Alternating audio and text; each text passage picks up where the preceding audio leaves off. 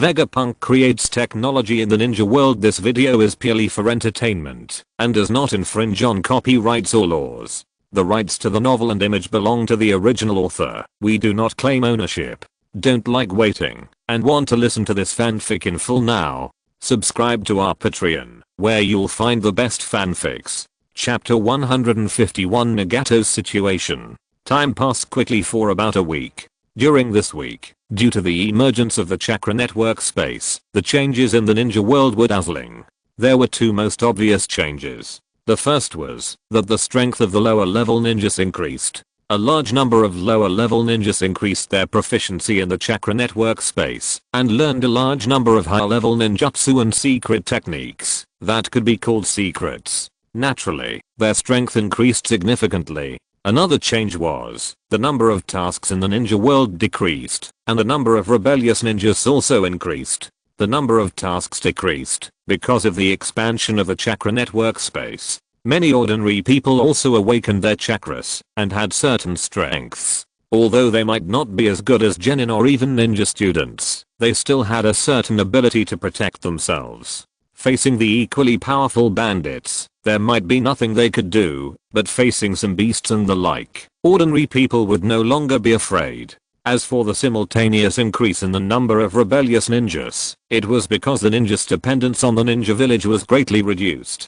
Originally, the most important thing for the ninja village to control the ninjas was the advanced ninjutsu in their hands. Generally, only when they reached a certain ninja level and completed a lot of ninja village tasks could they exchange certain advanced ninjutsu from the ninja village. Therefore, except for some family ninjas, most ordinary ninjas were attached to the entire ninja village system for those advanced ninjutsu. Otherwise, with the characteristics of the ninja profession, where can they not survive? In particular, many ninjas were orphans and had no ties. As for being hunted down by the ninja village after becoming a rebel ninja, to put it bluntly, if there is no special reason, such as holding confidential intelligence and knowing some important information, then, if you want to enjoy the treatment of being hunted down by the Enbu, you must at least be a special jonin. Ordinary chunin, the ninja village will at most investigate. As for the genin who are similar to leaks, which ninja village has so many Enbu to care about these genin who have to die and disappear thousands of people every year? Exclamation mark. Most genin are not the 12 little strongmen, nor do they have any noble moral qualities. They do the job of ninja because they make enough money and they want more powerful strength. Now that there is a learning channel like Chakra Network Space, who would be stupid enough to exchange ninjutsu from the ninja village? Not only has the number of rebellious ninjas increased, but the enrollment of ninja schools has also encountered huge difficulties. Chakra Network Space can teach everything that ninja schools can teach, and Chakra Network Space can teach everything that ninja schools cannot teach, and it doesn't charge money. In this case, everyone naturally chose Chakra Network Space, and on the contrary, no one was interested in ninja schools. Faced with this situation, the leaders of the ninja villages were naturally very anxious. However, faced with the epoch-making ninjutsu of Chakra Illusion Network, these ninja village leaders who couldn't keep up with the times, couldn't think of any solution, not to mention that the major ninja villages are now in chaos, and just sorting out their own internal problems is enough for them to have a headache. Of course, the Chakra Network Space also has a burst period and a slow period for improving the strength of ninjas. After all, in the illusion space, you can only practice technical abilities. When the skills are practiced to the peak, there is no more room for improvement. As for the advanced ninjutsu inside, not to mention that the top ninjutsu requires contribution points. In fact, even if most of the top ninjutsu are taken out, ordinary ninjas cannot practice them. This is not even a problem that can be solved by spending time in the chakra network, but those ninjas do not have this talent. Once the burst period is over, in the remaining time, these ninjas can only rely on polishing their bodies and practicing chakra nature changes, which must be endured in the real world to increase their strength. However, even so, the strength of the ninjas in the entire ninja world has increased significantly. Even the most ordinary ninjas can learn a few ninjutsu in the illusion space and can burst out the power of the original elite ninja in a short period of time.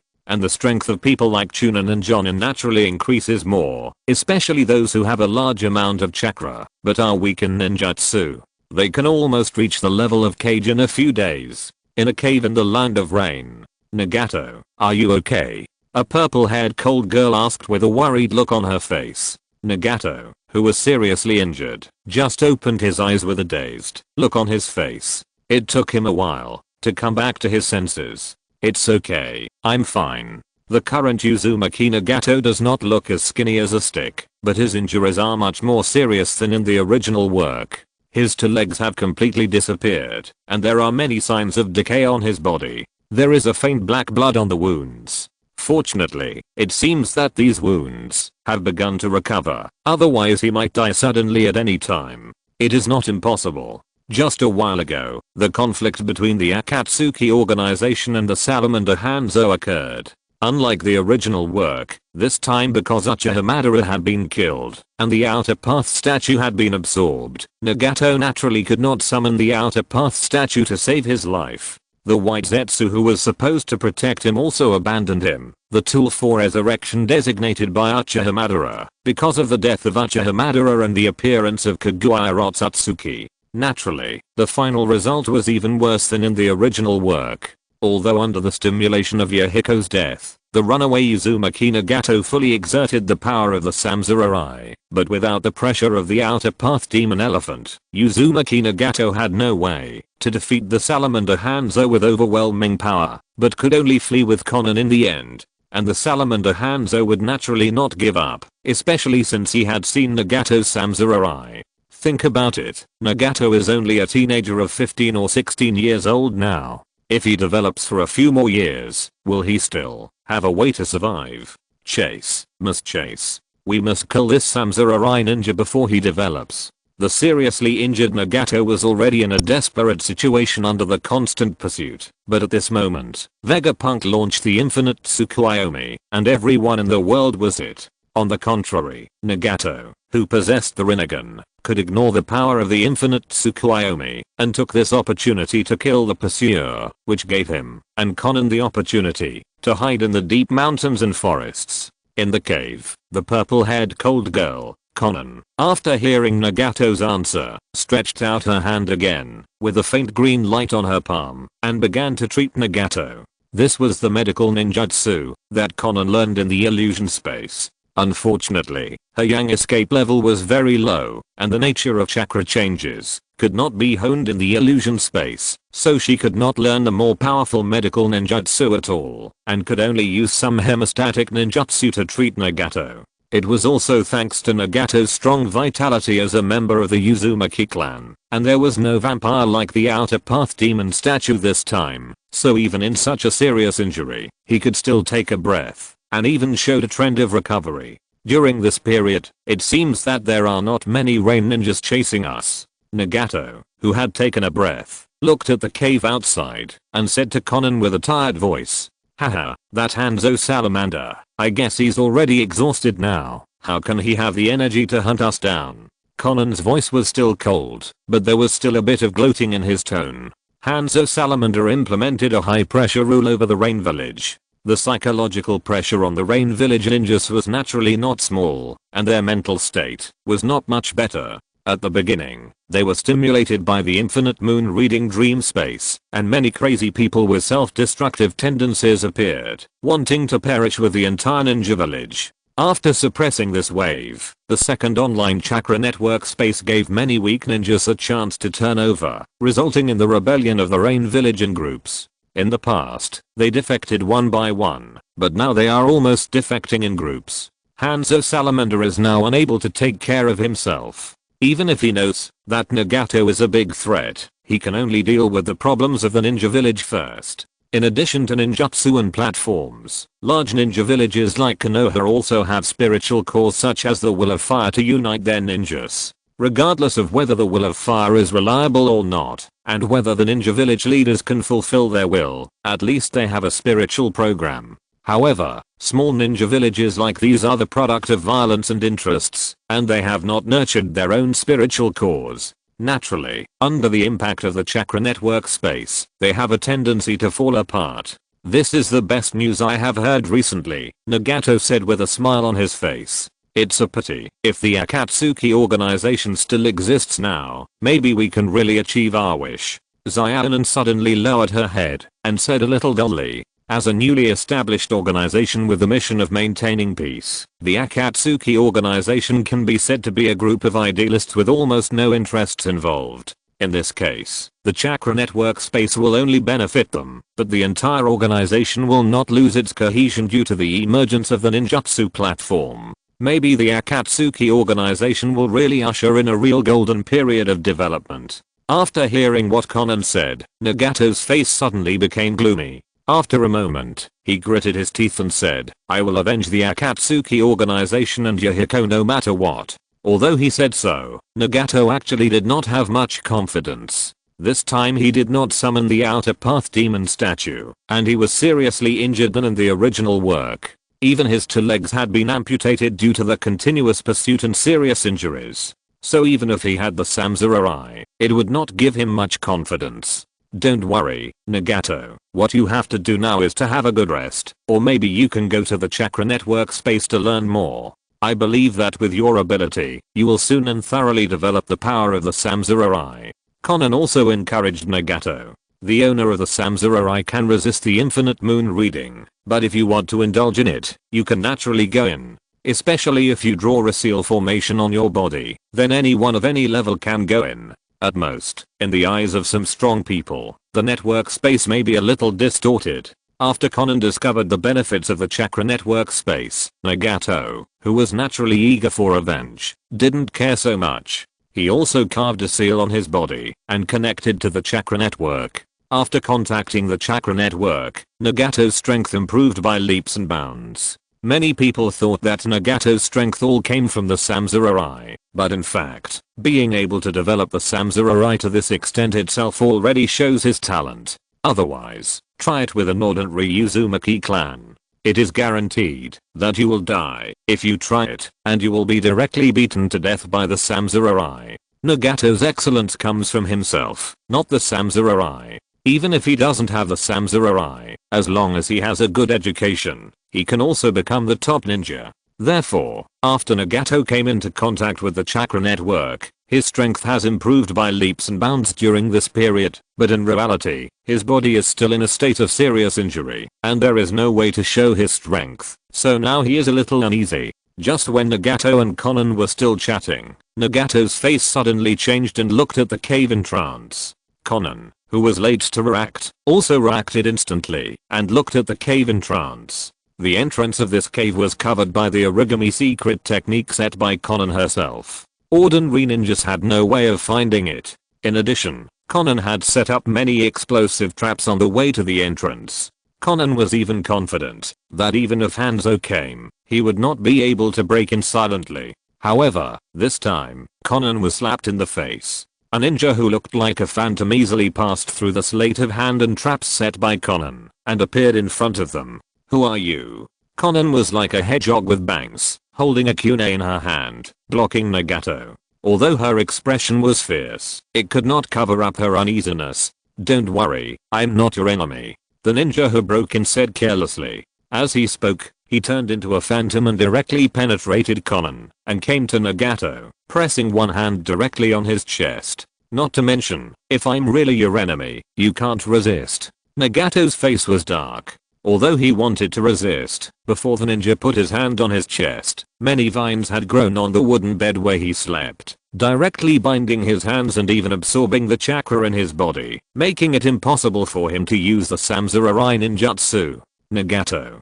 Conan turned back in surprise, looking at the ninja who put his hand on Nagato's chest, gritted his teeth, and put down the kunai in his hand. What exactly do you want to do? Yes, that's good. The ninja smiled and said, I'm looking for Nagato, because I have important things to do. I will definitely ensure his safety. You can rest assured. As he spoke, the ninja's hand on Nagato's chest flashed green light. After a while, Nagato's wounds began to recover, and his breath stabilized. Chapter 152 Meeting with Vegapunk.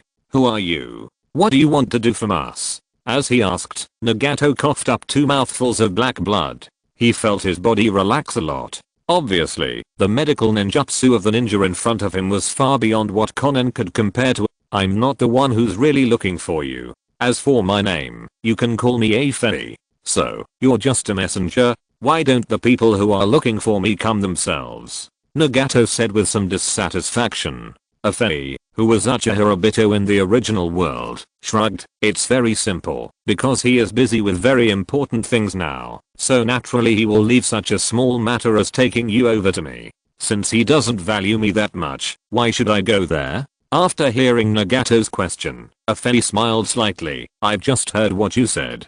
Don't you want revenge? And Nagato, don't you want to completely recover your injuries, such as your 2 legs? Go see our boss. As long as he is satisfied, he can fulfill your request. Conan and Nagato both showed some unbelieving expressions on their faces. It was really that a fairy's words were a bit too confident. Even a medical genius like Tsunade did not have the ability to regenerate a person's limbs. However, seeing our fairy's confident look, the two of them were a little uncertain. In the end, Nagato made a decision. Okay, I'll go with you. The reason for making this decision was not actually because they had much confidence in the boss our fairy mentioned, but simply because they had no other choice. Even though Nagato recovered a little because of our fairy's treatment, he didn't think he would be the opponent of the other party. As for Conan, she was not the angel she would be in the future. Her combat power was at most about the same as that of a Jonin. Facing this weird guy, neither of them had much power to fight back. In this case, if they refused, the other party would definitely use force, which would only make the situation more ugly. Would they still refuse to accept the toast and drink the penalty? A wise choice. Our fairy nodded, stretched out his hand to open a void channel, and walked in first. I didn't expect it was really a space-time ninjutsu. Seeing our fairy directly open a space-time channel, both Nagato and Conan were a little surprised. Although they had some guesses about our fairy's hollow transformation technique at the beginning, suspecting that it was actually a space-time ninjutsu, they didn't expect that this was really that kind of high-end skill. This gave the two of them a little more confidence. Our fairy suddenly stuck his head out of the space channel and said with a smile, "No, I did use space-time ninjutsu when I came in from the cave just now, but this space-time channel is indeed formed by a prop made by combining technology and a sealing array. It can be used by everyone, not some space-time ninjutsu." The two were shocked by our fairy's action. It seemed that, because he saw an acquaintance again, Uchiha Obito's frivolous and silly side began to relapse. Of course, the space channel our fairy mentioned was actually formed by props, which may have caused a greater shock to Nagato and Conan. This means that the person who made the props may have surpassed the entire era by many years in his understanding of time and space. Inexplicably, Uzumaki Nagato seemed to have thought of something and murmured, "I think I may have known who is looking for us." Conan pushed Nagato out of the dark passage and came to the light. Then she was a little surprised to find that they had come to a beautiful city with beautiful mountains and rivers. Although the city is not big, it is very neatly planned, and the various buildings look quite exquisite. At least Nagato and Conan, who wander around the poor and remote areas of the rain country every day, have never seen such a beautiful city. What surprised the two of them the most was that it was still early morning in the rain country, but in this world, the sun was already hanging in the center. No. Nagato raised his head in surprise and looked at the sun in the sky. In his perception, the sun in the sky was not the sun, but an extremely powerful source of chakra. The streets were deserted, and there were not many people. Occasionally, there were a few travelers who came and went in a hurry and even flew directly at low altitude on the ground. What exactly is this place? And those people, their eyes? Conan looked at the occasional passers-by. It was okay for them to come and go in a hurry, but the most important thing was that those people's eyes were all white. Bacon, Hyuga clan, is this Konoha? Nagato shook his head and denied Conan's guess. I don't think this is Konoha. It may not even be the ninja world. Although Nagato's current strength is not too strong, he has the Samsara and at least has a clear understanding of power. The quality of the chakra source on his head is no less than that of his own Samsara, and the scale is dozens or even hundreds of times larger than his own Samsara. If Konoha, or the Hyuga clan, had such a thing, they would have unified the ninja world long ago. Why would they play games like the first largest clan in the ninja village of Konoha? Haha, you are really knowledgeable. A burst of laughter that made people's scalps numb came from behind. Konan and Nagato immediately turned around nervously and saw a man with a pale face, long hair, and golden snake eyes. Orochimaru. Konan and Nagato spoke at the same time, with a bit of fear on their faces. When Nagato's trio met the Sannin, this coldest ninja among the Sannin left a deep impression on them. Now Nagato has not yet created the 6 paths of pain, and the power of the Samsara has not been developed much. Naturally, he is not the psychopath who thinks he is a god in the future, and he does not think that he can be a match for Orochimaru with both legs disabled. Huh. Is there anyone new? Lord Orochimaru? A girl who looked about 12 or 13 years old came over, holding a small fragrant pig that looked like it had just been born, and asked in surprise, "You are? Ah, sorry, my name is Kato Shizune, and I came here with Lady Tsunade." Kato Shizune politely bowed to Nagato and Konan, making Nagato and Konan even more curious about this place. You know, Orochimaru is already a traitor to Konoha, and although Tsunade has left Konoha, she is still a working ninja of Konoha. It stands to reason that, even if these two people are not incompatible, they should never have any contact with each other. The owner of this city can actually accept both of them as his subordinates. Obviously, he is not a simple person. Okay, if you want to chat, there will be plenty of time later. Now Nagato, just follow me to see the boss. Afei waved his hand and said, "Let me go to the dream space again. I promise to complete the task after this time." When Xiaonan and Nagato walked into the building in the center of the city, they saw a hot and golden-haired beauty, who was kneeling on the ground with snot and tears on her face, begging a blonde boy without dignity. "Enough. You guys, if you stay there any longer, you will be useless. From now on, I will prohibit you from accessing the functions of the dream space." The blonde boy rubbed his eyebrows, looking impatient, and wished he could kick the dogskin plaster in front of him away. "No. I only stay there for 8 hours a day. Damn it, 8 hours is equivalent to more than 10 years. And you only focus on illusions, and there is no progress in the development of medical ninjutsu. If you continue like this, I will just block your account and you can just get out of here." "No. Don't block my account. Please. I will work hard. Then get out of here." Nagato and Konan stared at the magical scene in front of them in amazement. Konan murmured in disbelief, "I'm not seeing things, am I? That woman, is it that Princess Tsunade? I don't think we both saw it wrong." Nagato was also a little uneasy. He really couldn't understand how the most famous female ninja in the ninja world had fallen to this point. Uchiha Obito was not surprised. After hearing the two people's questions, he explained again, "This is the result of being addicted to the dream space. Staying in that illusion space for a long time, you have already regarded illusions as reality and will refuse to acknowledge the existence of reality and even think that reality is a terrible hell. You probably rarely contact the outside world. In fact, there are already many such people in the outside world. They do nothing every day, just waiting for the arrival of the chakra network space at night, and they are almost completely useless. It's just that it's unexpected for a ninja of Tsunade's level to have such a situation. It can only be said that her psychological quality and self-control are ridiculously poor. I don't know how she became a Sannin." Afei couldn't understand it, but the blonde boy that Tsunade begged, that is, Vegapunk, did understand a little.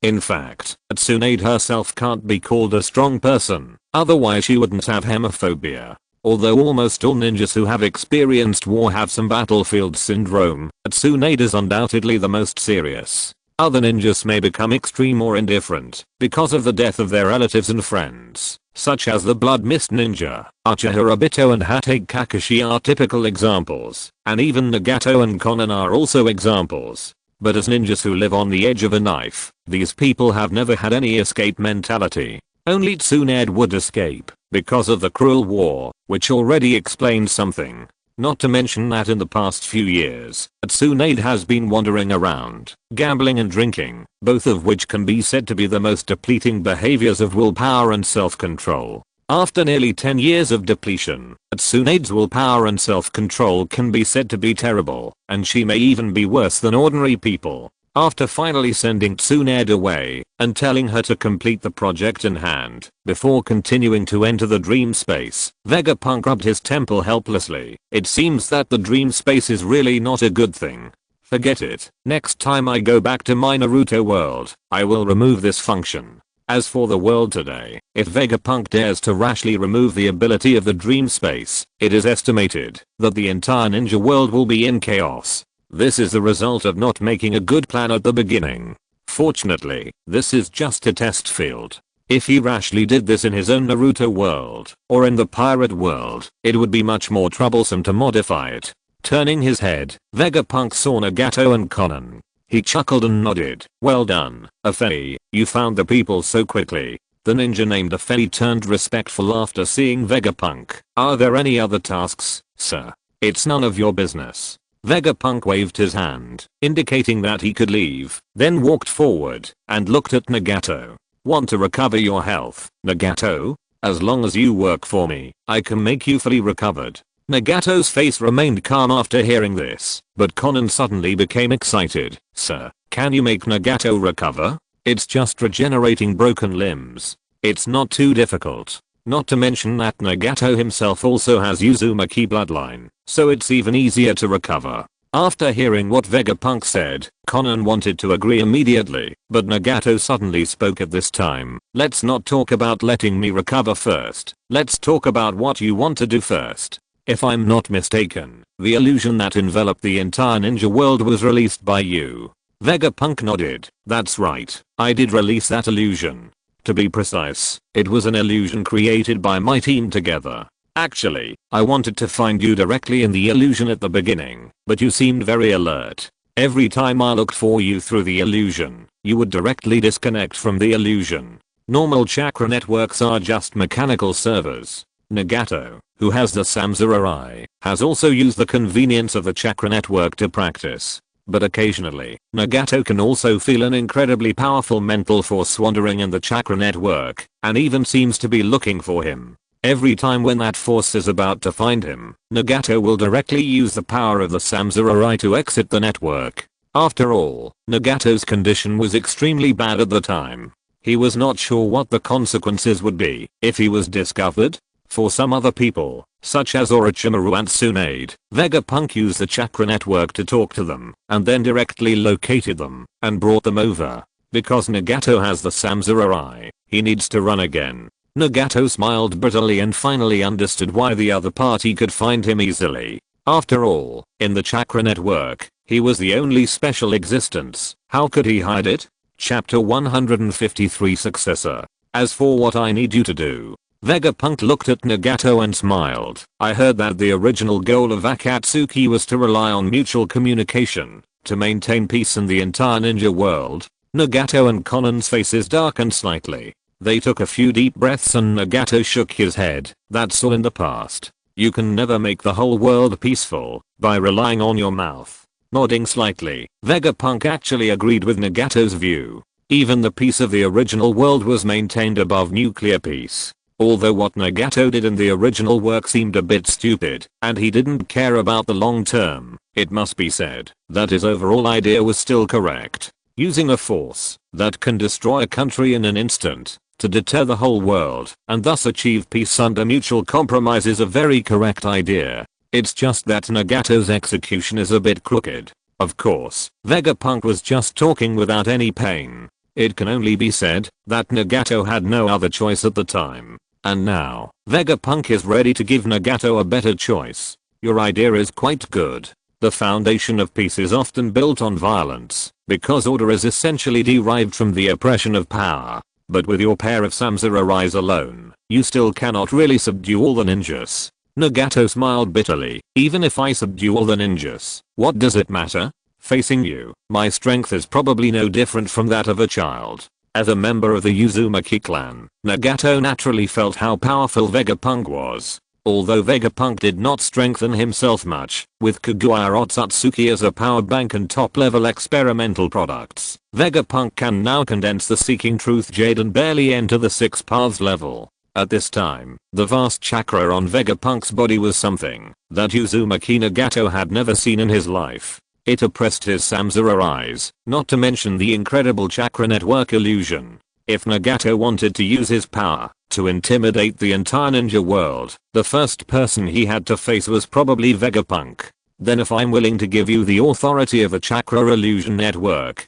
do you think you can bring peace to this ninja world? Vegapunk said this in a very casual manner, but it was like thunder that made Nagato stunned. He was stunned for a long time before he said, "My lord, don't joke. I'm not kidding. There are not many ninjas in this world who can take over my chakra illusion network. Most of them are dead, and there are even fewer people who have similar ideas to me. You are the most suitable one among them. Vegapunk can't stay in this world forever, and after he leaves, the chakra network space will be uncontrolled. It is true that, if there is no one to maintain it, there will be no problems with the chakra network space, but the operation of many aspects is very rigid. Even if there is a bug, there is no way to maintain and update it. Not to mention that the ninjas in the ninja world are not easy to deal with. Vegapunk has never underestimated them, especially in this era of information explosion. It is possible that some chakra network hackers will appear and rely on the chakra network space to carry out various stupid plans. The authority of a chakra network actually comes from the bloodline of the Otsutsuki. In other words, at least one of the yin-yang release, the bloodline net, or the Samsara must be possessed to fully control the chakra illusion network. Among them, Vegapunk, who absorbed the chakra of Kaguya Otsutsuki, Kaguya Otsutsuki herself, and Hancock have the ability to control the chakra network, while Uchiha Obito, even if he has both the Mangekyou Sharingan and the Sage Body, still cannot have the authority of a chakra network. Now the only person in the entire ninja world who can control the chakra network is Nagato, who has the Samsara Eye, or Vegapunk uses the impure world reincarnation technique to get Uchiha Madara out, or he has to go to the Pure Land to find the Six Paths Sage, Ashura, Indra and other characters. In addition, there is a newly born Otsutsuki Tonari. After the atavistic Otsutsuki becomes an adult, if he is equipped with the Byakugan, he may also be able to control the chakra network. Obviously, among so many people, only Nagato can be chosen, and the others are either dead or just born. Of course, if we take away the Samsara Eye directly and give it to other people, it is not impossible. With Vegapunk's technology, there is no need to worry about other people not being able to bear it and not being able to withstand the consumption of the Samsara Eye. However, Nagato's personality and ambition do meet Vegapunk's requirements, so Vegapunk does not want to bother with that. But, Nagato opened his mouth. Why give it to me, sir? Can't you control this network yourself? Because I won't stay here for too long. At most, I will come back occasionally in the future to collect various ninjutsu knowledge and technology in the illusion space. And if the illusion space is to run automatically, who knows if someone can use other means to get some of the authority of this space? If that person's personality is similar to yours, Nagato, it's fine. What if he is a madman who wants to rule the world, or simply wants everyone to indulge in the illusion space? That would be a bit bad. Nagato is still a little hesitant now. It's not that he doesn't want the authority of the illusion space, but he has never experienced such a good thing. But he is a little dizzy by the huge pie falling from the sky. However, Conan's reaction was much faster. We agreed. Please help heal Nagato. Vegapunk nodded with a smile on his face. The treatment of Nagato was very simple. With Vegapunk's ability and a series of unscientific chakra products such as Hashirama cells, Nagato not only recovered his health quickly, but also had a sage body close to Hashirama Senju, after being developed with Vegapunk's carefully prepared gene fluid. At least in the future, when Nagato uses the Samsara Eye, he will no longer be out of breath after using 2 moves, and look like he has kidney deficiency. Even if he can't use the big move casually like the original owner of the Samsara Eye, Uchiha Madara, he won't consume half of his life with a single move of Super Shinra Tensei. Not to mention that Nagato can now contact the chakra network. As the owner of the entire chakra network, Nagato has experienced the chakra network's ninjutsu download function for the first time. That was created by Vegapunk, based on the magic network of the D&D world. However, in order to prevent the world from going into chaos, Vegapunk has not yet truly launched this ability to cast spells online. Even if it is launched, it will definitely have to classify various ninjutsu levels in the future. If the chakra contribution and payment are not to a certain extent, it is impossible for people to easily use those advanced ninjutsu. But if you have the authority of the chakra illusion network, you can naturally have the highest authority of this ability to cast spells. In other words, the battle with Nagato is equivalent to fighting against Nagato plus the chakra gathered by the entire chakra network, as well as the power of most ninjutsu in the world combined. This combat power is enough to fight against Uchiha Madara, the Samurai, alone. It can completely suppress the entire ninja world and ensure the safety of the chakra illusion network. How do you feel? Looking at Nagato, who closed his eyes and his chakra was constantly communicating with the Samurai on the moon, Vegapunk asked with his arms folded across his chest. It will probably take a long time for me to fully master the chakra illusion network. This ninjutsu is so all-encompassing and so profound. Slowly opening his eyes, Nagato looked at the golden sun in the sky with awe. That was the center of the entire chakra illusion network and the location of the large Samurai. The current large Samurai, because it has become the server of the chakra illusion network, has been transformed by Vegapunk to a certain extent. It has a nearly mechanical intelligence and computing power, and it constantly absorbs the chakra released by the ninjas in the entire ninja world. Although it has only been a short month or so, the chakra inside has already felt vast. It can be imagined that as the chakra network continues to run, the chakra inside the large Samurai will become stronger and stronger. Vegapunk has even laid a sealing formation to nourish the large Samurai. By then, the power of the large Samurai will become stronger and stronger. The power of the Samurai is enough to scare Nagato, but in comparison, the chakra illusion network is the ninjutsu that really makes Nagato admire it. This ninjutsu, which includes illusions, sealing techniques, space-time ninjutsu, perception ninjutsu, and blood elimination, has long been far different from the infinite moon reading at the beginning. Even if Kaguya Otsutsuki herself came to see it, she would not be able to see the original appearance of this ninjutsu.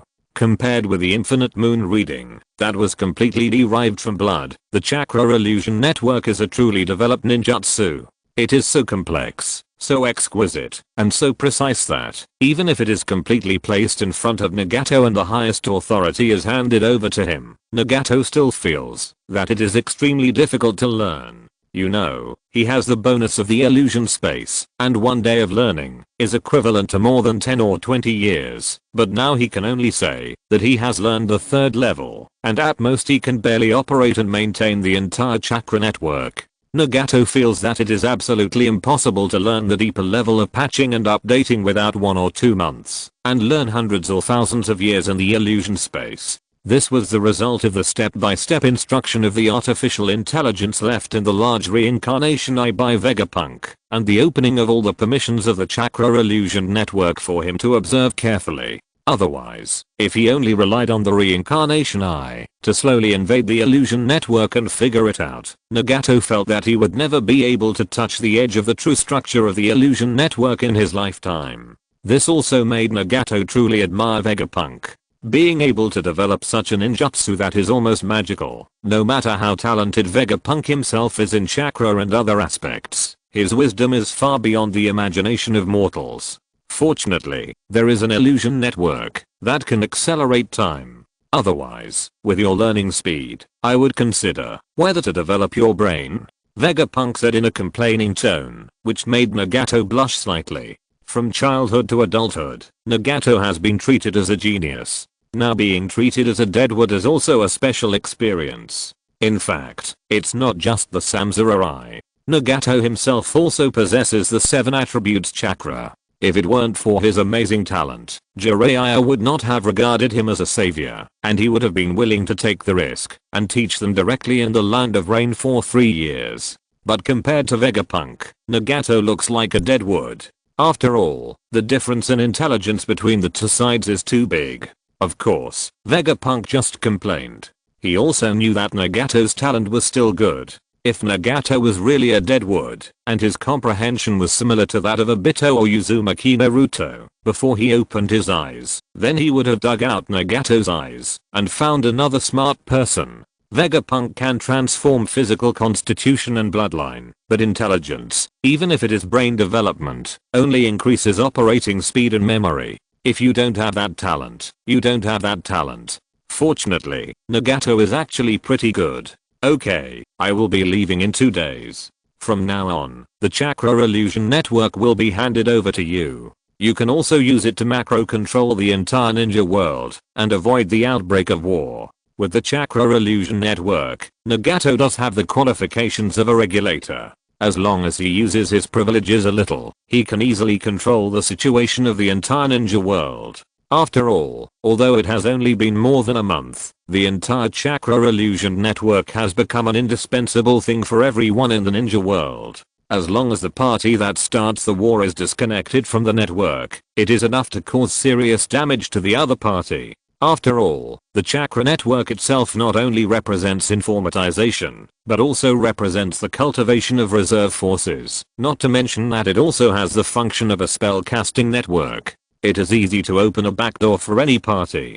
Don't worry, Lord Vegapunk, I will definitely bring complete peace to the entire ninja world. After hearing what Vegapunk said, Nagato immediately spoke firmly, but Vegapunk shook his head. There has never been complete peace in this world. The nature of human beings is to constantly develop between struggle and peace. Even if you really have the support of the entire chakra network, there is no way to truly eradicate war, because this is the essence of the development of anything. Even for mankind as a whole, war itself is a process of breaking everything, redistributing benefits, allowing the entire group to get rid of the old and accept the new, and breaking out of the cocoon and rebirth.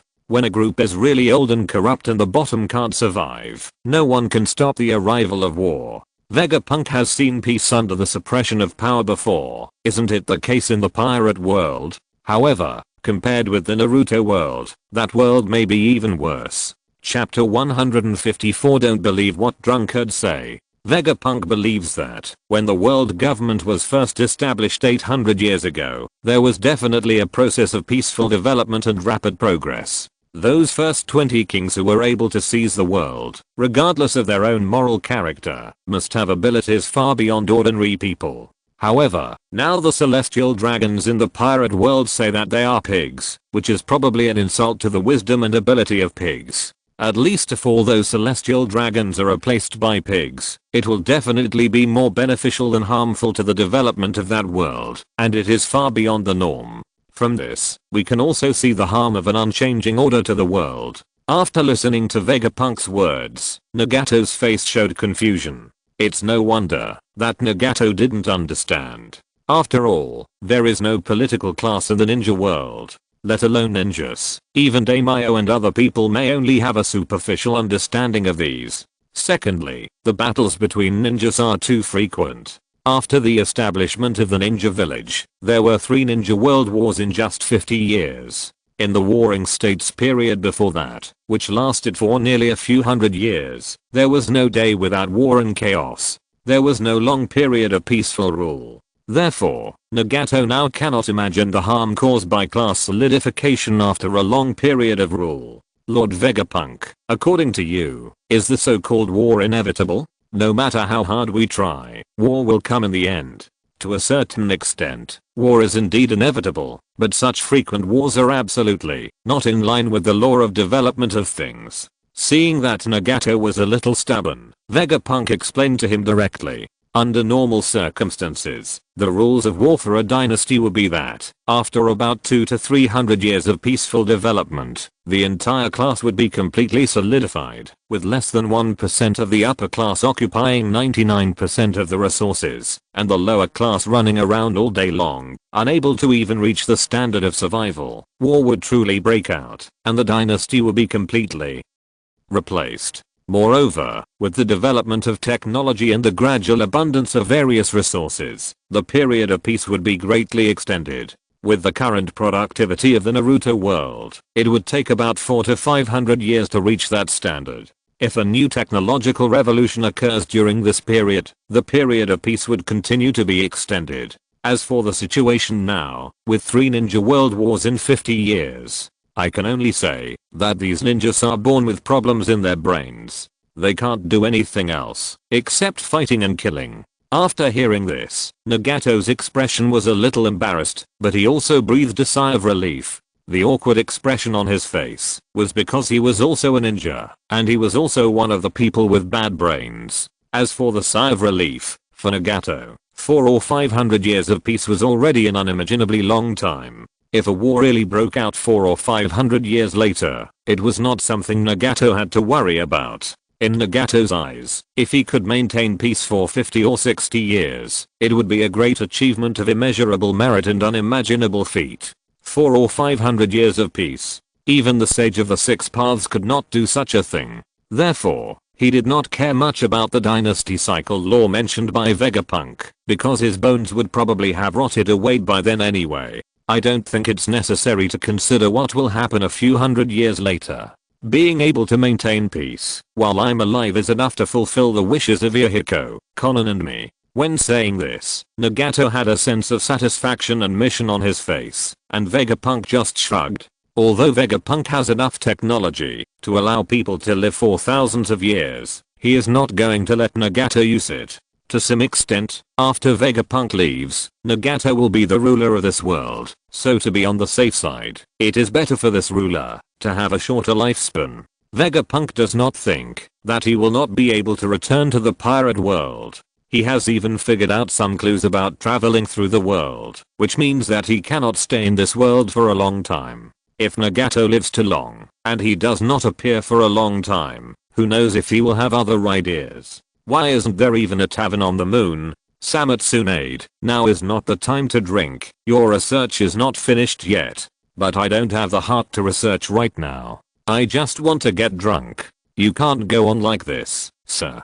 If you keep degenerating like this, Lord Vegapunk will definitely completely block your access to the chakra network. Hearing this, the blonde and white-skinned beauty slumped down, covering her face with her hands, her voice even with a hint of tears. There is no way, I can't stay here for a minute. I just want to go to the dream space now. Even if I stay there for a lifetime and never wake up, I never want to come back here again. Or else let me get drunk. I won't want to think about anything when I'm drunk. The more you pursue illusory happiness, the more painful it will be when you wake up in reality, because Tsunade in reality knows very well that her relatives and lovers have long died, and everything she has done is just deceiving herself. Just when Tsunade was still in a state of decadence, a faint smell of wine immediately made her look up. Where is the smell of wine? Who is drinking? When did the wine come here? Because of the small environment on the moon, the ecology is actually very fragile. Although the Otsutsuki clan is not numerous, the average resources are relatively rich, but the Otsutsuki clan has never brewed luxury goods such as wine brewed from grain. In addition, the Otsutsuki on the moon have almost no communication with the ninja world, so naturally there will be no wine flowing in from the outside world. When Tsunade smelled the smell of wine and walked to the source, she was a little surprised to find that the smell of wine actually came from a small villa that looked gorgeous and exquisite. Isn't that Vegapunk's house? That guy also drinks? Tsunade swallowed twice and was a little hesitant, but at this moment, the door of the room was opened. Ah, it's Miss Hancock. Tsunade looked up and saw a stunning beauty with black hair like a waterfall and a princess hair ornament, looking at her impatiently. What are you doing at the door of my room? You've been walking back and forth for more than 10 minutes. Are you trying to spy on my beauty? Peeping at your beauty, we are all women. You said it would be more reasonable for me to spy on that handsome guy Vegapunk. Tsunade complained in her heart, but she had to admit that this narcissistic woman in front of her was indeed qualified to say such things. Although she treated her arrogantly, rudely, her beautiful face still made Tsunade, a beautiful woman, jump violently in her heart.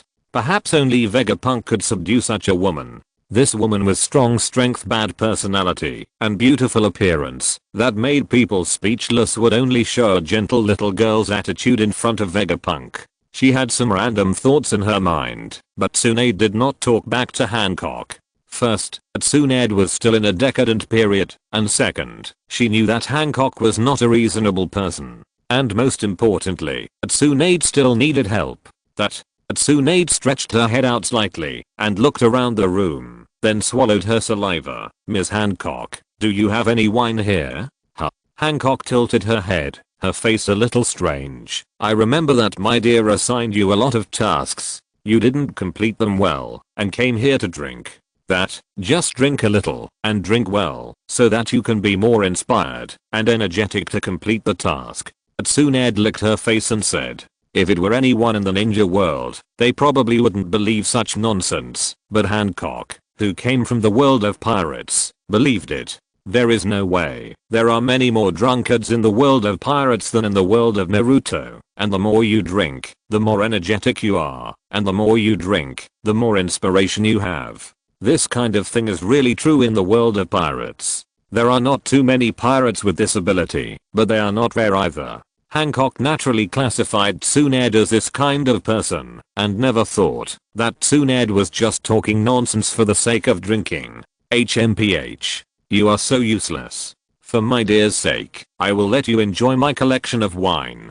Be grateful and respect my generosity. Hancock, with her head held high, first despised Tsunade, but eventually agreed. After all, although Hancock had a bad personality, she was not stingy as she was born in the world of pirates. Of course, a condescending attitude was inevitable. In Hancock's view, except for Vegapunk, the other ninjas could only be regarded as their subordinates. Anything she gave them could only be regarded as a reward. Tsunade didn't care about Hancock's attitude. When she heard that Hancock was willing to give her wine, she immediately looked impatient and walked in quickly. In a cabinet in the middle of the villa, there were quite a few fine wines. Hancock had the space in the heaven realm, so she would not be hindered by the distance between the earth and the moon. It was too easy for her to get fine wine. Most of the drinks are wine suitable for ladies. Although there are also many women in the pirate world who are drunkards, most of them prefer wine rather than stronger rum. There is also a part of sake, which is the best selling and most common drink in the Naruto world. Tsunade stared at it, and her saliva was about to flow out. Tsunade is not used to drinking elegant drinks such as wine. Usually she drinks ordinary sake. But with Hancock's personality, how can the drinks she puts in the cabinet be ordinary? Anyway, Tsunade, who is in debt every day and only gets drunk in roadside taverns, has not drunk such high-end drinks for a long time. She opened the cabinet, poured a glass of wine, and drank it happily. Tsunade let out a long sigh. Opposite her, Hancock supported her face with one hand and shook the wine glass with the other hand, seeming to be in a trance. Tsunade could tell at a glance that Hancock should have entered the chakra illusion space with a certain level of spirit. With Vegapunk's revision of the chakra illusion space, in addition to the mode of being completely immersed in the illusion space, there is also a mode where only a small part of the spirit browses the contents of the illusion space, which is similar to the normal internet access. Feeling that Hancock's spirit did not notice her here, Tsunade looked at the wine cabinet and showed a greedy look on her face. After Hancock went around the chakra network twice and then had a long distance chakra phone call with Vegapunk for a while, enjoying some special fun, she pulled her attention back to reality. Well, it turns out that keeping a certain distance is more fresh. This way, my dear will definitely like me more. What's going on? When Hancock came to her senses, she saw 7 or 8 bottles of wine on the table. Tsunade, who was kindly brought here by her, was now full of alcohol and sleeping soundly with her head buried in the table. Slowly widening her eyes, Hancock felt an aimless anger rising in her heart. Is this because drinking more makes you more energetic and more inspired? Isn't this just a pure drunkard? Exclamation mark. Well, there are indeed people in the pirate world who are more energetic and more inspired after drinking, but there are definitely more pure drunkards. Hancock has seen many such drunkards, but she didn't expect that she would be fooled this time. Hancock directly reached out and pulled Tsunade's ear. Tsunade screamed in pain and opened her eyes drunkenly. You guy, you said that you are more energetic and more inspired after drinking too much, but you are totally lying to me. You are so bold. Facing Hancock's unfriendly tone, if Tsunade was still sober, she would definitely be humble and foolish to get by. Not to mention the relationship between Hancock and Vegapunk. Just the terrifying strength of Hancock that can easily single-handedly sweep the entire ninja world is enough to make Tsunade retreat. However, Tsunade is a drunkard now. As we all know, drunk people are really fearless. After listening to Hancock's words, Tsunade pushed Hancock's chest with a smile and said vaguely, "Gilu, you still believe it? Isn't it obvious? What's the point of research? That bastard Vegapunk. Why can everyone else, but I can't enter the chakra network? I will beat him to death one day." Hancock's face became darker and darker, and there was a hint of coldness in her eyes. After hearing what Tsunade said, she finally couldn't bear it anymore and sneered, "How shameless. It was with the help of Deer that I was able to enter the dream space, but because I didn't complete my work, you blame Deer. A woman like you. You are not worthy of Deer's attention at all." As Hancock became more angry, the powerful chakra aura from her body burst out, instantly sobering Tsunade. The chakra in her body began to circulate, and the alcohol was immediately broken down. Looking at the furious Hancock in front of her, Tsunade recalled what she had just said, and suddenly felt like crying, but had no tears. Chapter 155 Return. "Well, just now I was just drunk." Tsunade was about to explain something, but Hancock interrupted her with a cold smile. "You've always wanted to enter the dream-fulfilling space, right? Then I'll let you go in and enjoy it to your heart's content. From today on, you'll always be your dear subordinate's loyal dog." Wait. Tsunade felt creepy, and before she could react, she saw Hancock's eyes faintly shining with pink light, and 9 megatoma flowing in her pink pupils. In an instant, the world spun around, and Tsunade immediately fell into a deep sleep. "So, what's going on?" Vegapunk, who returned home, looked at Tsunade, who was kneeling on the ground and wiping the floor like a young wife, wearing a maid's uniform, with a very strange expression on his face. In addition to Tsunade's actions, Tsunade's expression was also very confusing. While wiping the floor, Tsunade occasionally looked up at Vegapunk, her face flushed, her eyes rolling, revealing a sense of obsession. However, Vegapunk felt a little awkward. He didn't remember any relationship between him and Tsunade. What was going on? Hancock, who was sitting on the sofa, turned her head slightly after hearing what Vegapunk said, and explained with some uneasiness, "Dear, this girl is really too disobedient, so I taught her a lesson a few times, and now she is much more obedient." As she spoke, Hancock stretched out a white and tender jade foot. The perfect little foot was decorated with pink nail polish, which looked very attractive. Seeing Hancock's action, Tsunade's face flushed instantly. After hesitating for a while, Tsunade, who was kneeling on the ground, knelt forward, held Hancock's jade foot, and slowly lowered her head. Vegapunk's eyes twitched, and his head was a little big. "By the way, what did you do to her?" "Nothing. Didn't she always like to enter the dream-fulfilling space? I'll let her stay in the moon-damaged space for a few hundred years. Hundreds of years. How did she become like this now?" "Well, I just rewrote some scripts." Hancock looked at Vegapunk, lowered her head, and said a little embarrassedly, "I'm sorry, dear. I replaced her lover with you without your consent. After repeating it more than a dozen times, she has completely become your loyal dog." Yes, Hancock did feel embarrassed, but this embarrassment was not towards Tsunade, but she felt that she had used Vegapunk's image without authorization, so she felt a little embarrassed. As for Tsunade, looking at Hancock, she still looked like she didn't care, and even deliberately put her toes into Tsunade's mouth to stir. You can see what her attitude is. Frowning, Vegapunk asked somewhat unhappily, "What about her medical ninjutsu? How much of it does she have left?" Hancock pulled her toes out of Tsunade's mouth, wiped them on her face and hair, and lifted her chin with her feet. "My dear is asking you a question. Answer it quickly." "Woo." With a slight whimper, Tsunade's expression was extremely complicated. The slight resistance soon turned into obsession and love. "Lord Vegapunk, during the hundreds of years in the illusion space, I have also honed my medical ninjutsu. Although it is only technical training, and I can't make groundbreaking innovations, at least I have accumulated inspiration and honed my proficiency, so it's stronger than before." At the beginning, Tsunade was a little stumbling, but soon became well behaved and submissive, and even gradually wanted to get closer to Vegapunk as she spoke, until Hancock stepped on her head again, and then she stopped trembling. Hearing that Tsunade's ability was not affected, Vegapunk finally relaxed his brows. "That's good. To me, your skills are more important than you." Hearing this, Tsunade's eyes flashed a little sad, but she did not complain, but still knelt on the ground honestly. Vegapunk looked at the honest and well-behaved Tsunade, but he aroused some curiosity. By the way, Tsunade, you should know that what you have experienced are just some false illusions. Logically speaking, when you return to reality, even if you don't hate me and Hancock, you can't really fall in love with me like the illusion. No, that's true. My love for you, Lord Vegapunk, is absolutely true. Lord, please don't drive me away. Tsunade's face showed an anxious look, and she became panicked and trembling. The look she gave Vegapunk was full of humility and pleading. I understand. Is this completely confusing the illusion space with reality, and even unwilling to admit reality? Even with everything laid out before her, Tsunade now seemed to be deceiving herself by holding on to a life-saving straw.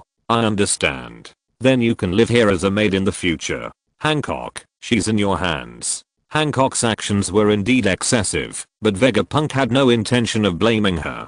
Hancock attacked Tsunade for her own benefit anyway, and Vegapunk didn't think he had the position to blame her. Of course, he still had to say something. Hancock, don't abuse the infinite Tsukuyomi illusion in the future. This time it's just luck. If it was someone else, I'm afraid they would either have a mental breakdown, or would completely regard us as enemies. To be precise, Tsunade also had a mental breakdown, but she just happened to collapse into the way Hancock hoped. But to put it bluntly, this can only be considered luck. Infinite Tsukuyomi is not Katamatsukami, and it doesn't have the function of permanent brainwashing. Even a powerful illusion like Katamatsukami may have a certain impact on the human brain's intelligence, so Vegapunk never uses it on subordinates he really values. Fortunately, although Tsunade's current state is the result of the infinite Tsukuyomi, it is not a Jinjutsu itself, and it has no effect on her intelligence. After listening to Vegapunk's words, Hancock immediately looked sad and lowered her head. Got it, dear. I will never trouble you again next time. Rubbing his forehead, Vegapunk took this as true, at least on the surface. Hancock would definitely not do such a thing again. It's good to be obedient on the surface. Anyway, Hancock will not do anything that really goes against her own interests, so Vegapunk will naturally not be too strict. Tsunade's problem was solved. Soon Vegapunk discovered that the current ancestor of the medical ninja had really changed a lot of bad habits after being treated by the Jinjutsu. He didn't drink a drop of alcohol, never gambled again, and studied medical ninjutsu every day. He was completely cured of his hemophobia, and even his life became much more regular.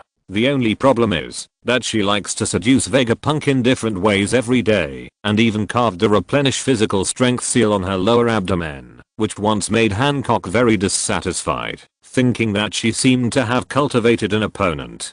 Fortunately, because of the private goods Hancock added in the illusion space, Tsunade is quite in awe of Hancock. In short, there is no big problem for the two to get along. In the early morning of the small world of the moon, the originally silver halo slowly turned into gold, and the brightness gradually increased, shining into Vegapunk's villa. In the bedroom of the villa, there is a messy big bed. My lord, can't you really take me with you? Tsunade, lying on Vegapunk's chest, gently stroked the golden hair on her head, and a faint pink appeared on her snow-white skin. She looked at Vegapunk with a pleading look. I've told you many times. Now is not the time to take you back. Don't ask questions that embarrass my dear. It was not Vegapunk who spoke, but Hancock, who was also lying on Vegapunk. Even at this time, she did not forget to preach to Tsunade. Reaching out and gently stroking the smooth backs of Tsunade and Hancock, Vegapunk, who was leaning against the head of the bed with a rosy face, also persuaded cell division research should be at a critical juncture now, but it is impossible to do without you, the most important leading researcher. When you have a result in the future, I will take you to our world. Hearing this, Tsunade agreed sullenly, and then hugged Vegapunk tightly, blowing softly in his ear. Then, you have to comfort me well this time, master. As she spoke, Tsunade hugged Vegapunk tightly, and Hancock next to her was not to be outdone, and tightly wrapped around Vegapunk like a beautiful snake. 3 days later, Vegapunk entrusted the chakra illusion network to Nagato, and left Orochimaru, Tsunade, and technical ninjas such as Scorpion of the Red Sand, that he found later, to stay in the moon world. Relying on the power of the large Samsar array and the space teleportation array set up by Vegapunk, these people can freely travel between the ninja world and the moon without worrying about the raw materials for various experiments. At this moment on the moon, Vegapunk used his electromagnetic ability to create a relatively advanced laboratory, which also became the home of these researchers. Coupled with the bonus of the chakra illusion space to research, Vegapunk believed that, when he came back, he would probably see a lot of research results. The purple vortex gradually dissipated, and Vegapunk stretched his hand and stretched his waist, with a bit of fatigue on his face. Finally finished. There are too many problems involved in the chakra illusion space.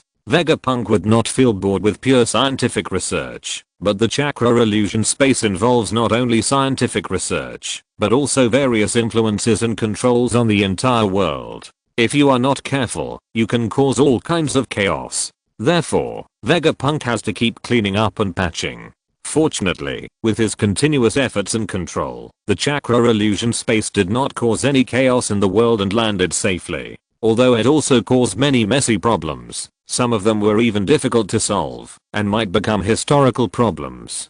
But at least, in addition to providing Vegapunk with a steady stream of various knowledge, the chakra illusion network will eventually move the development of the entire world in a better direction. It is not bad to be able to do this. In his previous life, he was at most a keyboard warrior, not a political scientist. After this experience, Vegapunk returned to his own Naruto world, and was ready to spread the chakra illusion network here again. Of course, he was not going to create a dream-fulfilling space, or else it would be troublesome if he created a bunch of useless people. In addition, he was not going to do it so suddenly like in the parallel world. You know, in this world, Vegapunk had a solid foundation, and he didn't have to force it like in the parallel world. First, he issued orders to the Sea Kingdom and the Wind Kingdom, which were directly under his jurisdiction, and then he informed several other countries whose high-ranking figures, such as the daimyo, had long been replaced by him, and quickly launched propaganda.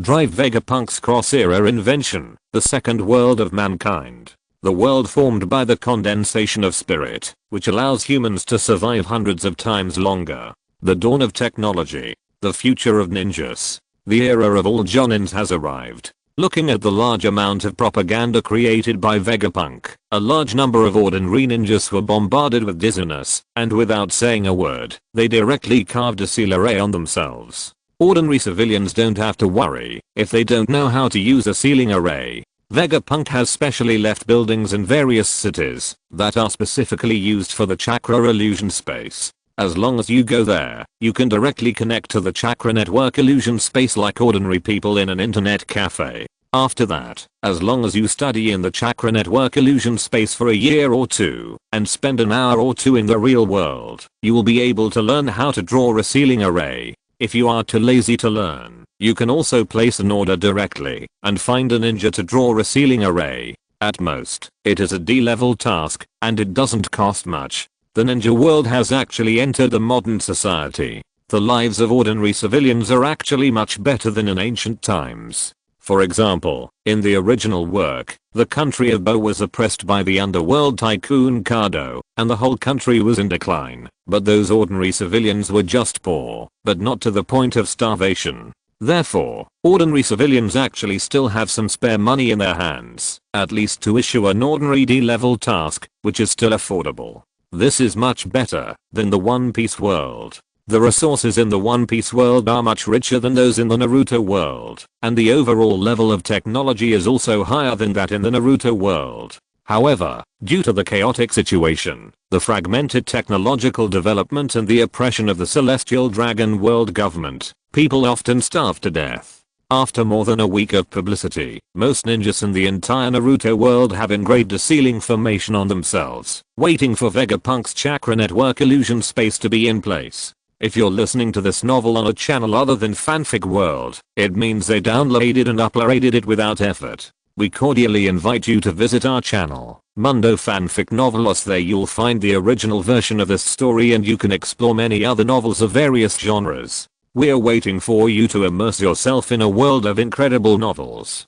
Chapter 156 Deployment and Research. Okay, it's done. In the lunar space, Vegapunk looked at the light ball in the center with some pain. That was the large Samsara he created. There was no other way. The original Samsara had been absorbed by Bo Hancock. Vegapunk could only create a large Samsara again to serve as the center of the chakra illusion network.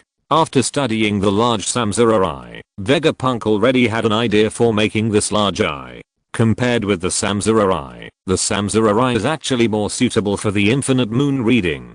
It's just that the pure desire to create this kind of eye, although it is technically easy, requires a lot of chakra resources. Otherwise, if the Otsutsuki clan can be created purely by cloning and transformation, then Vegapunk would have created the Otsutsuki army long ago. It cost a lot of chakra for Vegapunk to create this large Samsara, but fortunately, with the spread of the chakra illusion network, the chakra cost of creating the large Samsara at the beginning can be fully recovered in the end.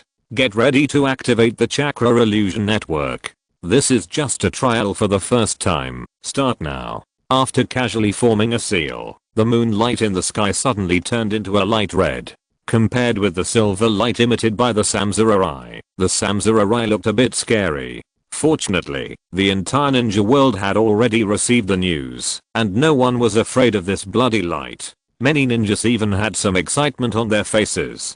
In this world, Vegapunk had already become a kind of myth. Many ninjas believed that, as long as they were favored by Vegapunk and could become his test subjects, they could easily become cage-level ninjas. Of course, this statement was not wrong, but the test subjects that Vegapunk favored should have the potential to become cage-level strongmen. However, these ordinary ninjas did not care about these problems. In the eyes of all ninjas, Vegapunk was the kind of big man who could make you soar to the sky with just a little push. Therefore, the ones who were most looking forward to his newly developed, confident chakra network illusion space were these ordinary ninjas. As for the real big guys, the shadows of the villages, they had already received all kinds of information about the chakra network illusion space, and even had a certain psychological preparation for the various situations that would occur later. After all, Vegapunk did not want too much chaos. After the bloody moonlight flashed, a large number of ninjas suddenly had a daze in front of their eyes. When they looked up, they found that they had entered a square that looked extremely grand. Welcome to the chakra illusion space. Now let me explain to you the various functions of the chakra illusion space. The huge figure of Vegapunk appeared in the sky and explained to the people below again that compared with the original chakra network, this new chakra network 2.0 version has eliminated the function of the dream space, but has improved many capabilities. For example, the original dream space has been transformed into a large second world, and everyone can enter that world. The world composed of illusions is hundreds of times the size of the normal world, and it combines various environments and beautiful scenery. It can be called a truly perfect network world. In addition, the training of ninjutsu now has a practical system, which can directly summon various terrains and ninjas in the illusion space to fight and increase your combat experience. There are also various other subtle improvements. In short, the entire chakra illusion space has made a great leap in functionality compared to the original version,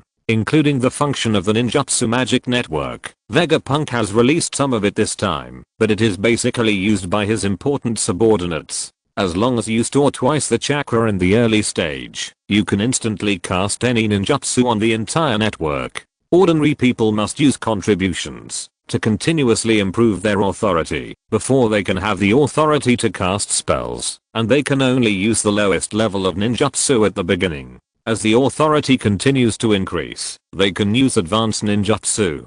In addition, Vegapunk can also block their ability to cast ninjutsu at will, and even unite with the judicial systems of various countries to form a new order of positioning and sealing.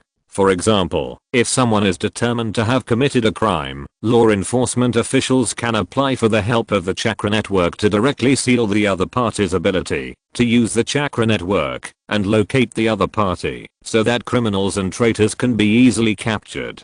After all, it is his own world. Especially this world has undergone his own magic changes. Today's technological development is not comparable to another Naruto world. Vegapunk naturally has to be more careful. It can be said that with the chakra illusion network, even the crime rate can be suppressed to the lowest. In addition, Vegapunk also wants to use this to quell the fights between several ninja villages. Originally, the major ninja villages could not fight endlessly. At the beginning, Vegapunk only deliberately provoked the fire in several villages in order to experiment with his various inventions. Now that there is a chakra illusion space, there is naturally no need for several ninja villages to fight. After that, if you want to conduct various actual combat exercises and verify your various experiments, the best way is naturally to do it in the illusion space. The phantom in the sky disappeared without a trace after the explanation, and a large number of ninjas below also started to clamor. Even for a profession like ninja, after gathering so many people and accepting such an explosive impact event, it was difficult to digest it for a while. The voices of discussion between each other made the whole square noisy. But soon, those ninjas came back to their senses, chose their favorite modes, and began to swim in the chakra network space. After the appearance of the chakra illusion network space, the development of the entire ninja world entered the real fast lane, and the exchanges between various ninjutsu technologies became frequent in a very short time. This kind of communication also made ninjutsu and technology enter a state of explosion at the same time. In just half a year, the entire ninja world was full of high-rise buildings, trams, airplanes, large ferries, mobile phones, and other high-tech products spread like a blowout. The only problem is that computers and the internet did not appear, and they were completely replaced by the chakra illusion network. In the process of this technological development, Vegapunk at most provided theoretical guidance and let the people of the ninja world do everything by themselves, and he received a lot of inspiration from it.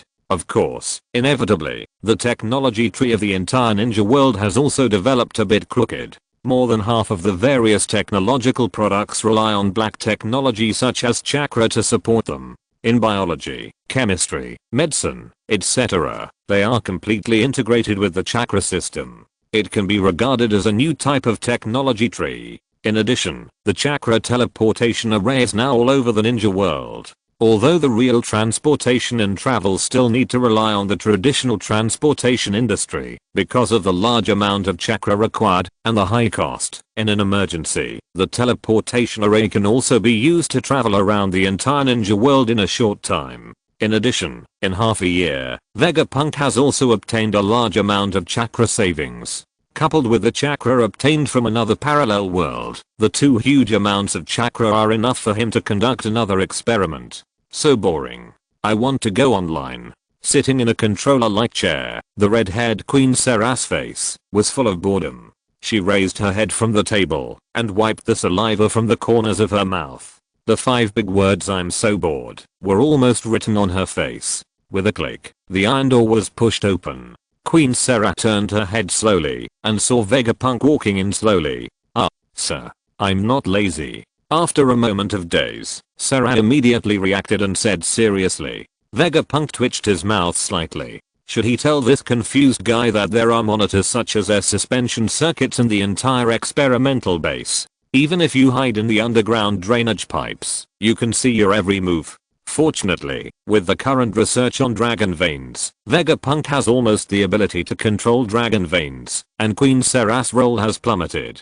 At this time, her monitoring and comforting of dragon veins is actually dispensable. This is also the reason why Queen Sarah can be lazy now. Otherwise, in the past, because of the frequent use of dragon veins for experiments, the dragon veins often had violent fluctuations. At that time, Queen Sarah had to work hard to comfort and control the dragon veins. How could she sleep like this? Well, if you don't like working here, then don't come here anymore. Vegapunk waved his hand. Queen Sarah's face was happy at first, but then it turned ugly again. Wait, what do you mean? You won't change your mind about the request you agreed to, right? I tell you, we in Laolin will not give up the land.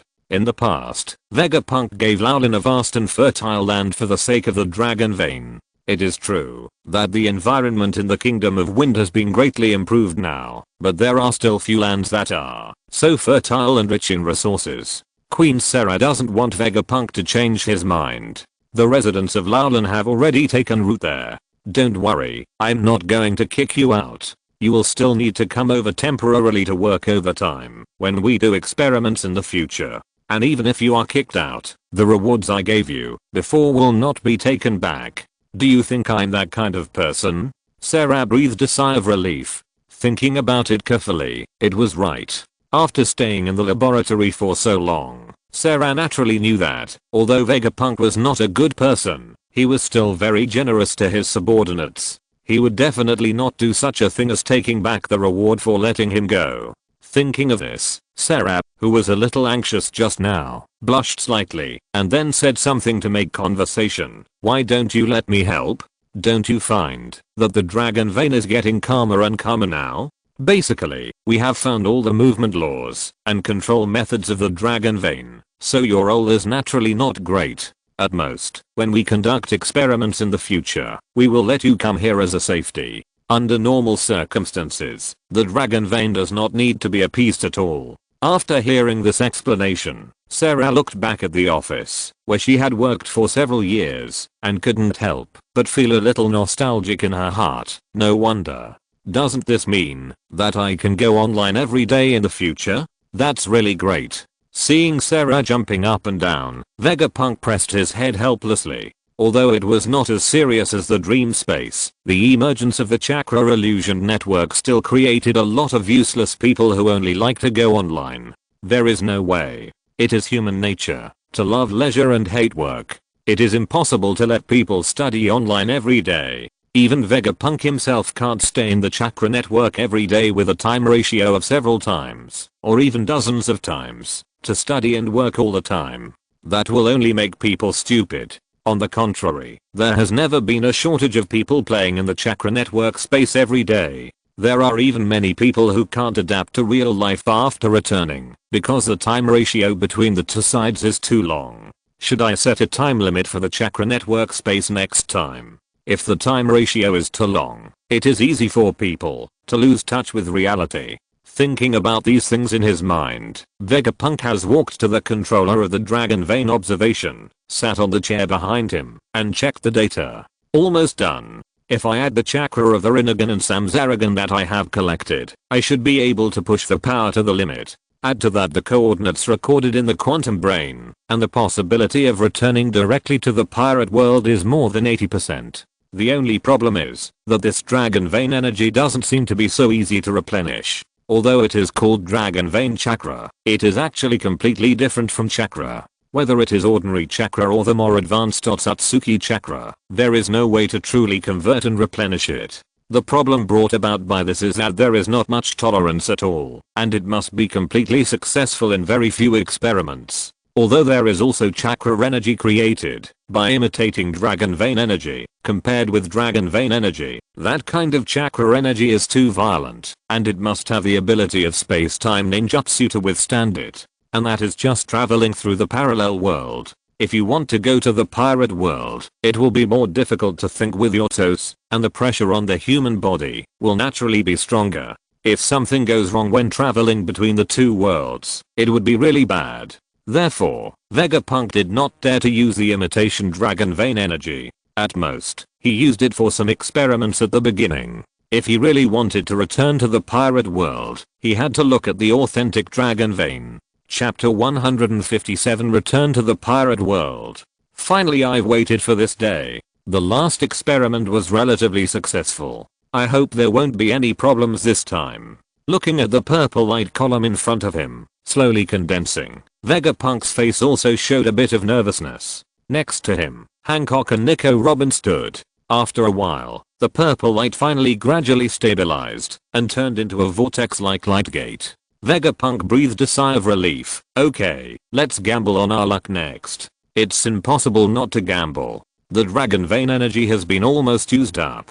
If he doesn't go this time, then relying on the replica version of the dragon vein energy alone, it is estimated that without 7 or 8 years of research, there is no possibility for him and others to return to the pirate world. As for coming back after going, it is easier. After all, Vegapunk has already created coordinates and contact devices on the moon in the Naruto world and its parallel world. In the pirate world, he has a base camp like the Fantasy Star, so he won't need dragon vein energy at that time. The two worlds are connected, which is equivalent to a bridge, built on both sides of the river, making it much easier to travel back and forth. And if you want to go directly to another world from only one world, the difficulty is basically the same as performing an aerial trapeze. Even if Vegapunk has tried his best to set up the time and space gate perfectly, he is still only 80% sure.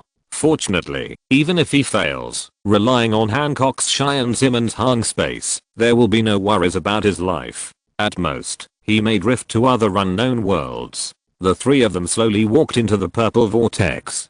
Before leaving, Vegapunk also handed over the chakra illusion network of this world to Kaguya Otsutsuki. Of course, before that, Vegapunk did not forget to install a human bomb for Kaguya Otsutsuki. In the future, if Vegapunk wants to return to the Naruto world, he will also need Kaguya Otsutsuki's help. In order to prevent Kaguya Otsutsuki from having any bad ideas, the bomb will automatically explode after 10 years of setting up, and only he can solve it. So Kaguya Otsutsuki will definitely not dare to do anything when Vegapunk returns. As for what should Kaguya Otsutsuki do, if something goes wrong with Vegapunk, then let Kaguya Otsutsuki die. Anyway, Vegapunk felt that, if he was dead, Kaguya Otsutsuki would not be very obedient. She might even play the tree climbing game again. By then, he would be considered to be ridding the people of harm. The light flickered, and Vegapunk looked around in surprise. It was a space formed by steel, with a faint white light around it. Is this Fantasy Star? I remember that we left from here. Yes. That should be where the quantum brain is. Nico Robin looked at the pit in the center. A powerful red energy flickered under the pit. That was the pure energy, provided by the nuclear fusion solar chamber. At the beginning, the quantum brain was placed here, to absorb energy for calculations. It feels like a long time has passed. We have been in the ninja world for 4 or 5 years, and I wonder how much time has passed in this world. As he spoke, Vegapunk looked at Hancock. Hancock, put the quantum brain in. It's really lucky that we returned directly to where we left. Hancock nodded, opened the space of Tenno Minaka, took out the quantum brain directly, and put it back in place. Just when the quantum brain returned to its place, the whole head suddenly flashed with a circuit board-like brilliance, and finally, as the light became stronger and stronger, it turned into a ball of light emitting white light. At the same time, the entire Fantasy Star seemed to come alive, and even the light reflected in the surrounding metal became more vivid. With a flick of his hand in the space, a light screen projection immediately appeared in the void. Vegapunk touched his chin, looked at it carefully, and finally felt relieved. It seems that the lack of the quantum brain has little impact on Fantasy Star. At least the internal self-checking system and maintenance system are still there. In addition, some of the previously preserved experimental products are no longer a problem. As Vegapunk's home, Fantasy Star has some electronic program subbrains in addition to the quantum brain, which is only the level of artificial intelligence, but it is more than enough for mechanical self-checking and maintenance. As for the so-called experimental products, they are the blood cells of some devil fruit ability users that Vegapunk collected before, or even the ability users themselves who were soaked in the hibernation chamber. This is also a point that Vegapunk is more worried about, fearing that those ability users will escape or die during his absence. Devil fruits, especially those superhuman ones that he values most, are almost difficult to replicate. Even if the ability is copied by blood and other tissues, it is impossible to continue to develop it. The most important thing about the superhuman type is the possibility of almost unlimited development. If it is an animal type devil fruit or a natural type devil fruit, the potential is basically fixed. Even if it is developed to the level of awakening, the animal type will only become faster, stronger, more defensive, and more resilient, and the natural type will only have a larger attack range and a longer attack effect. In comparison, the superhuman type devil fruit has its own advantages and disadvantages compared to the other two types of devil fruits in terms of combat power, but in terms of auxiliary capabilities, especially in terms of scientific research and development, it is definitely better than the other two types of devil fruits. Let's go and see my collection. I hope they are okay, but I'm ready for the gods to brainwash them. Hearing Vegapunk's evil purpose, neither Hancock nor Nico Robin had any other expression on their faces. In addition to Vegapunk, Hancock may also care about Amazon Lily, but as for others, she doesn't care at all.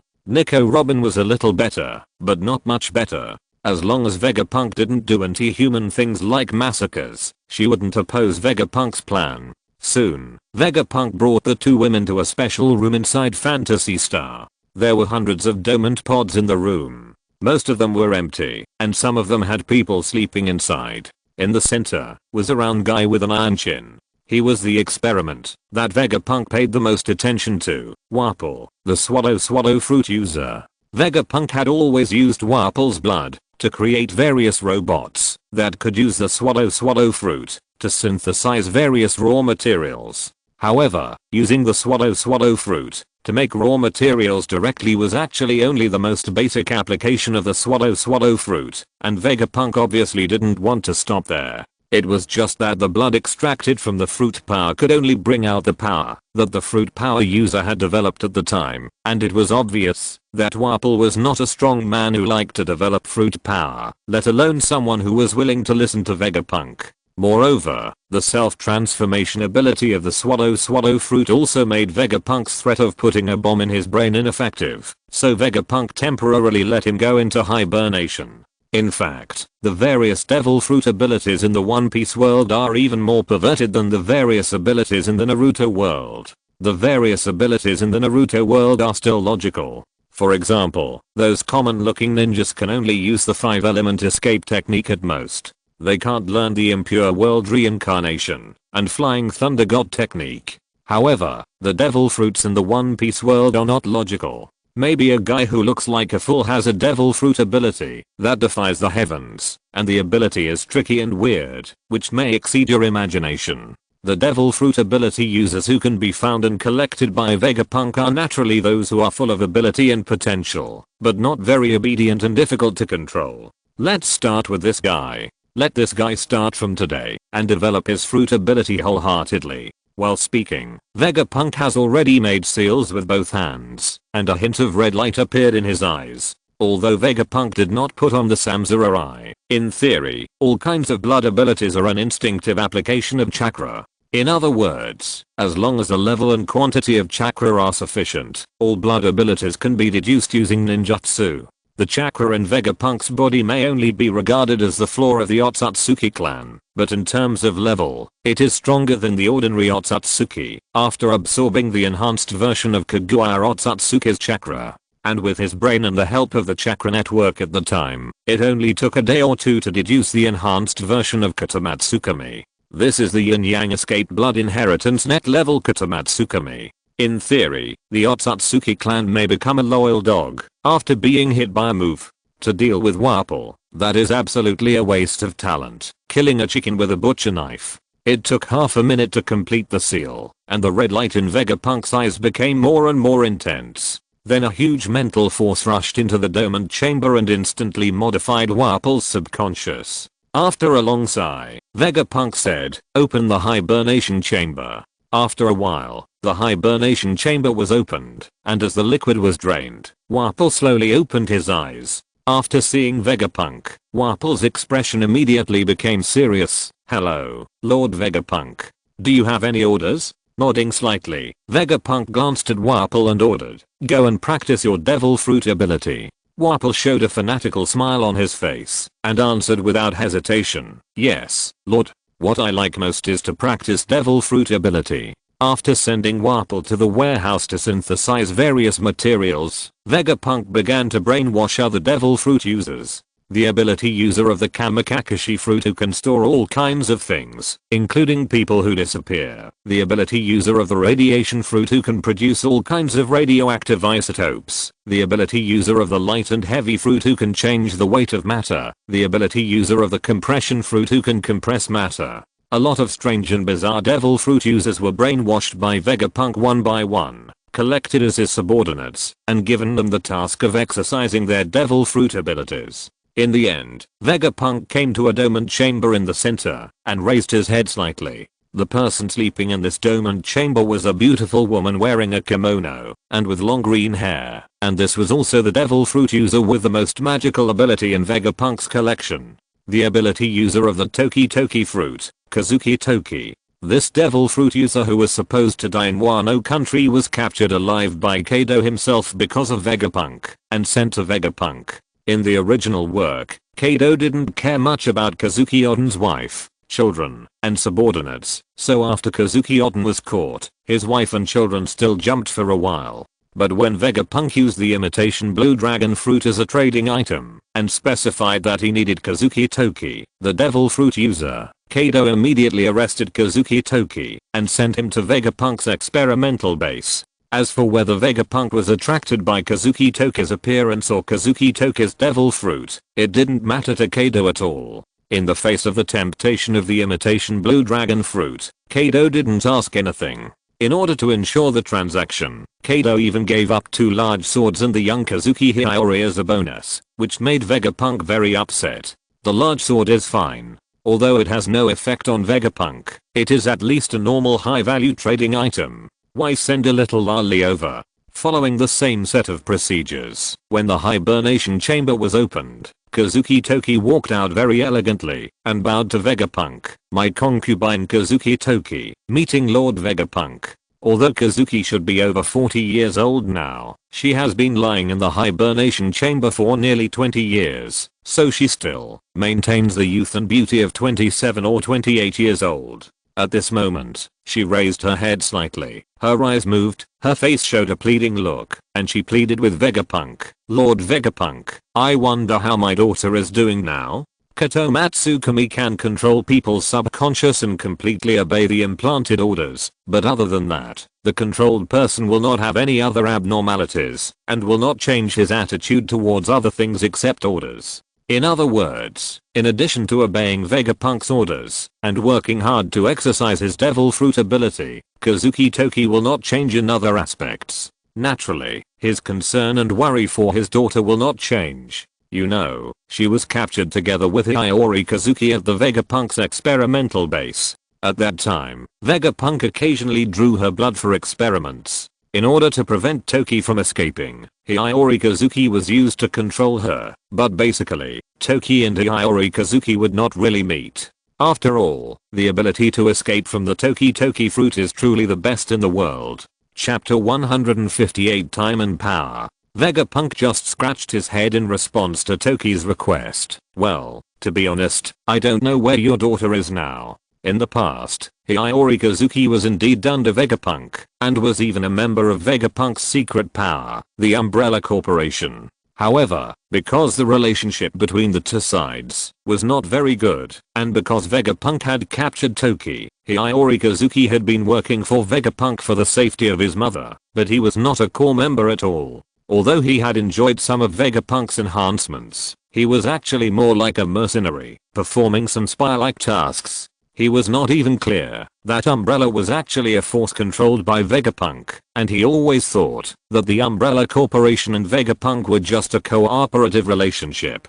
Hiyori Kazuki, who was not a core member, naturally did not know the whereabouts of Vegapunk, and would only think that Vegapunk had also died in the beginning of the future island. But at the same time, if this is the case, Vegapunk will definitely not be able to contact her directly, so Vegapunk really can't tell where Hiyori Kazuki is now, and what she has done. Maybe Stussy, who controls the dark forces under Vegapunk, can know the movements of Hiyori Kazuki, but this is not absolute. Is it? Hiyori is gone. Kazuki Toki's face showed a look of resentment, and he slowly lowered his head. I understand, Lord Vegapunk. Please trouble you. What do you understand? Looking at Kazuki Toki's cautious and heartbroken look, Vegapunk rolled his eyes. I really don't know where your daughter is, and your daughter is not dead. Some problems happened some time ago, and I haven't contacted my men. And you have also seen that my image has changed, right? Now I'm in a state of faking my death and getting away. After hearing Vegapunk's explanation, Kazuki Toki, who had been thinking too much, was relieved and apologized to Vegapunk.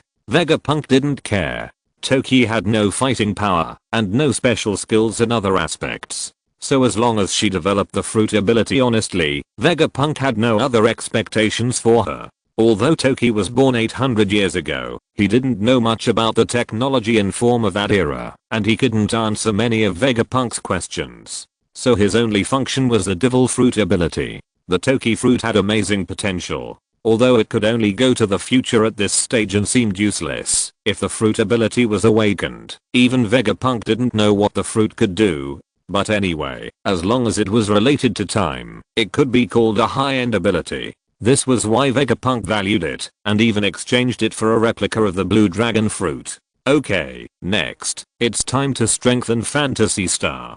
In addition, we have to contact Stussy. I don't know how the Umbrella Corporation is developing now. New World, International Cake Island. Under the parasol, 2 women were leisurely sipping afternoon tea. One of them had golden hair, blue eyes, milky skin, a hot body, and a pair of attractive white silk stockings. At this moment, this charming beauty was sitting on a chair, enjoying afternoon tea and snacks, while talking to the woman opposite. The sound of ding-ling-ling suddenly rang in her ears. Stussy, who was chatting with the woman opposite with a pair of unusually long legs, changed her expression slightly, and a hint of surprise flashed in her blue eyes. Smoothie, sorry, I feel a little uncomfortable, so I have to leave a little earlier. The long-legged tribe in front of Stussy was the only woman among the 4 dessert generals of the Charlotte family, Charlotte Smoothie. After listening to Stussy's words, Smoothie raised her hand slightly and gestured with the wine glass in her hand. No problem, Miss Stussy, do you need me to call some doctors to help you?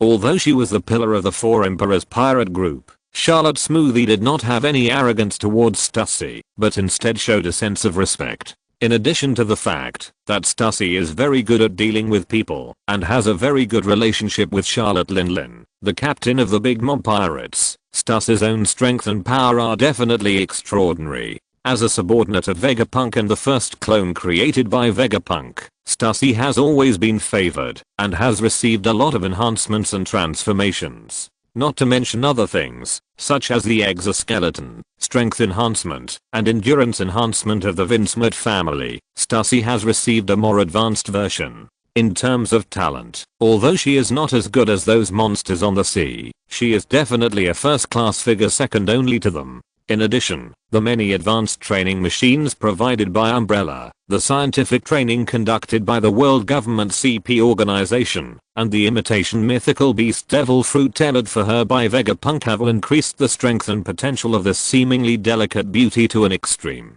At least Charlotte Smoothie knew very well that she was no match for this delicate and weak little girl in front of her. Even her most respected brother Katakuri was not absolutely sure of his chance against Stussy. For these pirates, strength is the basis for respect.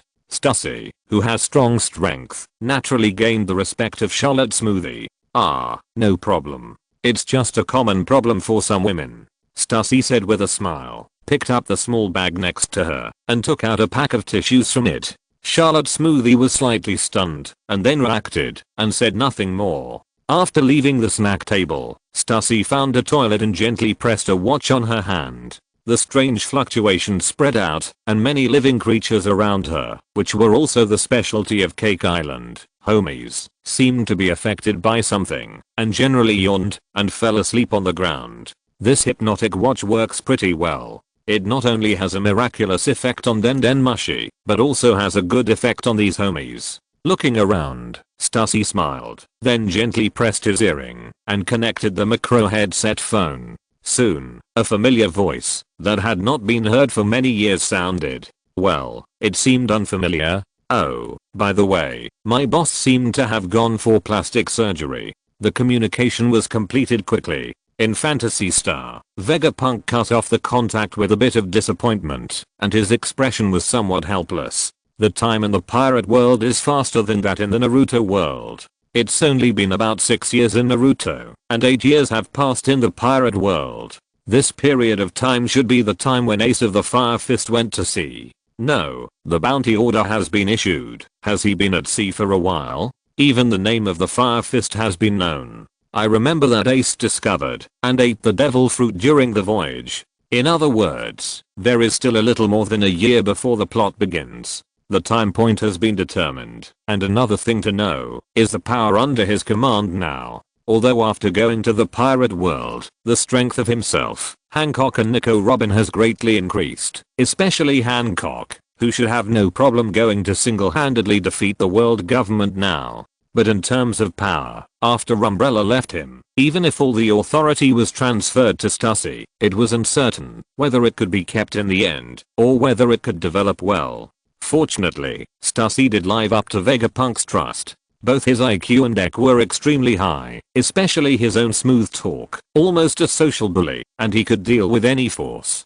Although he did not continue to make the Umbrella organization bigger and stronger, he also maintained the stability and development of the Umbrella organization. Well, in fact, if the Umbrella organization itself wants to become bigger and stronger, it must develop like the separatist forces of the Four Emperors. Without sufficient strength, Stussy will not do such a stupid thing. But on the other hand, with Stussy's hard work, the current Umbrella can be said to have taken root in the entire pirate world in all aspects. Whether it is a world government or the Four Emperors pirates, or the Revolutionary Army and some major maritime powers, almost all of them have been combined with the Umbrella. If it is really forcibly removed, even the most powerful world government is estimated to be turbulent, and there is even the possibility of injury. After knowing the current situation, Vegapunk is relieved. Although with their current strength, even if their forces are annihilated, the impact on them is not too great, but it will still be not very convenient after all.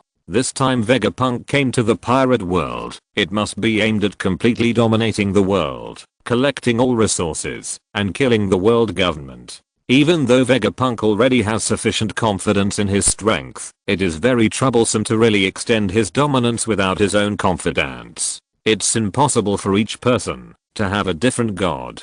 Well, it seems that it's okay. Although Kotomatsukami may not have much effect on some people with Conqueror's Haki, he doesn't need any subordinates with Conqueror's Haki. His thoughts slid in a dangerous direction, and then Vegapunk shook his head and began to seriously think about the next action. First, set off fireworks for the world government, kill those disgusting celestial dragons, or subdue those four emperors. After completing the Naruto world, the One Piece world can only be considered a simple difficulty, except for the world government's trump cards that are not fully explained in the original work. Vegapunk can run over other things at will. However, even if the world government has some trump cards, Vegapunk has nothing to fear, such as those destructive super weapons, which can be avoided with space ninjutsu. Unless him's combat power is several times that of Kaguya Otsutsuki. If it really has that kind of strength, the world government would not have to hide it, and would have killed all the four emperors and the like long ago. The only uncertainty is whether the world government or him has some abnormal devil fruit abilities. After all, many devil fruits are unreasonable. If they are caught, they can often ignore the gap in strength and kill the opponent instantly. Even if there is domineering power to fight against the rules of devil fruits, it depends on the development level of the opponent. For example, Hancock's current petrification ability, if you call Garp and Kato, who have cultivated their domineering power to the extreme, they will still be killed in one move without negotiation. Similarly, if there are really guys in the world government who have lived for hundreds of years and have devil fruit abilities that are against the sky, after hundreds of years of development, even Hancock is likely to be killed instantly. Stop a little. But it's not good to not do anything at all. We have to test the world government. On the Blue Sea, an old-fashioned sailboat that looks quite ordinary is traveling at a speed far exceeding that of a normal ship. The waves on both sides and the high bow undoubtedly show the terrifying speed of this ship. On the deck of the ship, Vegapunk was lying on a lounge chair, enjoying the breeze with a comfortable look on his face. Most of the wind that hits the ship has been converted into energy for use. But it turns out that leaving a little wind makes it feel more like sailing on the sea. My lord, your juice. A soft and sticky voice sounded in my ears. Kotsuki Toki, who was wearing a maid uniform, had a slightly blushing face. She walked over with a tray with a glass of juice and 2 glasses of wine on it. Hey, being a maid is being a maid, but don't forget to exercise your fruit ability. Vegapunk spoke lazily, and Toki hurriedly said, don't worry, my lord. I have been exercising my ability all the time. These wines are the result of my using my ability to exercise. Huh! Exclamation mark. Vegapunk was slightly stunned and observed it carefully, as if he had discovered something. So that's it. Is it grape juice that skipped the fermentation stage and turned into wine? If it can be used on living things, it's a bit like the ripe fruit, which directly accelerates aging. You haven't developed time travel, but you have developed this ability. It's not uncommon for devil fruits to develop homogeneous abilities. For example, a certain useless silencing fruit was completely covered by a small branch developed from the operation fruit. It's normal for a high-end thing like the tutu fruit to cover the ripe fruit. Even fruit abilities like the H fruit and the retrograde fruit can be completely covered if the tutu fruit is well developed in theory. To put it bluntly, devil fruits evolve in accordance with the wishes of the developers. As long as the ability is not too outrageous, it can basically be developed. It only depends on the developer's own talent and efforts. In addition, as a kind of spiritualized wish crystallization, the devil fruit is also related to the public's understanding, and the tutu fruit is undoubtedly the most high-end ability in everyone's understanding. Chapter 159, Testing and Background. Although he knew that Kotsuki Toki had not stopped developing the ability of the fruit, but this development direction. Vegapunk slapped Kotsuki Toki's butt hard and said with some dissatisfaction, I don't think there is any point in you developing this ability. What I need is an ability that is closer to time travel. Even if you can't develop the ability to go back to the past that will interfere with the operation of the world for the time being, you have to develop abilities like predicting the future. Sudden attack. Kotsuki Toki's body trembled, her face flushed, her eyes were watery, and she almost cried out of shame. Lowering his head slightly, Kazuki Toki hummed in a voice as soft as a mosquito's. Seeing Vegapunk's dissatisfied expression, as if he was about to reach out and slap him again, he hurriedly said in a sad voice, I know, Lord Vegapunk. Okay, stop bullying Madam Kazuki. Another black-haired beauty lying on the deck spoke lazily. She has lost her husband and children, and maybe her daughter has died in some unknown corner. You still want to bully her in such a tragic situation. Be careful that she will commit suicide by hanging. Vegapunk rolled his eyes directly at Robin, who spoke. Well, are you speaking for her, or rubbing salt into her wounds? Kazuki Toki didn't react much after being teased by him, but after Robin's dark persuasion, this mature and elegant beauty's eyes turned red on the spot and tears flowed down. Seeing Kazuki Toki's pitiful appearance, Vegapunk couldn't help but shook his head. Little Robin, I think you are good in everything, but your aesthetics and your mouth are really hard to describe. After hearing what Vegapunk said, Robin just smiled, but the arms that were massaging Vegapunk involuntarily increased their strength. Unfortunately, Vegapunk is no longer the weak chicken he used to be. Even if Robin's fancy arms increased their strength, it only made him hum more comfortably, without any greater reaction. Okay, woman over there, hurry up and bring my red wine over. Hancock, another beautiful woman lying on the deck chair, also spoke at this time. Kazuki Toki, who was still secretly sad, immediately cheered up a little and brought the red wine over. Hancock picked up the red wine, but her expression was a little distracted. After taking a sip of the wine, she asked, honey, how far are we from the Red Earth Road? We'll be there in 10 minutes. What's wrong? Hancock, are you a little nervous? Hancock showed a dangerous smile on her face. You're wrong, honey, I'm not a little nervous. I'm just a little excited. I wonder if the world government is satisfied with our gift.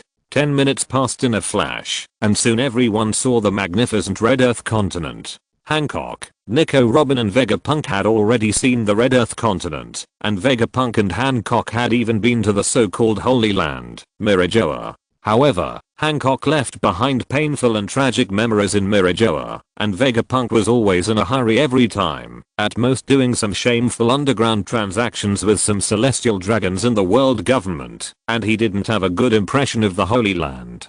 Kazuki Toki had never seen the Red Earth continent, and was stunned for a moment. However, the pirate world is full of wonders, so the people here have a much better psychological quality in this regard. Kazuki Toki has also seen many big scenes, so he reacted quickly. Sir, how can we get up to the Red Earth continent that is so high? Go up. Why should we go up? Vegapunk said with a smile on his face. Instead of letting us go up, it's better to let the Red Earth continent come down. Let the Red Earth continent come down. Kazuki Toki didn't understand what Vegapunk meant for a moment, but she soon understood. Vegapunk first took out an iron object that looked like a wine barrel as tall as a person and saw that it was engraved with a code and some shining green lights. Then he pressed a few times with a smile on his face and the original green light turned red and a countdown of about 5 minutes appeared. Okay, now I'll leave it to you, Madam Kazuki. Wait 5 minutes later, when the bomb is about to return to zero, you will throw this bomb under the Red Earth continent 2 hours later. Kazuki Toki was slightly stunned. The ability of the 222 fruit is very difficult to control, but if it is just a dead object and the time is not too long, it is not impossible to control it. And the 222 fruit, although the name is only related to time, actually also has certain spatial attributes. If the time is too long or the place is too far, the objects thrown into the future will be randomly teleported. But now the Red Earth continent is nearby, and the time is only 2 hours later. Kazuki Toki can also control the place where it reappears. Okay, I know. Kazuki Toki nodded, walked to the side of the bomb, looked at the flashing numbers on it, and waited secretly. Afterwards, Vegapunk looked at Hancock, who was rubbing his hands and eager to try, and nodded slightly. It's time to do it. After hearing what Vegapunk said, Hancock's face suddenly showed excitement. A faint golden light appeared in her eyes, and her chakra was boiling. It seemed that Hancock did not make any moves, but Vegapunk's electromagnetic induction ability had already sensed that in the distant space, an unimaginably huge meteorite, which could even be called an asteroid, was falling rapidly towards the Red Earth continent in front of him. With the size and power of this meteorite, the effect caused is much stronger than that of an ordinary Shianji's Hensing. It can almost cause destruction at the level of biological extinction. However, the pirate world is a circle larger than the normal world, and most of the area is ocean, so the tolerance is also stronger. If it is really smashed, it will not cause damage to the ecosystem level, but it is absolutely normal to destroy an area of tens of thousands of kilometers, cause a tsunami of hundreds of meters high, and destroy dozens of countries, and kill tens of millions of people. I want to see how the world government will respond to this natural disaster. As he spoke, Vegapunk closed his eyes, and the strong electromagnetic force directly communicated with the interior of a hidden cave below the Red Earth continent. The continental shell fossilator. I remember it was not installed when I left. Is it installed now? Stussy did a great job. I must reward her in the future. The seemingly hidden cave, under the control of Vegapunk's electromagnetic force, began to tremble violently in an instant, and the peeling stone wall revealed a 2-meter-long metal instrument behind it. A strong sense of shock instantly spread throughout the Red Earth continent. At this time, 5 minutes were almost up. Kazuki directly reached out and touched the bomb made by Vegapunk, and the entire bomb disappeared without a trace. Okay, let's get out of here quickly. Vegapunk spoke directly, after taking a look at the Red Earth continent in the distance, which was shaking more and more. Whether it was the continental shell fossilator, Vegapunk's super 3-phase bomb, or the small meteorite that was about to fall from space, the killing range was terrifyingly large. Vegapunk didn't want to resist the aftermath here. Hancock waved his hand to open a huge space-time hole, and several people left with the ship and the people. Just before leaving, Vegapunk looked back at the Red Earth continent that had begun to collapse, and a smile appeared on the corner of his mouth. I don't know how many celestial dragons will be alive after this time. If the world government is finished after this wave of 3 consecutive attacks, Vegapunk can directly implement the plan to rule the entire pirate world. If the world government can still survive, then Vegapunk will first implement the strategy of surrounding the city with the countryside. First replace all the kings and other figures in the Grand Line of the Four Seas, and use this to start a rebellion to test the reality of the world government, and finally decide whether to overthrow the world government, based on the situation. The black space channel slowly closed, and the Red Earth continent in the distance finally collapsed completely in the trembling, triggering a nearly monstrous tsunami. In the distant sky, a meteor with a flashing light fell rapidly, and finally turned into a huge fireball that covered the sky. At this moment, a pillar of light shot out from Mary Joa and hit the center of the fireball in the sky. After a loud bang, the whole fireball exploded completely. Flames and shockwaves instantly filled the entire sky, turning the entire sky into a sea of flames. Countless tiny meteors fell from the sky, but at this moment, a strange force rushed into the sky, and all the meteors paused for a moment, and then flew back in the opposite direction. The red Earth continent, which was shaking and collapsing, also stabilized in an instant after a yellowish-brown light flowed, almost completely solidified. In Hancock's space in the sky, Vegapunk touched his chin, looked carefully at everything in front of him, and a thoughtful expression appeared on his face. What kind of devil fruit ability is this? The float fruit and the gravity fruit both have owners, so is this the gravity fruit? No, the trajectory of all the meteors bouncing back is almost exactly the same as their falling trajectory. If it is the gravity fruit, it would not behave like this. Could it be something like the rebound fruit? As for the one that protects the red Earth continent, is it the natural Earth fruit, or something else? The stability fruit? The solidification fruit? This is a bad thing about devil fruits. All kinds of weird abilities can appear. There is nothing it can't do, and Vegapunk didn't expect that the killer move he made would be cracked so easily. Although it must have caused a lot of damage to Mirajoa, it was still far from the result he expected in his mind. At least most of the celestial dragons had to die, so that he would be worthy of his 3 consecutive attacks. The most important thing is that he didn't seem to have tested any of Mirajoa's trump cards. At most, an attack that could break the meteorites in the sky was tested, which should be a product of some kind of technology. It all depends on his own bomb. However, 2 hours later, Vegapunk still didn't feel the bomb explode, which made him look puzzled. Just when Vegapunk was thinking, he saw a CP0 agent wearing a white suit and a mask, holding his special bomb in his hand, but the bomb has now turned black and white, like an old photo, frozen in the air. Is this the stasis fruit? It's really an astonishing background of the fruit ability user, but how did the world government find the bomb? Vegapunk thought of what him did when he shredded the photo and turned off the lights in the flowers, and his eyebrows wrinkled into a pimple. Is this predicting the future? Is it a derivative ability of observation haki, or some strange devil fruit ability? If it is really observation haki, then this haki cultivation is very abnormal. This is not just predicting the opponent's next move in a battle. If he wants to stop this action that he planned, by relying on the ability to predict the future, both the time and the range of prediction are incredible. In addition to his performance in the comics, this guy's prediction of the future is probably at least calculated in years, and there is no limit to the range. I don't know if Red Hair's Conqueror's observation haki can deal with it. It's probably impossible. The gap is too big. Perhaps with Hancock's abnormal Conqueror's haki now, after learning the observation haki technique, she can block the opponent's observation haki, provided that this ability is really observation haki. But, if it's not directly against the world government, the ability to predict the future should not be discovered. Just when Vegapunk was analyzing, the CP0 agent outside took the bomb in his hand and slowly came to the sea, with cold sweat slowly flowing down his forehead. No matter what the ability of his devil fruit is, it is obviously not an easy task to stop a bomb that is about to explode, especially the bomb made by Vegapunk. Although the size is not too big, once it explodes, basically an island will evaporate instantly. If the agent's devil fruit ability is not maintained for a long time, it is unlikely that he will even be able to escape the explosion range. But at this moment, the air around them shook, and a large air door was opened on the spot. A strong man with a pair of horns on his head walked out. Seeing the air door open, the CP0 agent suddenly showed joy on his face and threw the bomb in. The strong man with horns immediately closed the air door. Then the whole space fluctuated slightly, and there was no further news. That's Bruno, the user of the door fruit. I didn't expect that he could use this trick to block my super bomb. Looking at the situation in front of him, Vegapunk couldn't help but shake his head.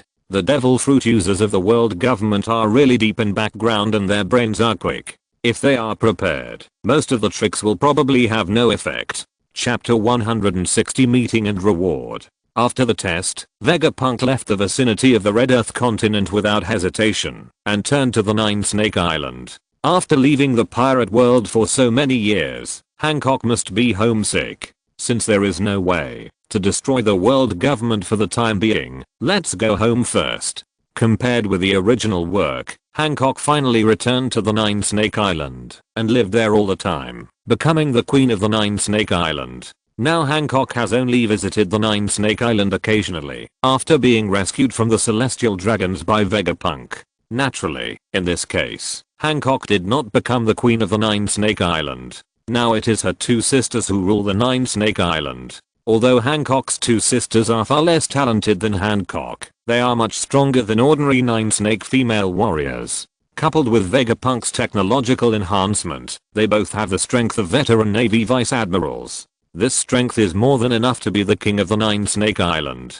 Considering the convenience of being in the doldrums, even the Navy does not want to touch this hard bone. You know, Vegapunk, who has long recognized the strategic significance of the Calm Belt, did not develop Seaston warships for the Navy. Even though other scientists have done some research on this, the Navy's Seaston warships still have a nearly 50% loss rate when passing through the Calm Belt. In this case, as long as the Nine Snake Island does not do something taboo like directly attacking the naval base, the Navy does not want to risk such a huge loss to attack the lair of the Nine Snake Island in the Calm Belt. It's really peaceful. Not even a Sea King can be seen.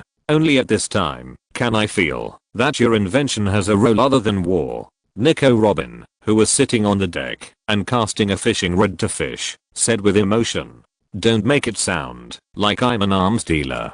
Vegapunk curled his lips. "I just meet the needs of most customers. If you want to blame someone, you can only blame those customers for liking all kinds of powerful weapons and machines to improve their strength.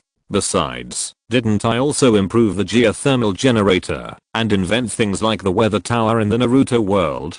Doctor, as far as I know, things like weather towers can also be used as weapons, right? Of course. It's better to be prepared. Both worlds are so dangerous, you must prepare some self-defense items." Vegapunk said as a matter of course. Hancock, who was standing behind Vegapunk and giving him a massage, nodded. "My dear, you are right. Always be prepared for a fight." Nico Robin curled her lips and didn't say anything else. It was unknown whether she thought Vegapunk and Hancock were too cautious or that she thought this world was too dangerous. "We're almost there. Look, that's the Nine Snake Island." Hancock couldn't help but smile excitedly when she saw the Nine Snake Island with a statue of a Hydra in the distance. After all, she had been away for many years. Now that she could return to her hometown, she was naturally very happy. When Hancock saw the Nine Snake Island, the people on the Nine Snake Island also saw the ship coming here. Although the ship made by Vegapunk was very advanced, the shell was still disguised as an ordinary wooden sailboat, and there was no pirate flag. Under normal circumstances, it would not arouse the vigilance of others. However, the Nine Snake Island is located in the doldrums, and any ship that appears here cannot be an ordinary ship, so the women of the Nine Snake Island did not take it lightly. Until these women saw Hancock standing on the bow. "It's Lady Hancock. Lady Hancock is back. Lady Hancock, I missed you so much. I can't take it anymore." Lady Hancock looked at me. "I'm going to die." For a moment, the residents of Nine Snake Island, who were standing on the dock with a wary look, shouted and cheered, as if they were fanatical fans who met their idols, and some even fainted from excitement. Hancock held her head high and ignored the excited residents. She walked out holding Vegapunk's arm. Nico Robin and Kazuki behind her were also a little dumbfounded when they saw the scene in front of them. "You're still as popular as before, Hancock." Miss Hancock, isn't she a little too popular?" "Nothing, she was always like this before. I believe the residents of Nine Snake Island have long been accustomed to it." At this moment, Hancock, who was being talked about by Nico Robin and Kazuki Toki, immediately burst out with her own domineering aura impatiently, stunning many residents of Nine Snake Island in front of her, and then walked over with Vegapunk. As for the fainted residents, they were directly stepped on by them. "I'm so happy to be stepped on by Lady Hancock. I want to be Lady Hancock. Come and step on me." Looking at the scene in front of him, Kazuki Toki grinned and fell silent. The residents of Nine Snake Island are not sick, right? Well, with Hancock's beauty and charm plus the sweet fruit, this situation is not too exaggerated. In the palace of Nine Snake Island, Hancock was lying lazily on the huge chair in the center, with her arms tightly around Vegapunk. Next to her, the two queens of Nine Snake Island, Hancock's sisters Marigold and Sandersonia, were happily greeting Hancock and did not react at all to Hancock's seemingly excessive behavior. Instead, an old woman who was short and looked very old at the sight, stamped the snake staff in her hand and said angrily, "Hancock, don't lie there. That is the seat that only the Emperor of Nine Snake Island can sit. You are not the Emperor of Amazon Lily now, and you even brought a man with you?" Hancock yawned and looked nonchalant. "What, old woman, isn't it just a broken seat? What's there to say? What throne of the Emperor of Nine Snake Island? If it doesn't work, just let my dear be the Emperor of Nine Snake Island." Grandma ZHA felt her scalp tingling. If an ordinary resident of Nine Snake Island, even the former Emperor of Nine Snake Island, dared to say this, Grandma ZHA would think she was daydreaming. But if it was Hancock, God knows what those fans of Nine Snake Island would do. Anyway, they all took Hancock's words as oracles. No, absolutely not. How could Nine Snake Island have a male emperor? Hancock, I'm telling you. Raising her eyebrows, Hancock, who was a little annoyed by the voice of the mother-in-law, waved her hand casually. The mother-in-law, who was still talking non-stop, felt dizzy and was thrown out of the palace. Vegapunk, who was hugged by Hancock, also rolled his eyes. "Forget it, Hancock. I don't want to be the male emperor of Nine Snake Island. I'll be laughed to death if I tell others." Although there are many beautiful women wearing cool clothes in Nine Snake Island, there are also many dinosaurs wearing cool clothes. After all, in the world of pirates, those who understand the style of painting know that women are either beautiful and sexy, or they look inhuman. Anyway, there is no middle value. All of them are impressive. And compared to women, research is more important. The transportation on Nine Snake Island is not convenient, and the situation on the island is more primitive. It is not a good place to do research. After listening to Vegapunk's words, Hancock just smiled. "It's okay, dear. If you don't want to be the boss, then just stay here for a while." After spending 2 months with Hancock on Nine Snake Island, Vegapunk and his men were finally ready to leave, but before that, his men had already arrived near Nine Snake Island. "Boss, you won't tell me that you have been hiding here on Nine Snake Island for so many years?" Stussy walked into the palace with a smile on his face. Although he looked very happy, the complaints in his tone were not concealed at all. "I didn't stay on Nine Snake Island. I just had some accidents and just came back recently." Vegapunk looked at Stussy's smile and felt a little numb on his scalp. He always felt that his men were full of resentment and that black hair was about to come out from behind. Although he had made arrangements long ago, it was still a bit too much to disappear for 8 or 9 years at a time. Stussy rolled her eyes and said angrily, If this happens again, I will go to the world government." "Ha. You are just a dog under my dear's command, and you dare to threaten me? Believe it or not, I will turn you into stone." In the face of Stussy's complaint, Vegapunk didn't say anything, but Hancock was the first one who couldn't stand it. She looked at Stussy with a cold face and threatened her without hesitation. Stussy herself was not someone to be trifled with, but in the face of Hancock's threat, she turned pale, trembled all over, and was covered in cold sweat. She was on the verge of collapse. There was no way. When Hancock spoke, she also slightly exuded the unique murderous conduction of chakra and mixed it with her own domineering color domineering. With Hancock's current strength, even if she faced the 4 emperors, this kind of mental attack of the domineering color mixed with chakra could make them lose their minds for a moment, and the impact and damage to Stussy would naturally be greater. Stussy was shaking, and 9 huge tails appeared behind her, waving wildly.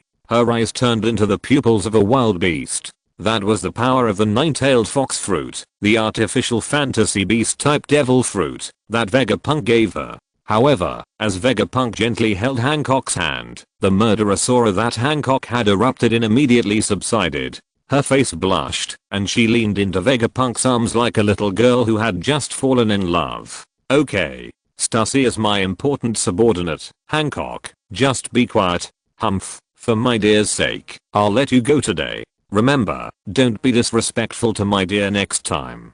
Stussy was sweating profusely, and she subdued her devil fruit ability. Even though she cursed Hancock in her heart, she still agreed respectfully with her head lowered. Vegapunk had a headache. Hancock was making him hate her. It was okay for the others. Stussy was his confidant after all, but Hancock still had this attitude.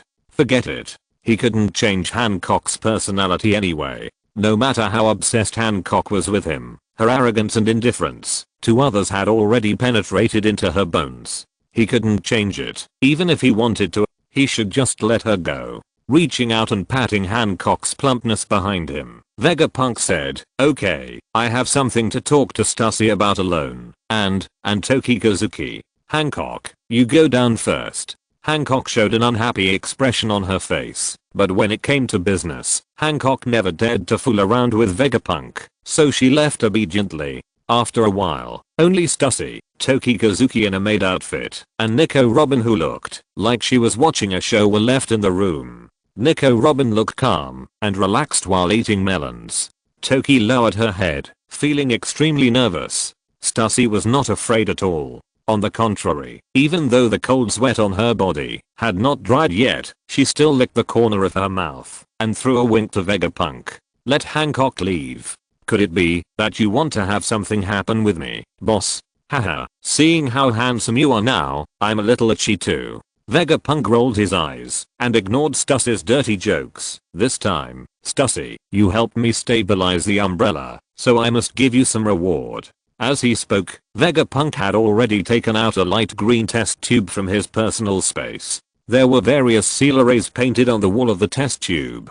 Despite this, the faint pure breath of life continued to emanate, which made Stussy's spirit slightly shaken. "This is the perfect immortal body transformation fluid I made." "What? What do you mean by perfect immortal? You don't need to think too much about this. I'm just telling you what it does. This transformation fluid can give you a power called chakra. With the help of chakra, you can control the 5 elements of water, fire, earth, wind, and thunder. At the same time, you have a series of abilities such as walking on the water and enhancing physical strength. Of course, the most important thing is that it can also give you an immortal body. The immortal body can give you strong vitality and self-healing power, control plant growth, and prolong your life, and keep you young forever." When talking about the previous abilities, Stussy's eyes lit up. When he heard the words extend life and keep youth forever, his eyes lit up, and he rushed over completely. After a long passionate kiss, Stussy smiled and held the test tube in his hand, feeling the strong vitality, and said happily, "Thank you,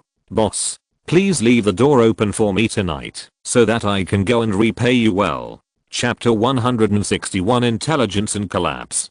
Gulp. Along with the sound of swallowing saliva, several people looked at the trembling Kotsuki Toki. It was she who seemed to be a little surprised and nervous just now, and made such a sound. It seemed that, because of Stussy's words, Kotsuki Toki's face now had an expression of wanting to cry, but not being able to cry. If it weren't for the help of Katamatsuki, Vegapunk felt that she would have already activated the power of the fruit and escaped.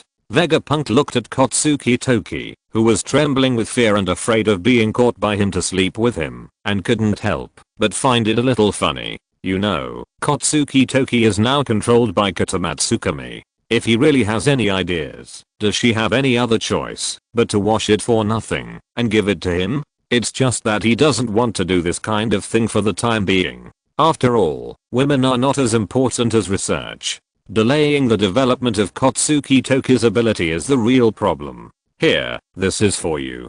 Vegapunk casually took out a small black pill from his hand and threw it to Kotsuki Toki, who was still daydreaming. "This is the oral chakra seed I made. After taking it, your body will directly have the power of chakra. As long as you merge your mental power with your physical strength, you can extract chakra. Although it doesn't have any other effects, chakra is also very helpful for fruit development. Practice well and develop your fruit ability well. By the way, we have information about your daughter now. You can ask Stussy where she is." Kotsuki Toki, who had just breathed a sigh of relief, heard the news about his daughter, and his expression suddenly tightened. He turned his head and looked at Stussy again. Stussy smiled slightly and looked at Kotsuki Toki, just like a big bad wolf seeing a little sheep. "So you are the mother of Kotsuki Hiyori and that girl. Hehe. I finally found someone to settle the score with. That girl caused me a lot of trouble." On the surface, He was smiling, but in fact he was gritting his teeth. Looking at Stassy's performance, the expression on Kotsuki Toki's face stiffened again. In fact, Vegapunk didn't really take Hiyori Kazuki seriously. He basically let her go free. After doing some basic strengthening for her, he let her go to the umbrella to help. However, Hiyori Kazuki's talent is not bad. After all, she is the daughter of Kazuki Oden. Kazuki Oden's brain circuit is not to mention, at least in terms of combat talent, it is definitely a monster level. After being strengthened by Vegapunk, Hiyori Kazuki also fully exerted her talent. Relying on the American English no-habis and in her hand, she has already surpassed the level of a swordsman at the age of a teenager. Although the strength of a swordsman is nothing, considering that Hiyori Kazuki was only 14 or 15 years old before Vegapunk left, she can be regarded as a top genius in kendo, and she has great hope to become a great swordsman in the future. However, the reason why Hiyori Kazuki is willing to work for Vegapunk is because of her mother, Toki Kazuki. Otherwise, Hiyori Kazuki has no good feelings for Vegapunk, who has a private connection with Kato, and can barely be regarded as an enemy. Therefore, when Vegapunk left Fantasy Star Silence, and Hiyori Kazuki found that she could no longer contact Vegapunk, and could not see her mother, she naturally would not stay in the Umbrella Corporation.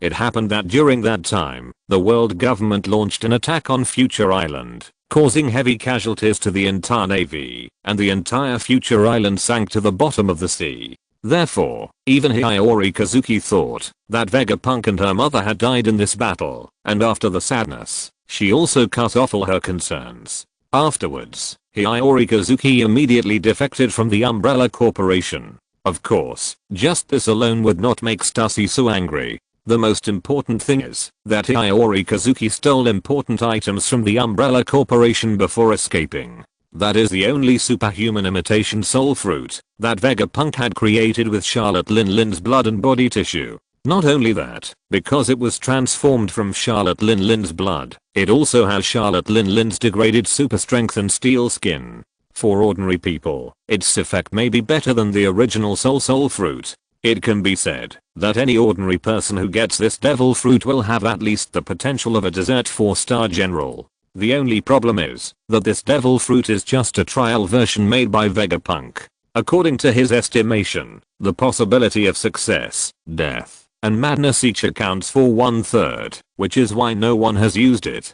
But obviously, Kazuki Hiyori, who has a deep hatred for the Sea of Blood, doesn't care about these. After getting it, he directly ate the devil fruit, and relied on his strong willpower to overcome the defects of the imitation devil fruit. His strength soared, and he directly killed through the Umbrella Corporation and escaped. This of course made Stassi extremely angry. Not to mention the loss of the Umbrella Corporation, the loss of the devil fruit alone has made her very distressed. Even if the devil fruit has powerful sequelae, it can be called a priceless treasure for most people in this sea.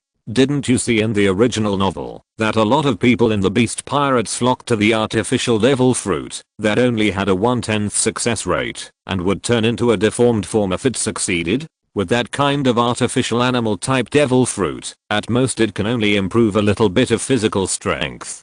Compared with this imitation version of the soul fruit, it is far worse than 100,000 miles. From this, we can see the value of this devil fruit.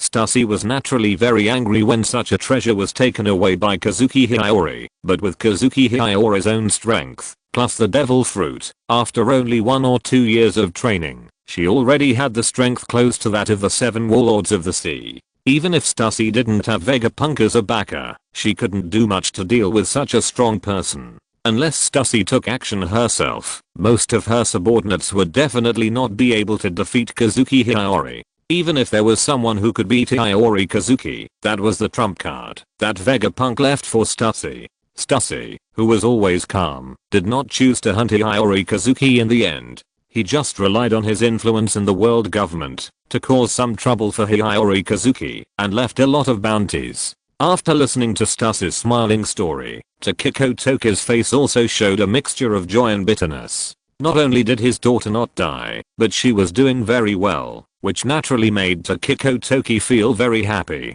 But the key is that he is now in the hands of Vegapunk and Stussy, and it can even be said that he is completely manipulated. He can't even commit suicide. However, the mother pays for the daughter's debt. Although Takiko Toki felt bitter in his heart, he did not blame his daughter. Instead, he was quite pleased with her behavior. At worst, I'll just have to sacrifice this body of flesh. Anyway, after being controlled, I've already prepared myself for this. Vegapunk touched his chin. It was the first time he heard about Iori's detailed experience. Before that, he only heard about Iori's defection from Stussy, so he was prepared for this. But the artificial parahuman devil fruit he made was actually eaten by that little girl. It was really unexpected. It seems that this experimental subject also needs to be recovered. Stussy, where is Iori now? Hearing Vegapunk's question, Stussy smiled slightly. That's a good question.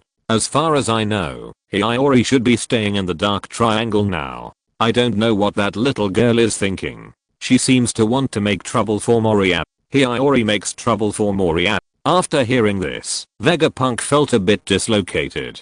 How did these two unrelated guys get together? If the only intersection between the two is Black Blade Shusu and Sword God Ryoma, right? Maybe there is also hatred for Kato? Thinking of this, Vegapunk seemed to have thought of something in his heart.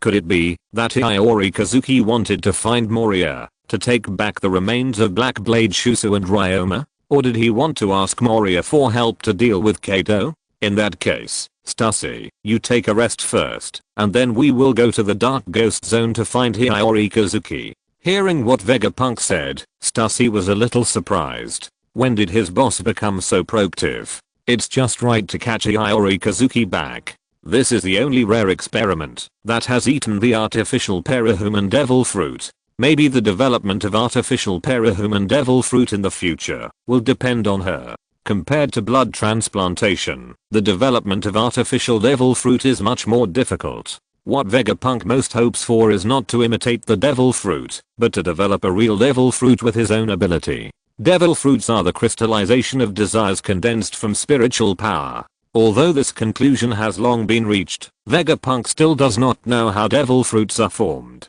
This is also the real reason why Vegapunk has been tirelessly studying devil fruits. Otherwise, simply studying devil fruit bloodline potions would be simpler and would not have such a serious failure rate. So that's it. Stussy thought secretly in his heart. This is his boss, who is only interested in various researches and rarely wastes time on doing things that have no benefits such as hunting down enemies. However, after hearing what Vegapunk said, Kazuki Toki's face turned pale, and the whole person looked at Vegapunk in horror, and knelt down on the ground, begging bitterly, "My lord. Iori is ignorant. Please forgive her this time." Maybe she didn't know much about the strength of Vegapunk, Hancock and others, but after seeing Vegapunk's one-click triple combo on the Red Earth continent, Kazuki Toki also knew their background very well. She didn't think her daughter could fight these monsters. Vegapunk glanced at Kazuki Toki and said calmly, "Don't worry, I won't dissect her directly. After all, she is a precious experimental subject." Experimental subject.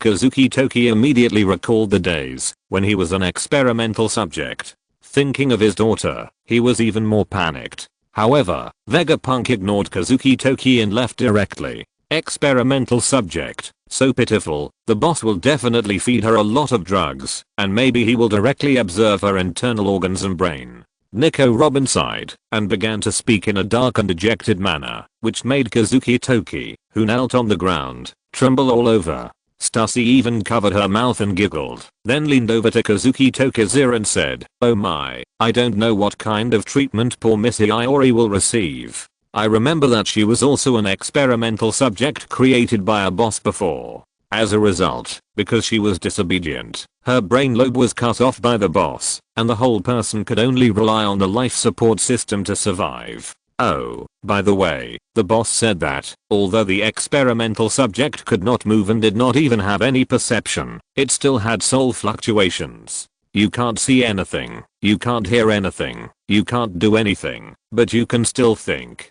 TSK, it's creepy to think about it. If you fall to that level, you really can't live or die." Hearing this, Kazuki Toki's pupils contracted, his whole body softened, and he completely collapsed to the ground. Late at night, the bedroom of 9 Snake Island.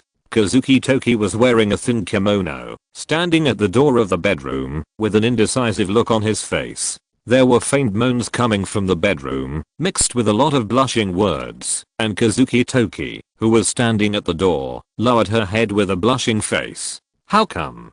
Besides Hancock, there is also Robin. It's been so long, and it's not over yet? What are you doing at the door, Madam Kazuki? Hearing the voice behind her, Kazuki Toki turned around in panic like a deer, but saw Stussy, who was dressed in a transparent gauze dress, white stockings, and light red lipstick, dressed sexy and charming. Why, do you want to wait until it's over before going in? You want to get something for nothing, and wait until the boss's physical strength is exhausted, and he has no energy to beg him? That's too good to be true. Stussy smiled and spoke, while gently stroking her lower abdomen, the sealer set up by Hancock for her. It was wishful thinking to expect the boss to exhaust his physical strength.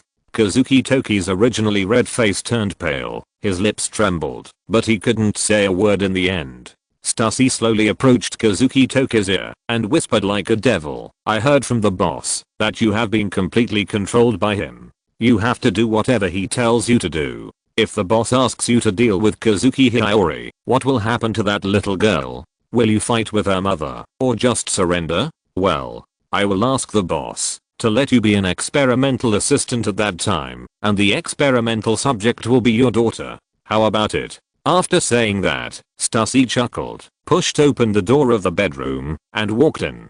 The door of the bedroom opened, and the originally faint voice suddenly became louder. Stussy was about to reach out to close the door, but a pair of white and tender hands directly blocked the door. With a smile on his lips, Stussy raised his head and saw Kazuki Toki, who was already desperate at the door.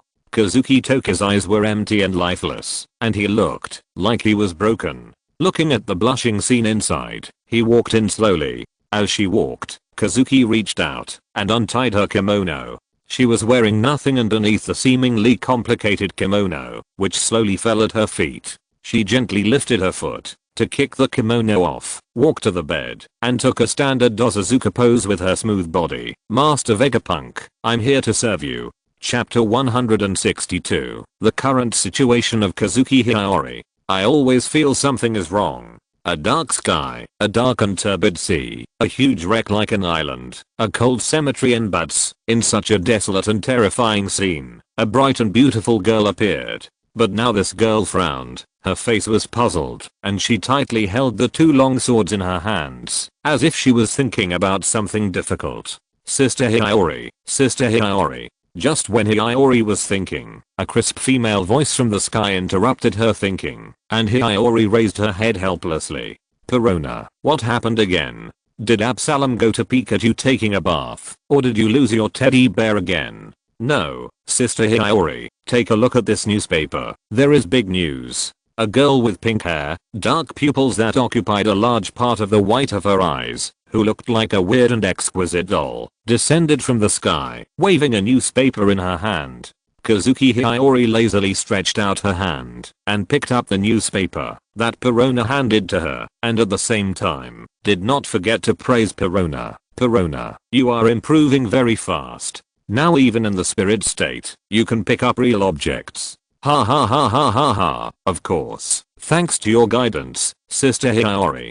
By the way, Sister Hiyori, do you really not want to be the 4th monster of our ghost ship? Then you will be the leader of our monsters. I don't think I'm a monster, and Moria can't even beat me. If I really want to stay here, I should be the captain. Kazuki Hiyori complained, opened the newspaper, and his eyes shrank slightly. On the first page of the newspaper, there appeared a half-collapsed red soil continent. The red earth continent erupted in a strong earthquake that is rare in 1,000 years. The holy land of Mirajoa suffered heavy losses. Well, the dead were a group of ordinary slaves. No celestial dragons died. That's right, even if there were really celestial dragons who died, the newspapers probably wouldn't dare to report it. But is this really a natural disaster? Could it be that a certain earthquake fruit ability user wants to destroy the world government? Although the world government has always implemented a cover-up strategy for its various losses and mistakes, it will never report them in the newspapers. However, this time the entire Red Earth continent collapsed by a small part. Anyone with normal eyes can see the losses when they come to the Red Earth continent. Naturally, the world government can't cover it up.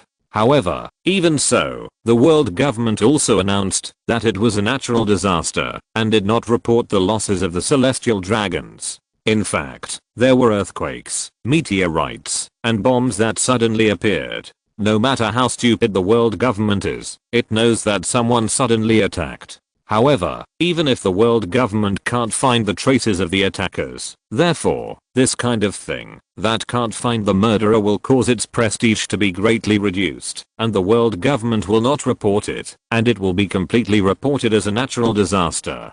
Of course, ordinary people are fine, but those pirates with some level, the 7 warlords of the sea, the revolutionary army, and the top leaders of the country will not believe the propaganda of the world government. Not to mention that the world government claims that it is a natural disaster that happens only once in 1,000 years, but in fact, the CP organization agents under its command are investigating everywhere like crazy, and they don't cover up anything at all. Although Hiyori Kazuki has few subordinates and no power, she has seen a little bit of the world, and she also doesn't believe the propaganda of the world government. But she doesn't care too much, because the world government has little to do with her. After returning the newspaper to Perona flying in the sky, Hiyori Kazuki stretched out her hand, grasped her 2 big swords, and prepared to carry out the daily routine of swordsmanship training. The 2 swords in her hand, one is Shinai-Uhazan, and the other is Kurodeo Kyushu. As for the most difficult to subdue Yanmadeo, until now, Hiyori Kazuki has not been able to use it completely. Although Hiyori Kazuki's current combat power and swordsmanship may be no less than Zoro in the Wano country period, it must be admitted that in terms of her persistent pursuit of kendo, her own courage and character, Hiyori Kazuki is far inferior to the future green algae-headed swordsman. This is also the biggest reason why she can't subdue Yanemo. Fortunately, she found the black sword Shusu here to replace her other sword of the 2-sword flow. It was in order to find another sword that could match her 2-sword flow that Hiyori Kazuki got into trouble with Gekko Moria, and also found the zombie named Ryoma that was stolen by Gekko Moria. Naturally, after discovering that the national treasure and the body of the national hero had been stolen, Hiyori Kazuki beat up the now decadent Gekko Moria, until later discovering the hatred between Gekko Moria and Kado, Hiyori Kazuki did not directly chop Gekko Moria. Knowing that Hiyori Kazuki also had a deep hatred for Kado, Gekko Moria and Hiyori Kazuki quickly shook hands and made peace. Although the 2 of them could not withstand Kado's 3 sticks together, it did not prevent them from constantly training with Kado as their imaginary enemy. The effect of Gekko Moria's shadow fruit was amazing. He could even rely on the shadows of other swordsmen to help Hiyori Kazuki train. This was exactly why Hiyori Kazuki stayed here. Thinking of this, Hiyori Kazuki had the urge to shake his head and sigh. The shadow fruit, a fruit that had a heaven-defying bonus in cultivation, was used by Gekko Moria as an auxiliary ability. Although it cannot be said that Gekko Moria developed it poorly, it was obviously a waste of a large part of its potential. However, Hiyori Kazuki understood Gekko Moria more. After all, he was defeated by that man, Kado of the Beasts. Although he had only seen that terrible man once, when he was very young, and then he and his mother were sent to Vegapunk's experimental base, the terrible monster still left a deep impression on him. That was a terrifying beast that even her godlike father had defeated.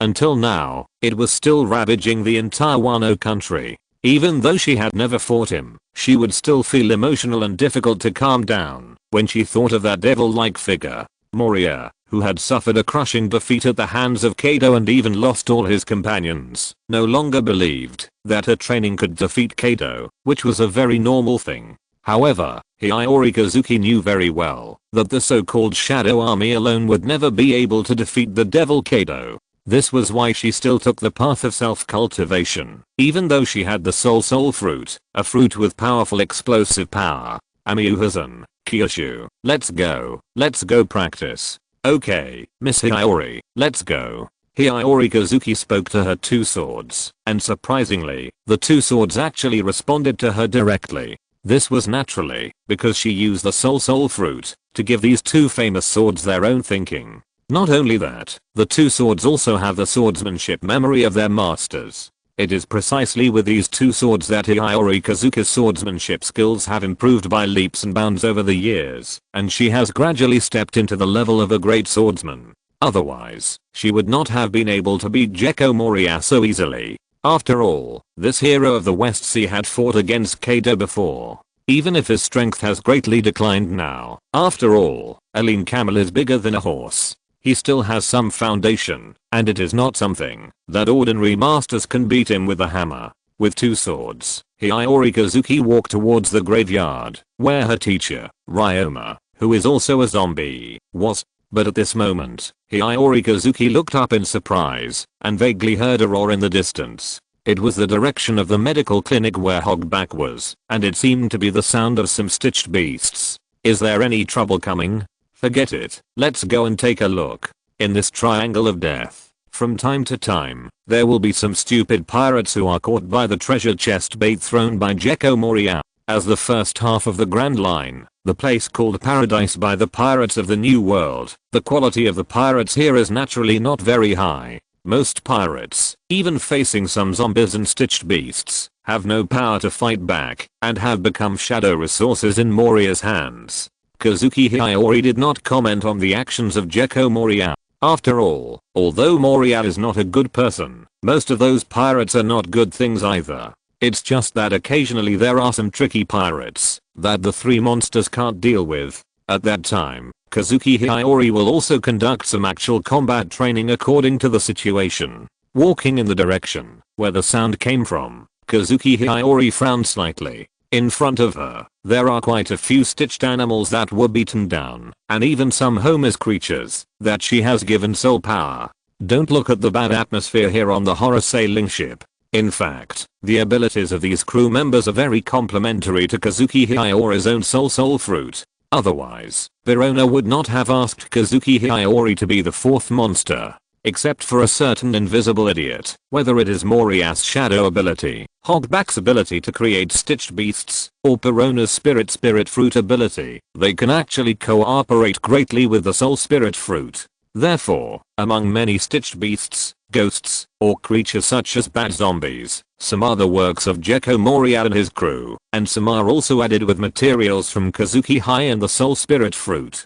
There are also many zombie homies, ghost homies, and stitched beast homies on this ship. With the addition of the power of the soul spirit fruit, the power of these messy creatures has also increased a lot, and it is not something that ordinary pirates can deal with. However, these modified creatures are now all over the ground. It seems that this time, Hogback has encountered a lot of trouble. The strength of the three monsters is very rubbish. The transparent idiot has only done some human body modification. If the devil fruit is not counted, the pure combat power, it is estimated that any artificial devil fruit ability user under Kado can easily abuse him. Hogback is just a completely ordinary person, just relying on the modified stitched beast to protect himself. Perona's ability is very tricky, but she is just an ordinary weak girl, otherwise she would not be scared to death by the trickster. In this case, if these three weirdos encounter an enemy that can defeat all stitched beasts, they will definitely not get any good results. I don't know where this pirate came from. Muttering, Hiyori Kazuki came to the Hogback clinic and walked in directly. But when she looked up and saw the person sitting in the clinic, she was still a little surprised. Cavendish? What are you doing here? Haven't you learned enough from the last lesson? At this moment, sitting at the top of the Hogback clinic is a handsome and brilliant young man with blonde hair. Hiyori Kazuki is naturally very impressed by this. He is the handsome captain of the pirate group with the name of the White Horse Nobleman, and she has dealt with him once. As for the reason, it is also very funny. It seems that it is because her bounty order is more popular than his. The journalists in the pirate world are all top paparazzi, and their snapping skills are first class in the world, much better than most photo studios.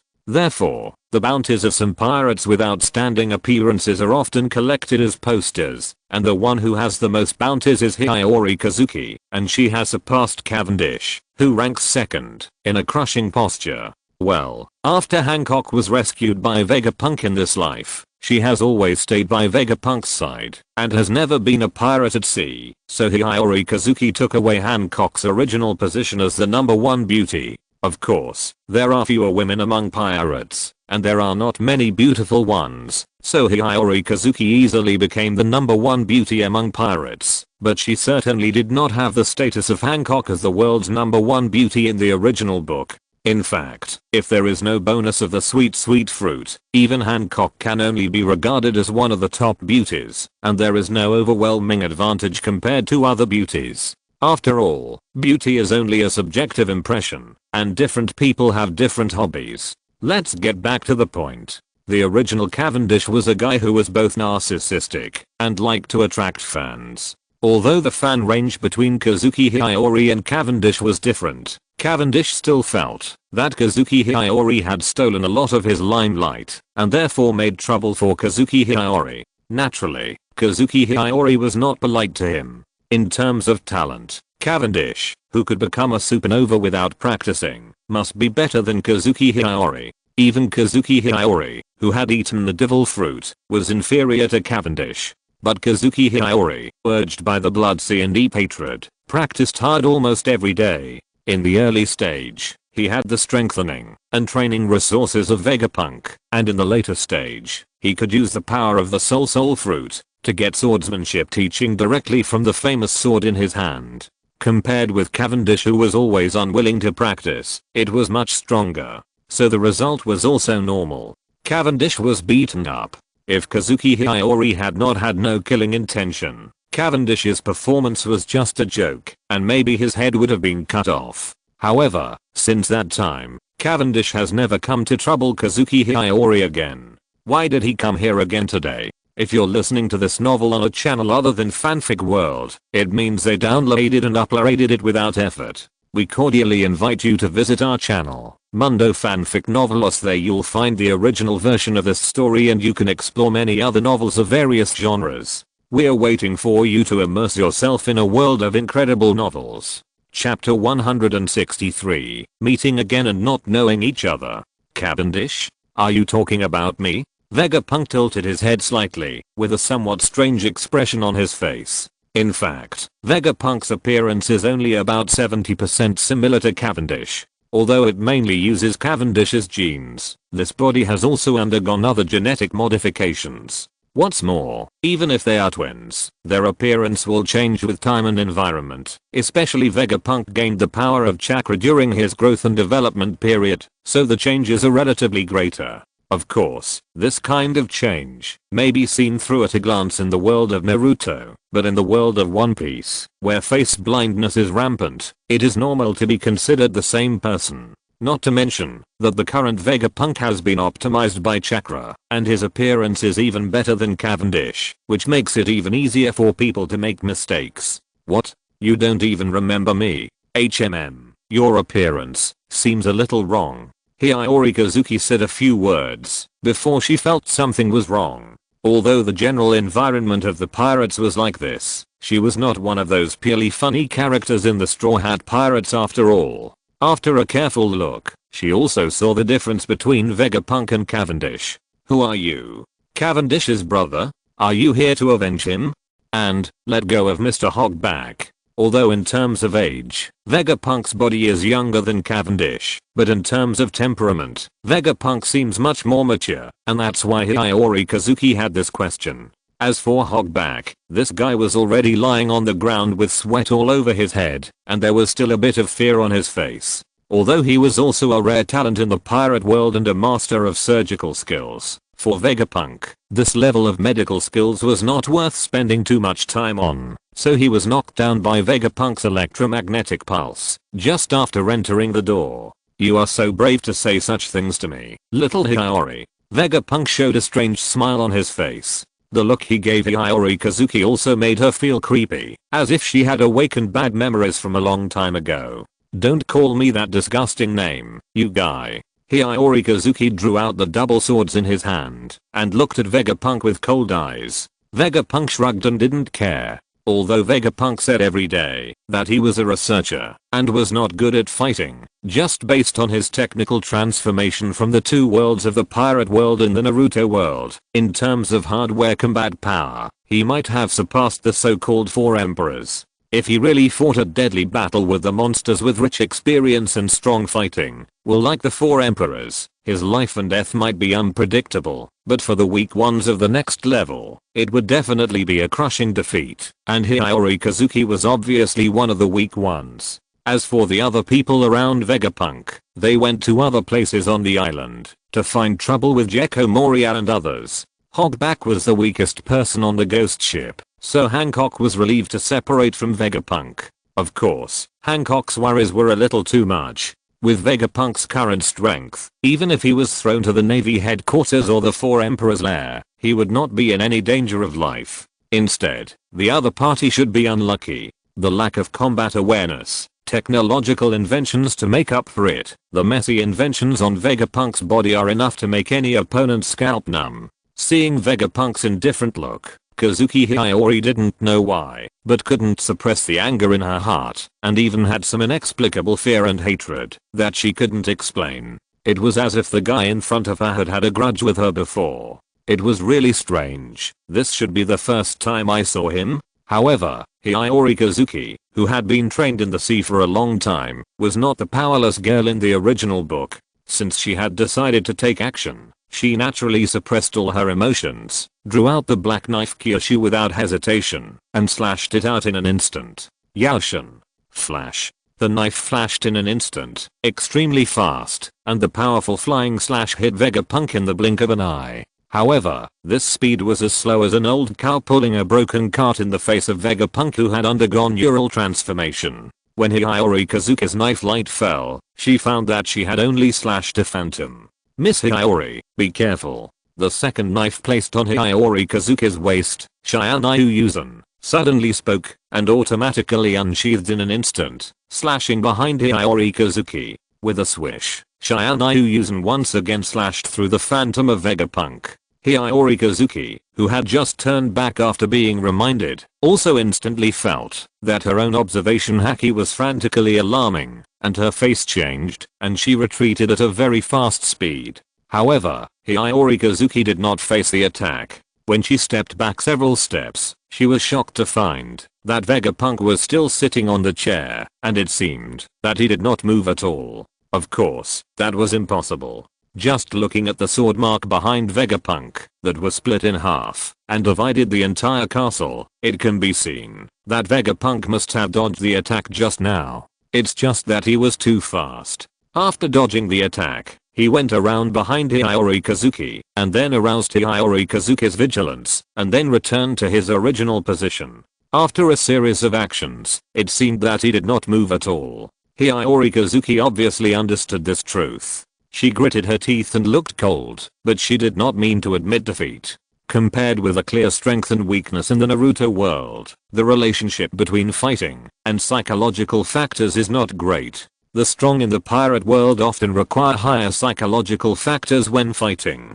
People with stronger mental power and more determined can often exert 200% of their power in domineering, swordsmanship and other abilities. Therefore, even if there is a gap in strength between people in this world, it is difficult to say who will win and who will lose unless they really fight. With a serious look on her face, Hiyori Kazuki completely grasped the two swords this time and took a two-sword style posture. You really look good, Hiyori. It seems that you have grown a lot in these years. Hearing this, Hiyori Kazuki's eyes were even more puzzled. The man in front of her definitely knew her and even knew many of her experiences. But why had she never seen him before? If she had seen such an outstanding appearance, she would never forget it so easily. Who is he? But forget it. Let's knock you down first, and then talk about other things. Painful whipping. As soon as the voice fell, Vegapunk stretched out a finger. In an instant, Hiyori Kazuki was horrified, and the dazzling lightning and invisible fluctuations filled the entire hall.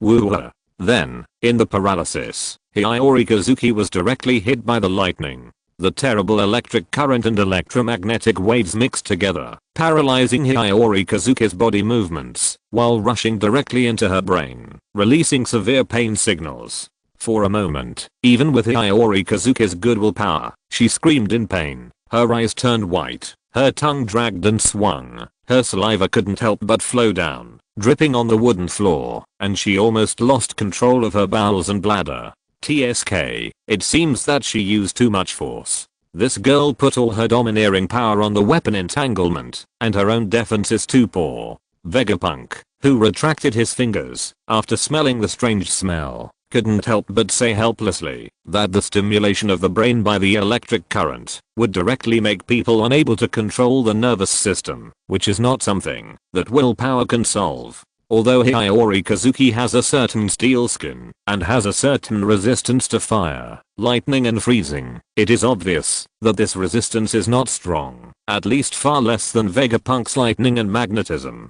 If she used armament haki to protect herself, it would be fine. With a higher level of haki, she could completely offset all kinds of elemental damage. However, as a great swordsman, Hiyori Kazuki's fighting style is to wrap her weapons with armament haki, which is purely to increase her attack power. Naturally, her body defense is very fragile. In general, swordsmen fight by attacking instead of defending, using powerful flying slashes to offset the opponent's attacks, or simply blocking with the weapons in their hands. However, no swordsman uses his body and haki to resist. That is what pure physical masters like to do. Unfortunately, the speed of lightning is too fast, and the electromagnetic wave is invisible. After being paralyzed for a moment, Hiyori Kazuki can't block or dodge the attack. At this moment, Hogback, who was lying on the ground, buried his head deeply.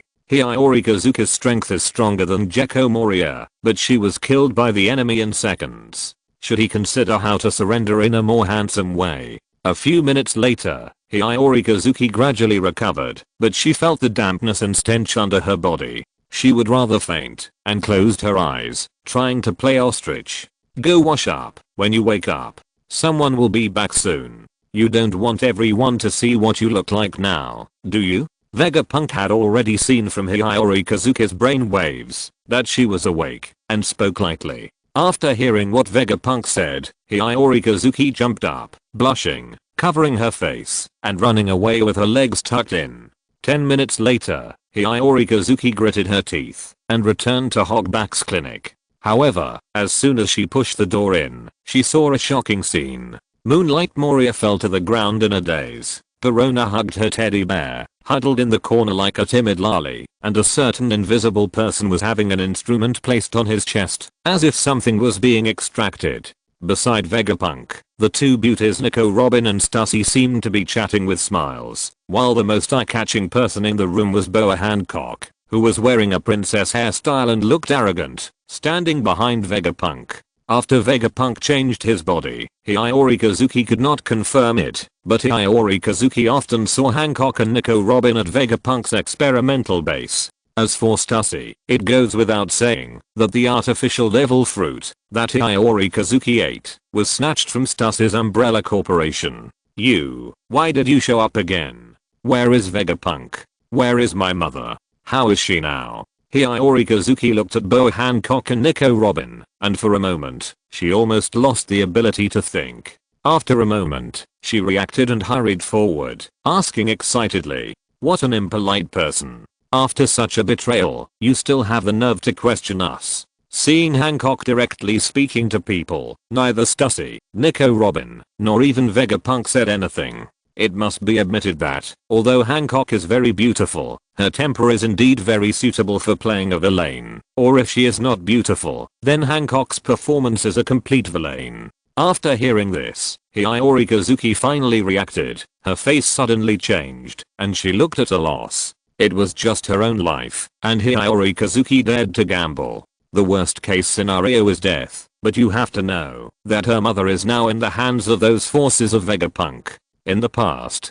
Hiyori Kazuki thought that her mother was buried with the base of Vegapunk, but now it seems that things have taken a different turn, and of course she dared not act rashly. But then, the domineering aura of the king suppressed her shoulders instantly, and the sound of clacking rang out. The floor under Kazuki Hiyori's feet instantly cracked.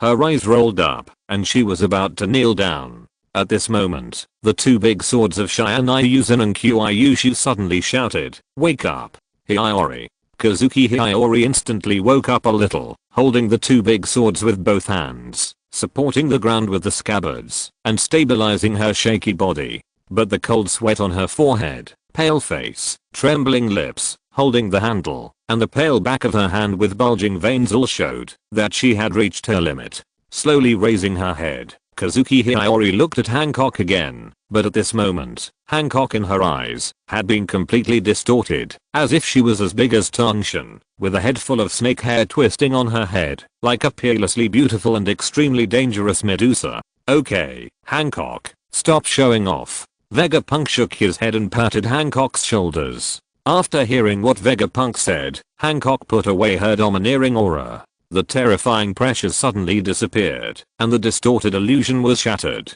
Hiyori Kazuki, who was struggling, shook all over and almost fell to the ground. After a long while, Hiyori Kazuki, who had recovered a little, raised her head and looked at Vegapunk sitting in the main seat, her eyes full of surprise and doubt. Chapter 164 Experimental Product Recovery. "Who are you?" Kazuki Hiyori asked again, somewhat puzzled. But compared to the first time, her questioning this time was not so much about not knowing Vegapunk's identity, but rather about doubting her own guess. How could this be possible? Wasn't that person already dead? The shadow hanging over his head disappeared along with his mother. "But, can't you see who I'm now? I should be the only one who can make Hancock so obedient." Vegapunk looked at Hiyori with a smile. Hiyori's eyes widened, and he opened his mouth slightly with an expression of disbelief. You are really Vegapunk. Didn't you die? You even dragged Admiral Akainu to death with you. Also, how did you become like this? Where is the ability of your brain fruit?" So many questions. Vegapunk shrugged, looked at Hiyori, and answered disapprovingly, "But I don't seem to have any obligation to answer you. You just attacked me." Swallowing slightly, Hiyori showed some fear in her eyes, and asked timidly, "Well, I don't want to know these. How is my mother now?" With a clatter, Vegapunk used chakra isolation, and directly reached out, and threw out a Seaston handcuff. "Your mother is fine now, but what will happen to her next depends on your choice." Looking at the Seaston handcuffs on the ground, Hiyori Kazuki smiled bitterly, and reached out to pick them up. Just by touching them, she felt her body soften. After the entire Seaston handcuffs were handcuffed to her hands, Hiyori Kazuki had already collapsed on the ground, gasping for a long time before she got up. Vegapunk couldn't help but look at it with some surprise. "You know, this Seaston handcuff has been compressed by Vegapunk, and its effect is far better than ordinary Seaston. The suppression force is more than 3 times stronger than the purest Seaston. In this case, Hiyori Kazuki can still get up with the Seaston handcuffs. It seems that she has really trained herself well. Haha, it really surprises me. I thought you would resist." Little Hiyori. Stussy covered the corner of his mouth and looked at Hiyori Kazuki, who lowered his head, pretending to be surprised. "When you defected from Umbrella, weren't you very domineering? Why are you so embarrassed now?" Hiyori Kazuki lowered her head and said nothing. Vegapunk also shook his head and said to Stussy, "Okay, let's talk about it when we get back. By the way, you spoils of war, bring your own Seaston handcuffs." Seeing the Seaston handcuffs thrown in front of them, Gecko Morial and Perona looked at each other, and then they both nodded at the same time. Ghost Kamikaze Bomb. Shadow Assembly Ground. There were 2 bangs, and the 2 who were ready to fight fell to the ground with their eyes spinning, and the devil fruit abilities they used also dissipated. Hancock retracted her 2 fingers and snorted slightly. "You really don't know how to live or die. You dare to act like a spoiled child in front of my dear." Hiyori Kazuki's pupils shrank slightly. What just happened? Hancock actually stunned Gecko Moria remotely? Perona was knocked unconscious by a blow, but Hiyori Kazuki was not surprised. After all, Perona's body was not much different from that of an ordinary little girl. But no matter how decadent Gecko Moria was, she still had some of her past strength. Even if we don't count the devil fruit ability and only count her body, she still had the strength of an ordinary vice admiral. This kind of strength was actually knocked unconscious by Hancock flicking his fingers. What on earth has this ace bodyguard of Vegapunk experienced? He is so strong. In other words, what on earth has Vegapunk experienced that his technological means of such an explosive improvement? The strong men on the sea train with their heads covered, and it is difficult to improve after reaching a certain level. Although Hancock's original strength was not weak, she was only a little stronger than Hiyori Kazuki now. That is already the limit of hard training. If you want to improve further, you must improve your domineering training through continuous hard battles and actual combat, so that you can enter the ranks of gold medalists at sea. The battle between people of this level is extremely destructive. Almost every time it is watched by everyone, it is difficult to hide from others. At least Hiyori Kazuki does not know what sea power Hancock has fought with. Without real combat, it is almost impossible for the strength to make such a leap forward. The only possibility is Vegapunk's technological transformation. After all, Hiyori Kazuki, who has been working outside the power of Vegapunk, is a scientist who is 500 years beyond the level of humans. He still feels that Vegapunk should have some reservations about the world government. With his level, it is difficult to imagine such a degree of human body transformation, but it is still possible. Next to the giant horror sailing ship, an ordinary wooden sailing ship slowly rose. The energy shield covering the sailing ship gradually disappeared, revealing Hiyori Kazuki, who was anxiously waiting on the deck. When Hiyori Kazuki looked up, he saw Stussy with a smile on his face, holding an iron chain in his hand, and several pirates behind him. A huge onion-like fat man dressed like a vampire demon, a chubby fat man wearing stockings and sunglasses, a gloomy gothic loli with a delicate face and strange eyes, and the last one, a beautiful girl with green hair and bright face, wearing the traditional kimono of Wano country, is also his daughter Kazuki Hiyori. Hiyori! Kazuki Toki shouted excitedly. Hearing her mother's voice, Kazuki Hiyori immediately turned her head and looked at the lively Kazuki Toki. Kazuki Hiyori couldn't help but shout out excitedly, "Mom, woo woo, are you okay? You are not dead. It's great." As the mother and daughter talked, their faces were full of tears and they looked very excited. Faced with this kind of scene that often appears in the world of pirates, Vegapunk just shrugged his shoulders boredly. Don't be so excited, Madam Kazuki. Your daughter just attacked Lord Vegapunk, and we haven't discussed the punishment for her yet. Stussy covered her mouth with a smile on her face, and her malicious eyes kept wandering around the mother and daughter.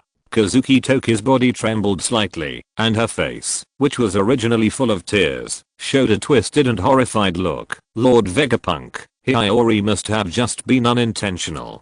Please forgive her. If you are dissatisfied, then punish me. No matter what kind of punishment, I will accept it. Wait, I did it. It has nothing to do with mother. The expression on Kazuki Hiyori's face changed slightly, and she quickly stood in front of her mother, with a generous and martyred look on her face.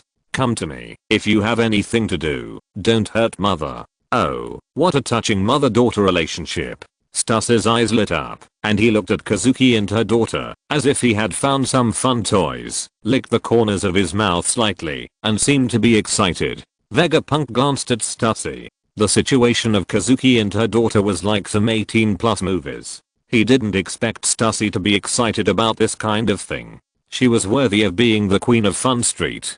Let's talk about your business later. Let's go back to the base first. With the uneasy Kazuki and her daughter, as well as the captives he had taken, Vegapunk and his companions quickly returned to Fantasy Planet through the space gate. The original large wooden ship also turned into a group of sealed scrolls after a bang. It must be admitted that with the chakra system, many aspects can be bypassed with the help of this system, and a lot of shocking black technologies can be created. Anyway, if it is purely climbing the technology tree, Vegapunk feels that, if he doesn't have 30 to 50 years, he will not be able to develop such a high-level space miniature scroll. The devil fruit in the world of pirates and the chakra in the world of Naruto are both good helpers for him to climb the technology tree. Although in this way, many technological black boxes are not clear to Vegapunk himself, but the effect is indeed very amazing. For example, Phantasy Star was originally just a small island-like artificial satellite.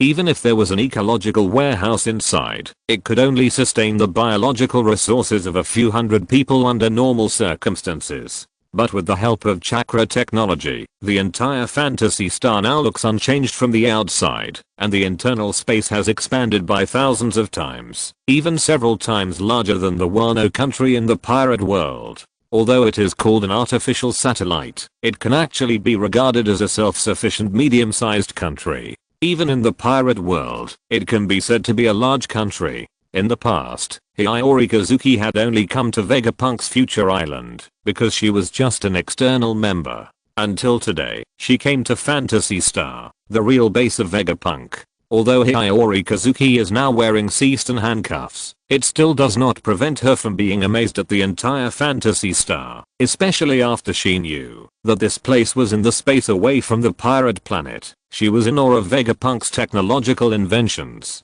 As for Gecko Moria, Verona and others, knowing that they were now in the space millions of meters above the sea, they were already dizzy and confused. Is this where you, Lord Vegapunk, live in seclusion? If you have been living here all the time, it's no wonder that the world government navy has been unable to find you. Oh, the world government has also looked for me? After hearing what Hiyori Kazuki said, Vegapunk looked at Stussy with some surprise. Stussy shrugged and said easily, "Of course, boss, although you did it perfectly and died without any evidence, it was too easy for the navy and the world government to die. You should know that the trap you set up at the end killed more than a dozen navy vice admirals and even killed the most radical navy admiral at the time, Akainu, leaving only Aokiji to escape.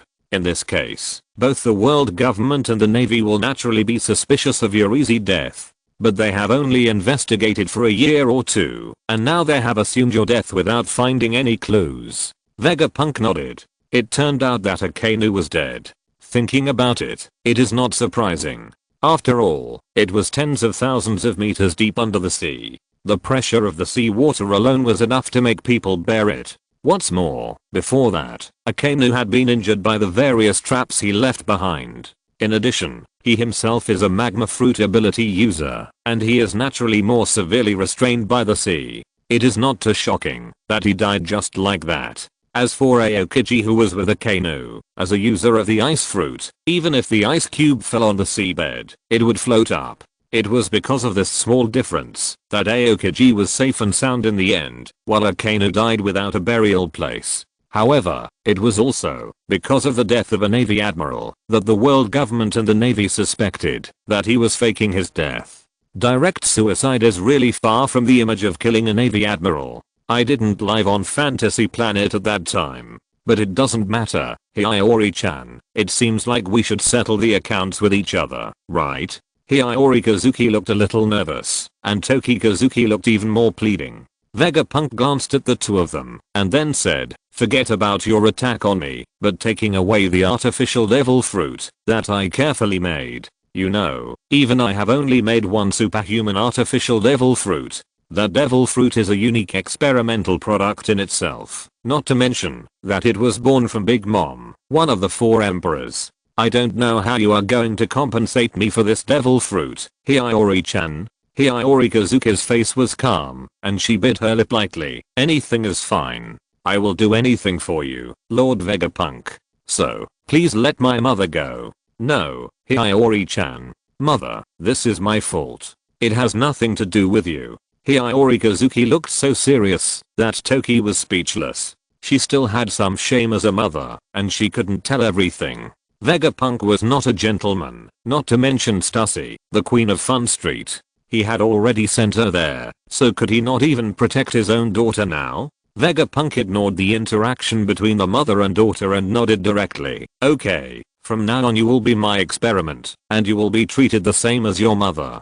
Don't worry, I won't do any excessive research on you. At most, I will collect some blood from you to see if I can advance the ability to crack the parahuman devil fruit and create a truly perfect parahuman artificial devil fruit." As he spoke, Vegapunk made seals with his hands, and half a minute later, the new Kotomatsukami ninjutsu was imprinted in Hiyori Kazuki's brain. Chapter 165 Seaston Resources. The effect of Kotomatsukami seems to have been reduced a lot. Looking at the somewhat indignant Kazuki Hiyori, Vegapunk showed a thoughtful look on his face. You know, Vegapunk's Kotomatsukami is a truly enhanced version. In theory, it is also effective for people at the level of the Six Paths and the Otsutsuki clan. However, at the beginning, when Kazuki Hiyori resisted with all her strength, the effect of Katamatsukami could not even be completely imprinted into Kazuki Hiyori's brain and mind. It was not until the later period that Katamatsukami was successfully imprinted because of her mother's consideration, and Kazuki Hiyori gave up mental confrontation and defense.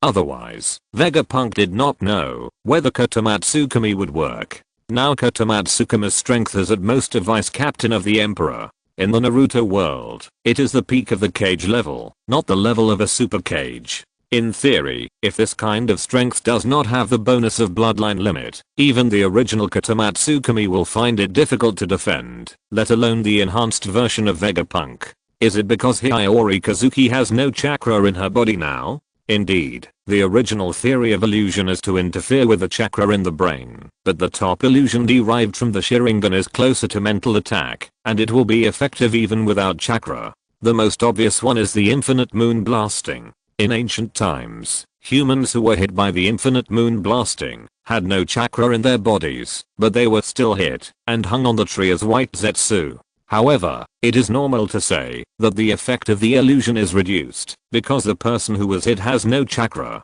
After all, the illusions developed by the ninja world are all based on chakra as a medium. Suddenly, the chakra as a medium is gone, and the mental power of the illusion is used to fight hard, which is naturally high consumption and low effect. But in the same way, the lack of chakra in the body will increase the difficulty of the illusion and reduce the effect, but it will also increase the difficulty of removing the illusion. Because the ninja world also needs something like chakra to remove the illusion, not to mention the top illusion like Katamatsukami. Well, except for some special devil fruit abilities, it would be fine if Katamatsukami didn't succeed. Once Katamatsukami succeeds in the final branding, it is basically impossible to resist with willpower. Anyway, Hiyori Kazuki has no ability to resist. She can look at Vegapunk angrily, because Vegapunk doesn't care. Watching Hiyori Kazuki fall into the hands of Vegapunk, Kazuki was disheartened and looked desperate.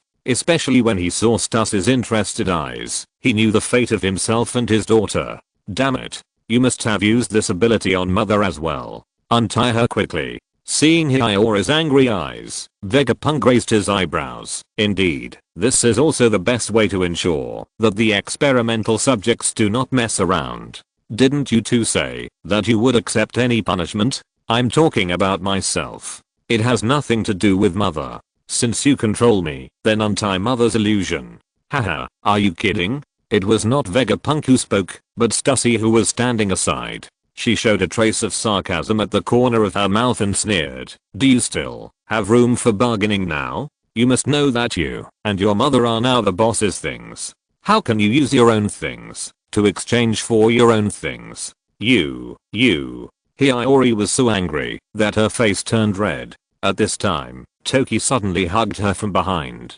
Hiyori, stop talking, we have no other choice. Hiyori trembled for a moment, and finally lowered her head without saying anything else. It has been almost 2 months since Vegapunk and his team left Phantasy Star, and now the entire Phantasy Star has undergone tremendous changes. First of all, the robots, cyborgs, and combat machines that Vegapunk lost on Future Island have been replenished, and have even been strengthened with the characteristics of the Naruto world, becoming more powerful than before. There are many special metal raw materials stored in Phantasy Star, and the data of these robots are stored in the quantum brain. It is naturally easy to reproduce these things directly using the power of the Swallow fruit chip and the production line. In addition, the space opened up by Vegapunk inside Phantasy Star only has ordinary air, soil and water, as well as a small sun created by nuclear fusion power, and some plants created by using wood release. After that, with the hard work of a large number of robots, a small city has now appeared inside. Even with the help of small spaceships, the robots on Phantasy Star directly mined minerals on the moon and hollowed out the cities left on the moon. Various production lines, cities made of pure metal, small airships suspended in the air, projection networks throughout the city, small satellites floating in the sky. Compared to the future technology style displayed by the original Future Island, the space inside the fantasy star of Vegapunk shows a pure super-era science fiction style. Robin, how many troops do we have now? On the top of the highest energy tower in the center of the city, Vegapunk asked casually, while studying the time and space gate that connects to the Naruto world. Robin, who was sitting next to him, answered without hesitation, if our production line is fully produced now, in about a year, we can produce a 1,000,000 level robot. The combat power of each robot warrior is about the same as that of an ordinary headquarters officer of the Navy, that is, a pirate with a bounty of about 30 million. Don't think that the strength of 30 million pirates is rubbish. If there is no devil fruit, a pirate with this strength can almost fight against Luffy and Zoro, who just went to sea, and even put them in a difficult battle. Even among the 4 Emperor's pirate groups, this kind of strength is enough to be a small leader. There are about 100 small leaders of this strength in each pirate group. They can barely be called the backbone of the group, and they are not dispensable fish. Moreover, quantitative changes will lead to qualitative changes. Even when Kaido occupied Wano country, he was afraid of the power of ordinary samurai united, and had to use some strategies to assist. It can be seen that the number of people is not meaningless.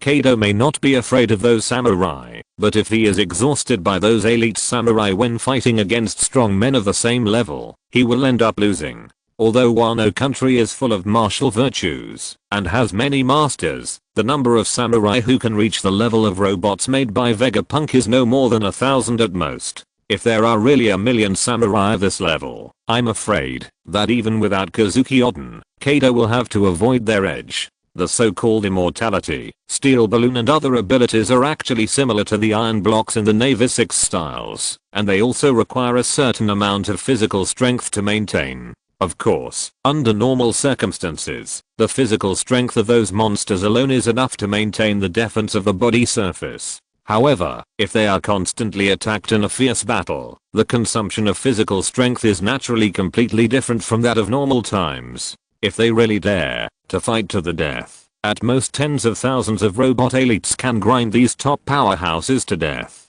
In this regard, Whitebird, the user of the Trema fruit, has the advantage. With the large-scale lethality of the Trema fruit, ordinary elites who are not up to standard can basically kill a group of people in one move. Even if millions of robots are put in, it is unknown whether they can die together with Whitebird at his peak. However, in addition to ordinary cannon fodder, there are also real strong ones among Vegapunk's robots. The improved Battle Greymon, Machin Edraman, and Steel Sedraman have a higher combat power than a few years ago. Even if they haven't reached the level of Admiral or Pirate Emperor, they are much stronger than ordinary Vice Admirals. In some specific environments, they are no different from Admirals.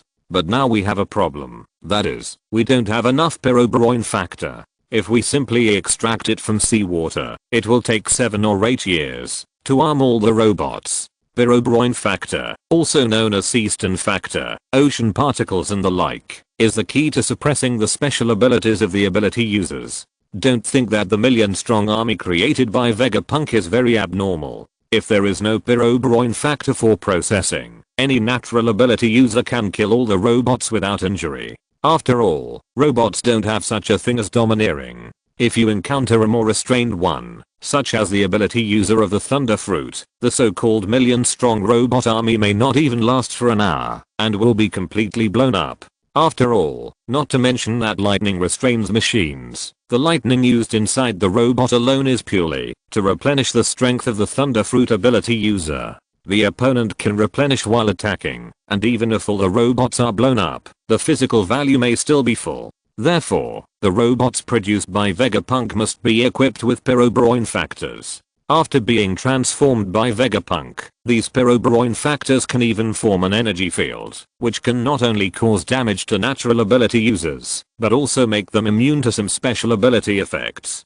For purely destructive abilities such as the Trema fruit, the pyrobrine force field has little effect, but fruits such as the magnet fruit and the rust fruit, which are targeted at machines, can greatly reduce their effects. After hearing Nico Robin's report, Vegapunk's face was also a little distressed. Do we want to modify the Seaston factor refining machine? but even if we modify it, the effect will not be improved much. The concentration of cystine factor contained in seawater is not enough. Although these robots are just cannon fodder used to test the world government. But if there is no pyrobrine factor bonus, I'm afraid that they will eventually be killed by some special level fruit ability user. In that case, why don't we go find a cystine mine? The one who spoke was Stussy, this beauty who looked like a beautiful young girl, but the corners of her mouth showed a cruel smile. I remember that the Beast's pirates relied on their strong strength to take advantage of our umbrella corporation. With only a Kazuki, they dared to offer a price for a top-level artificial mythical beast species. Especially after you left, the Beast's pirates immediately raised the price of cystine sold to our umbrella company, and seized a lot of goods from Wano country. Now it's time to teach them a lesson. In order to separate the relationship between Umbrella Corporation and Vegapunk is a loose cooperation, but Umbrella's high-tech products are basically from Vegapunk. After the absence of Vegapunk, its military power has indeed declined, which is why Kaido suddenly turned against him. Although Stussy is very good at dealing with people, he has no better way to deal with a real villain like Kaido. At that time, he could only decisively stop the loss. Now that he sees his backer returning, and Vegapunk just needs cystine, it is natural to avenge grievances and revenge. Go to find trouble with Kaido. We actually cooperated well in the past. It's really embarrassing to kill him directly. Vegapunk showed an embarrassment on his face, and then changed the subject, so just beat him half to death, and put him in a laboratory. Just kidding. There are indeed some underground transactions between Kaido and Vegapunk, but to say that the relationship between the two is good is purely funny. Kaido always invites Vegapunk to come and trade in person. Vegapunk can figure out what he has in mind with his toes. Similarly, almost all the products that Vegapunk gives to Kaido are mixed with some ingredients. Although Kaido always thinks he has made a profit, if Vegapunk wants to mess with him one day, he can easily turn his artificial level fruit army against him. It can only be said that these two people are not good things, but it is obvious that, although Kaido has a treacherous and cunning side, he is still a long way behind Vegapunk, who really plays with his brain and technology. In other words, even if the people in the pirate world have any conspiracy, it is extremely superficial and belongs to the kind of bad on the surface. These simple pirates never thought that someone would actually leave a backhand in the technological products they sold. This high-end operation is beyond the imagination of these pirates and even the world government. Hearing what Vegapunk said, Stussy's mouth curled up. Sure enough, the boss still had the same personality as before. With the power of Vegapunk now, the entire Beast's pirates will probably be in big trouble. No, that's not the extent of bad luck. With the current size gap between the two sides, the Beast's pirates will inevitably face a catastrophe. Since you came up with the idea, the Beast's pirates will be in your charge. Vegapunk waved his hand and told Stussy, you can use the power inside Fantasy Star at will. In addition, I will give you the control of the artificial level fruit ability users of the Beast's pirates. If there is anything else you need, you can ask me. I don't ask much. Kirizumi Orochi, Kaido, and Jin, these three guys will be left to me for experiments. Chapter 166 Choice. Facing Vegapunk's order, Stussy's eyes lit up and she asked, can I use all the experiments inside Fantasy Star? Except for those that are too dangerous and difficult to control, you can use the others at will. Then don't worry, boss. I promise to get rid of the entire Beast Pirates. Stussy patted her chest and promised. She knew very well what kind of monsters were in Vegapunk's Fantasy Star. Some of them were uncontrollable and too dangerous. Their combat effectiveness was not inferior to that of the four emperors, and they were even more dangerous. Of course, Stussy didn't dare to use that kind of thing. It was too dangerous. Even Katamatsuki would find it difficult to control it. After all, Katamatsuki could only control the thinking of others, but could not improve their wisdom. For some monsters who only had the desire to kill, and even had no reason at all, they couldn't even understand the orders given by Katamatsuki, so there was no such thing as obeying orders. But even if we don't count the monsters sealed by Vegapunk, the mass-produced combat power of the second level alone can be pulled out in the 3-digit range in Vegapunk's Fantasy Star. After the precipitation of the Naruto world, Vegapunk's technology has improved, and it can easily take out more than a dozen deputy emperors and hundreds of big billboard level experimental subjects. With this number alone, even Kado has to flee in embarrassment. Not to mention that Vegapunk has special inventions specifically for fighting against devil fruit users. Even devil fruit users as strong as the 4 emperors can greatly weaken their combat power. Otherwise, Stussy was so excited to make a promise because he knew how powerful the combat power in Phantasy Star was. In a small villa inside Phantasy Star, Hiyori Kazuki was practicing her swordsmanship in the gravity room. Although Hiyori Kazuki was a little annoyed and distressed that she and her mother could no longer escape the clutches of Vegapunk, it was not without benefits. After joining Vegapunk's men, in addition to cooperating with Vegapunk's experiments and drawing some blood every day, Hiyori Kazuki can freely dispose of the rest of the time. And there are many convenient abilities in Phantasy Star, whether it is eating, drinking, playing, or practicing and studying, which can provide great convenience. Even if Hiyori Kazuki does not like the training cabin, which is almost a device that improves physical fitness without any effort, he can also practice in the gravity room, and with the repair cabin that can perfectly treat the body, he can develop his body's potential in the shortest time. As for practicing swordsmanship, the training room inside Phantasy Star has a large number of video capture devices connected to quantum computers, which can accurately capture the movement of each muscle fiber and provide guidance through scientific means. In a short period of time, Hiyori Kazuki felt that his swordsmanship had improved again.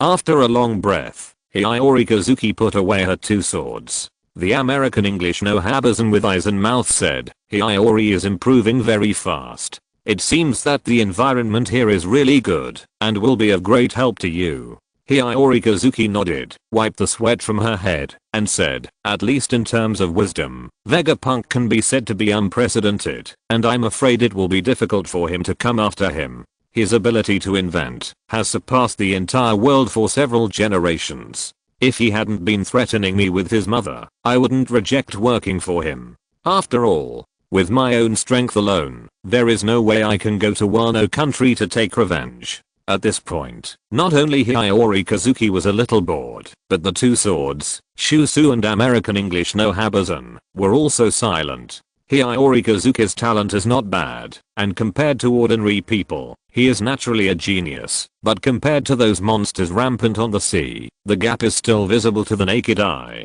Of course, although talent is also popular in this sea, it does not mean that talent can determine everything. For example, red-haired Shanks and Hawky Mihawk are definitely not as good as the other 4 emperors in terms of pure talent, but their strength can still be compared with the 4 emperors. It depends more on their inner spirit. The spirit of sweeping the world, the unyielding belief, coupled with the fighting spirit of being able to remain unswerving after hundreds of battles and countless life and death struggles, will temper their own 3-color domineering auras, so that they can be sublimated to the point where they can make up for their talent defects, and are not weaker than the other 4 emperors. However, Kazuki Hiyori is actually very clear about himself. His beliefs may be tenacious, but his spirit is far from enough. He has no possibility of awakening even the domineering color domineering aura. No matter how much he practices like this, he will never be able to reach the level of the 4 emperors. Even if he had not eaten the artificial soul fruit, he would hardly be able to reach the level of the vice emperor. So it is not surprising that Kazuki Hiyori has the idea of relying on others in his heart. Not everyone can become the protagonist in this world. At least Kazuki Hiyori does not have the aura of the protagonist. Although the 2 swords, Kyushu and Shinobi, only had the ability to think after being transformed into homies by Kazuki Hiyori, they still retained some of their memories of following their master to roam the world before that. It is precisely because of this that the 2 swords are more aware of Kazuki Hiyori's current situation and did not say anything nonsense that she could defeat Kado by continuing to practice. Not as courageous and talented as her, can she win by just using her head? Unrealistic encouragement is just sending Kazuki Hiyori to death. Although Kazuki Hiyori is still young, her strength is comparable to that of the vice chairman of the emperor, but this is also her limit. It can only be said that her strength is formed quickly, not that her limit is high. Even on the Fantasy Star, with various instruments to assist in practice, it can only make Kazuki Hiyori's strength limit slightly improved, but it is still a world of difference from Kado. After a moment of depression, Kazuki Hiyori quickly adjusted herself. Kazuki Hiyori already knew that she could not beat Kado with her own strength. Now that he has fallen into Vegapunk's hands again, he can only take one step at a time and see if he can use Vegapunk's power to help him get revenge. Zao Hiyori is really hardworking.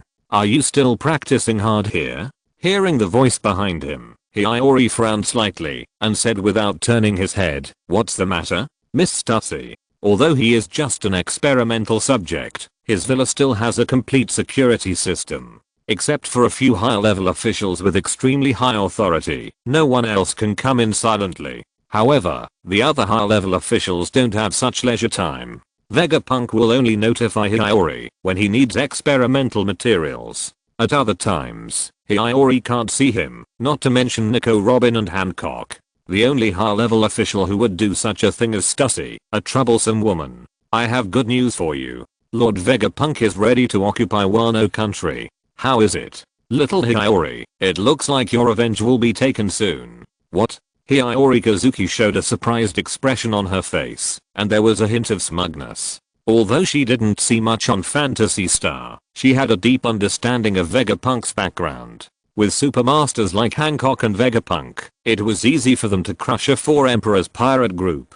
She was still trying to get Vegapunk to help her get revenge, but she didn't expect that the other party was ready to take action against her enemy. However, after being surprised, Hiyori Kazuki calmed down a little. Vegapunk would not take action against Kado because of his hatred. She was just an experimental subject and didn't have such a big face. Hancock or Nico Robin would be fine. There must be some contradiction between the two sides, or Vegapunk would really take action if he saw the resources of Wano country. Moreover, although Vegapunk's technology is high enough to significantly improve the living standards of citizens in any country, whether he is willing to help the people of Wano country is a huge question mark. Don't let the wolf be rejected at the front door and the tiger come out the back door. Although Vegapunk is not cruel, the indifference of scientists who do not care about human lives is not necessarily better than Kado. Thinking of this, Hiyori Kazuki took a long breath and looked at Stussy. Miss Stussy, why did Lord Vegapunk clash with the Beast's pirates? Of course it's for the Seaston of Wano country. What else could it be? Could it be that Hiyori thought Lord Vegapunk was avenging you?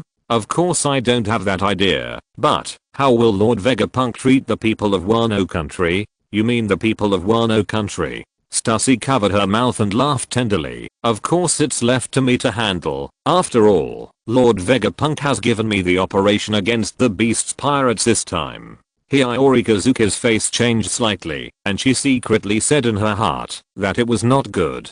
Although Stussy was loyal to Vegapunk, this woman was definitely not a good person. On the surface, she was good at dancing with long sleeves and was smooth in dealing with people, but in fact she was cruel and ruthless, and she would never give up even the slightest grudge. This was Stussy's true face. Stussy can be the secret leader of the Umbrella Company, the Queen of Happy Street, and even maintain her identity as the intelligence chief of the CP0 organization, which in itself shows that she is a real bad person. You have to know that this basically covers all the traditional underworld businesses such as mercenaries, female gangsters, and agent killers.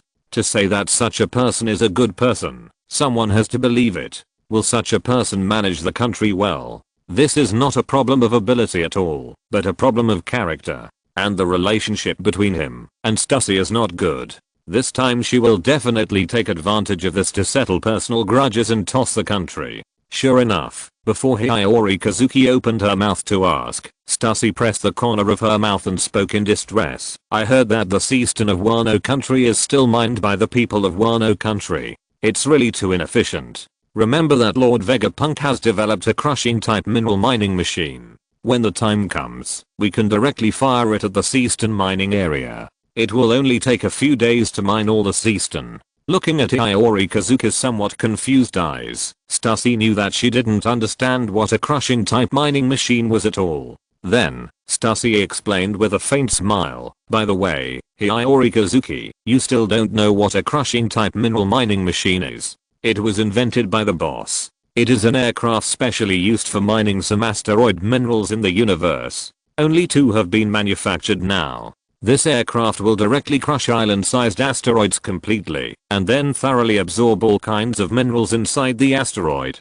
The efficiency is extremely high. An island country like Wano country will probably be completely crushed without leaving any residue. Hiyori Kazuki's face turned from rosy to pale, and she looked at Stussy with trembling lips. Are you crazy? There are still millions of people in Wano country. That's true. Stussy narrowed her eyes slightly and said happily, so many people, all perished with the destruction of the island. It is indeed a waste. Well, by then I can build a refugee spaceship over Wano country. Let's call it Noah's Ark. If you want to get on Noah's Ark, you have to pay a lot of money or resources. If you are a beautiful girl, you can simply sell yourself into slavery. I should be able to add a lot of population to my happy street. No way. Hiyori Kazuki's face was completely bloodless. Just by imagining the tragic scene, she felt like she was about to collapse, and the expression she looked at Stussy was full of fear. Why not? This is a plan I came up with that can maximize the benefits in a short period of time.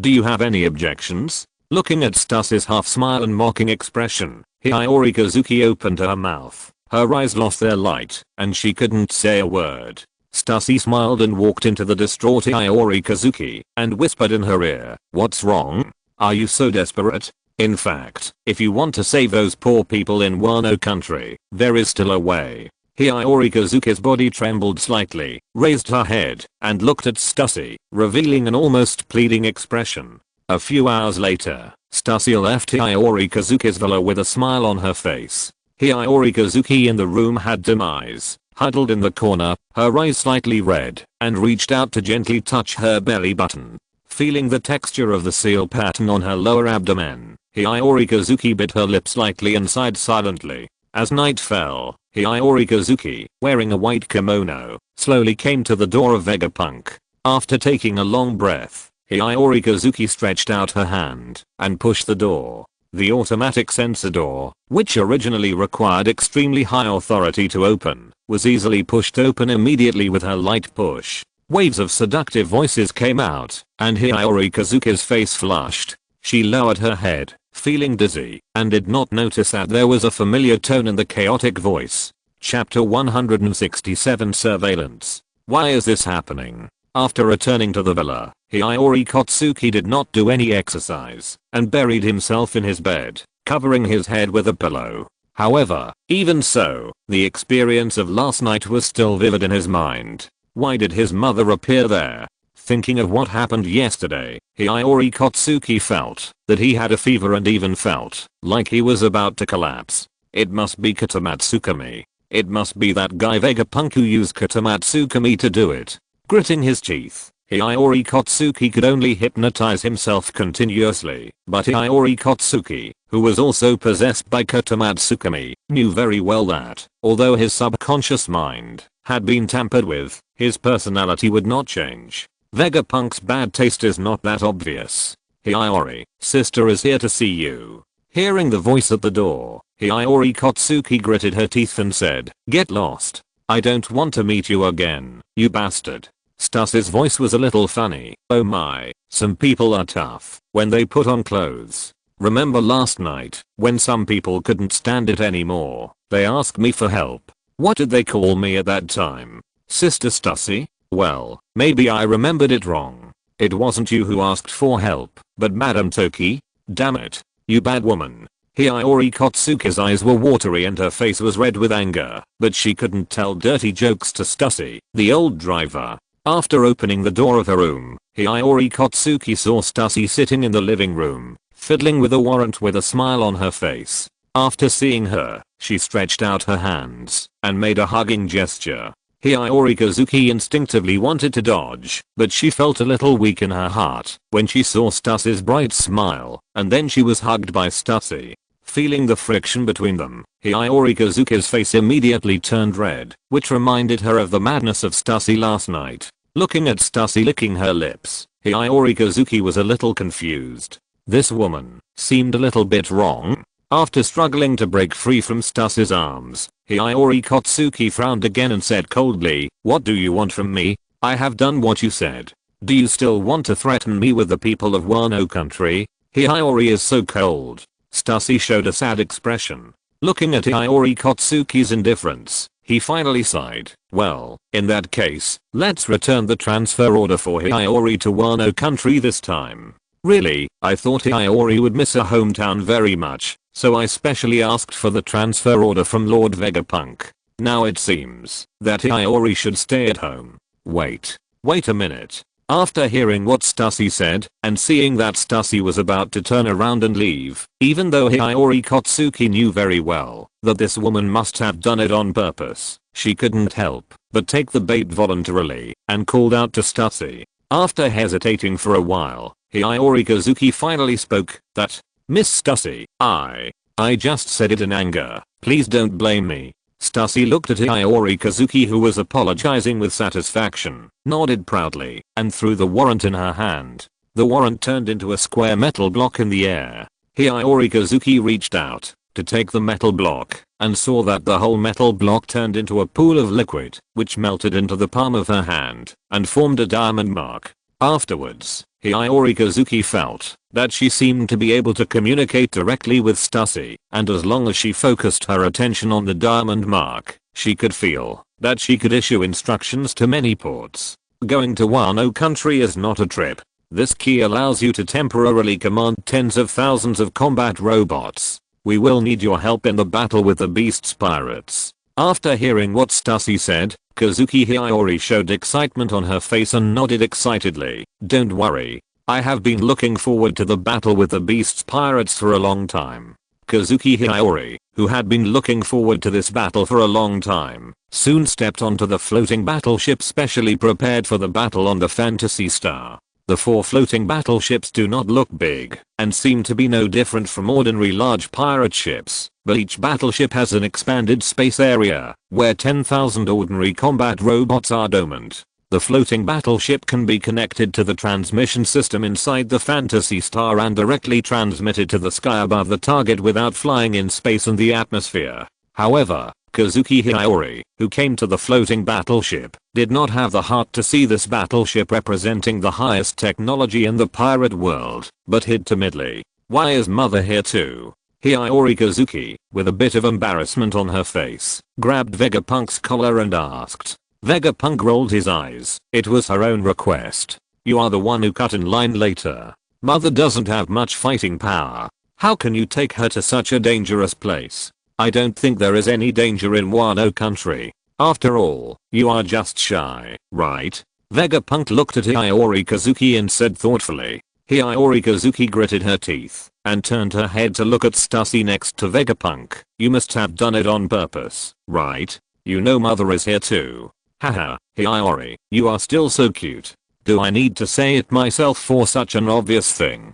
Damn bad woman." Although she was a little embarrassed, Hiyori Kazuki still stayed on the boat awkwardly. Kazuki Toka's strength was mediocre, and he didn't even have the two-color domineering. When Kazuki Hiyori tried to avoid him, he didn't notice the existence of his daughter at all. Instead, he was very natural. Even at night, he shyly served Vegapunk, which made Kazuki Hiyori, who was secretly observing him, grit his teeth. The preparation time before the battle took about 1 or 2 days, but the speed of the floating battleship to Wano country was only a moment. In a very short time, it was teleported to the sky above Wano country and hid. Kaido has been very irritable recently. I don't know what's going on. I don't know what the reason is. Anyway, I'm irritable, as if there is a dark eye in the sky, staring at me all the time. Even if I eat, sleep, take a bath, and go to the toilet, I can't get rid of the feeling of being monitored. He searched the entire Wano country, but couldn't find the root cause of his being monitored, but Kaido didn't regard it as his own illusion. As a great pirate who has experienced many battles and even awakened the observation haki to predict the future, Kaido has always trusted his intuition. A devil fruit user. He must be a devil fruit user. Kaido said indignantly while drinking. I don't know which bastard it is. He has been staring at me.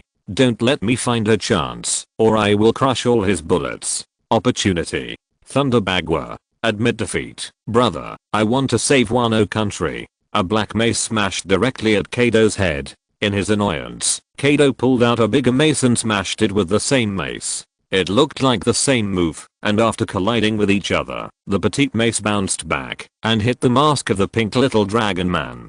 With a bang, it bounced back and hit the wall of the cave. A moment later, the pink little dragon man with blood all over his head fell down, leaving a human-shaped dent on the wall.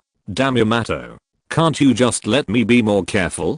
Kado yelled angrily. His daughter was a troublesome and money-losing girl. Kado even suspected that he had damaged her brain. She actually worshipped a super idiot like Kazuki Oden.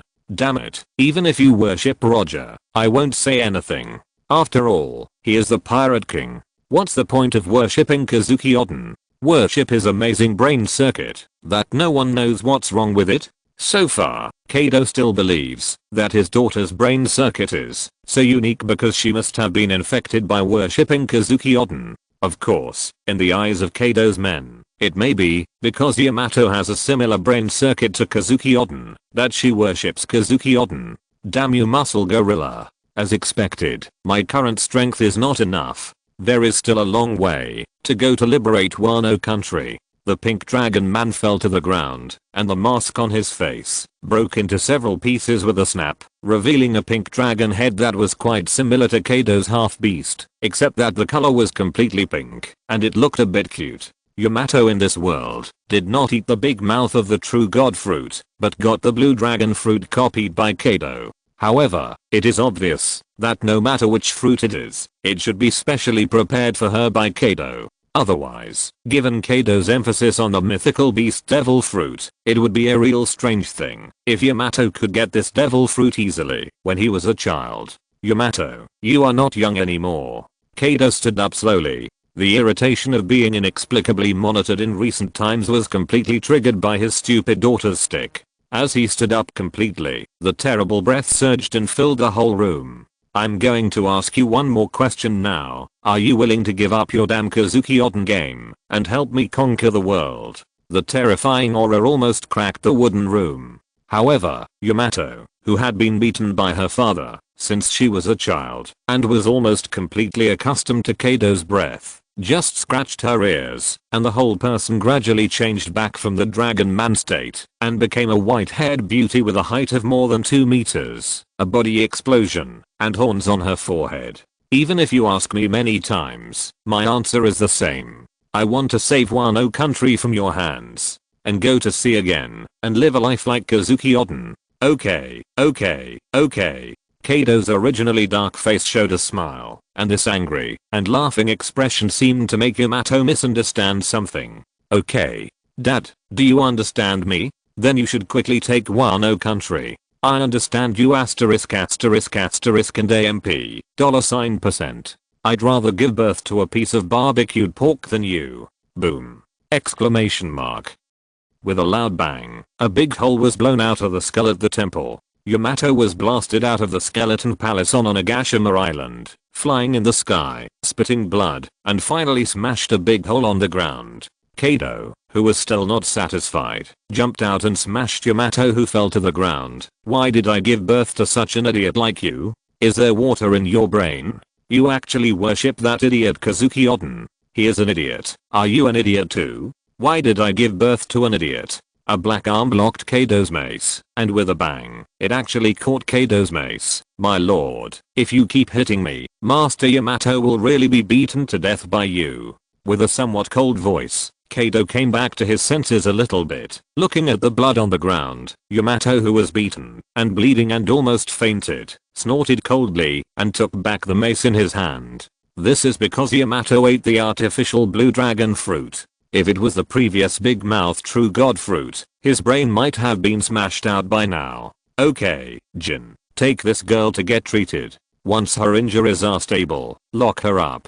Jin, who was wearing a black leather jacket and had flames burning behind him, nodded slightly, stretched out his hand to pick up Yamato, and was about to leave, but seeing the anxiety on his boss's face, he frowned and asked, Lord Kado, can you still feel that sense of surveillance now? The feeling of being monitored has always existed, and the sense of crisis has become more and more serious. It makes me lose the mood to drink now. I was planning to rob a few countries, but now I can only lie in my lair. It's better not to let me find the monitor, otherwise I will definitely stuff his head into my ass. Jin's face was hidden under the leather jacket, and it was not very clear, but the sense of worry could indeed be seen in his eyes. The 4 emperors on the sea are generally only responsible for fighting and holding banquets. The real managers are basically all the vice emperors, and Jin is no exception. As the actual controller and coordinator of the entire Beast's pirates, as well as Kado's loyal younger brother, Jin is also extremely wary of this mysterious monitor. Even during this period of time, the entire Beast's pirates have been hiding in Onigashima to guard against the monitor's attack. Being able to monitor Kado remotely and making Kado unable to discover it does not mean that the monitor is powerful, but people who can make Kado alert and restless are definitely not easy to deal with. Lions will not be alerted by foxes and mountain cats. Those who can make lions alert must at least be at the level of wolves and cheetahs. Similarly, those who can make Kado alert must at least have the level of top silver medalists on the sea. Being watched by such a person day and night, even the Beast's pirates will feel a little stressed. Chapter 168 Ace. With a loud bang, a blazing fire suddenly ignited on the ghost island. Who is it? Which bastard is desperate? How dare he attack our Beast's pirates? A group of Beast's pirates who looked like demons and monsters shouted loudly and rushed to the area where the explosion occurred. These pirates looked ferocious, and the leader turned into a half-orc in awe and came to the dock where the explosion occurred. The whole dock was in flames at this moment. Several pirates were burned and rolled on the ground, roaring continuously, revealing the posture of half-orc and half-human. More pirates have turned into a pile of charcoal at this moment. Only those pirates with animal fruit ability have tenacious vitality and survived in this sea of fire. Who is it? Get out of here. The Beast's pirates who came to the port to support looked around, but did not see any figure. The half-beast pirate turned into a huge silverback gorilla, beating his chest and roaring loudly. Hey. As expected of the Beast's pirates, there are so many animal devil fruit users. There can't really be 100 animal devil fruit users. A questioning voice sounded in the sea of fire, and the endless flames gathered together, revealing a shirtless boy wearing a cowboy hat, handsome, and slightly freckled. You are the nature devil fruit user, Fire Fist Ace? Why are you looking for trouble with our Beast's pirates? Seeing Ace appear, the little leader of the Beast's pirates, the silverback gorilla, showed a bit of fear on his face and asked, although there are so many domineering masters in the new world, and the nature devil fruit users have lost the dominance they had in the early days, this does not mean that the nature devil fruit users are weak, but they are not as unsolvable as before. Any ordinary nature devil fruit user can be a middle-level carder in the 4 Emperor's pirates. If the other conditions of the two are the same during the battle, the nature devil fruit user can still have an absolute advantage. Not to mention the powerful natural devil fruit ability of flame. Even if an ordinary person eats this devil fruit, he can become a core carder in the 4 Emperors. It is not something a small leader like me can do. As the silverback gorilla spoke, he also gestured to let his men go for help quickly. Although he also had a weak domineering cultivation, it only gave him a little bit of power to fight back in front of Ace. He could never be the opponent of the other party. However, this is the headquarters of the Beast's pirates. As long as they delay a little time, other strong men will naturally come to teach Ace a lesson. The Beast's pirates? I'm looking for the Beast's pirates. Kado's head will be mine. Puchy. Ha ha ha ha ha. The silverback gorilla was stunned for a moment, then he covered his stomach and laughed wildly. The ordinary pirates behind him also rolled on the ground with laughter, which immediately made Ace's face gloomy. You actually want our captain's head? Kid, you succeeded in making me laugh. It seems that eating a good devil fruit has made you so inflated that you can't see yourself clearly. This is the new world, and the number of natural system deaths here is no less than that of ordinary trash. Only by possessing incomparable domineering power can you truly be the king of the new world. With a loud bang, a fist mixed with domineering power and fire hit the silverback gorilla's face, knocking him flying with one punch.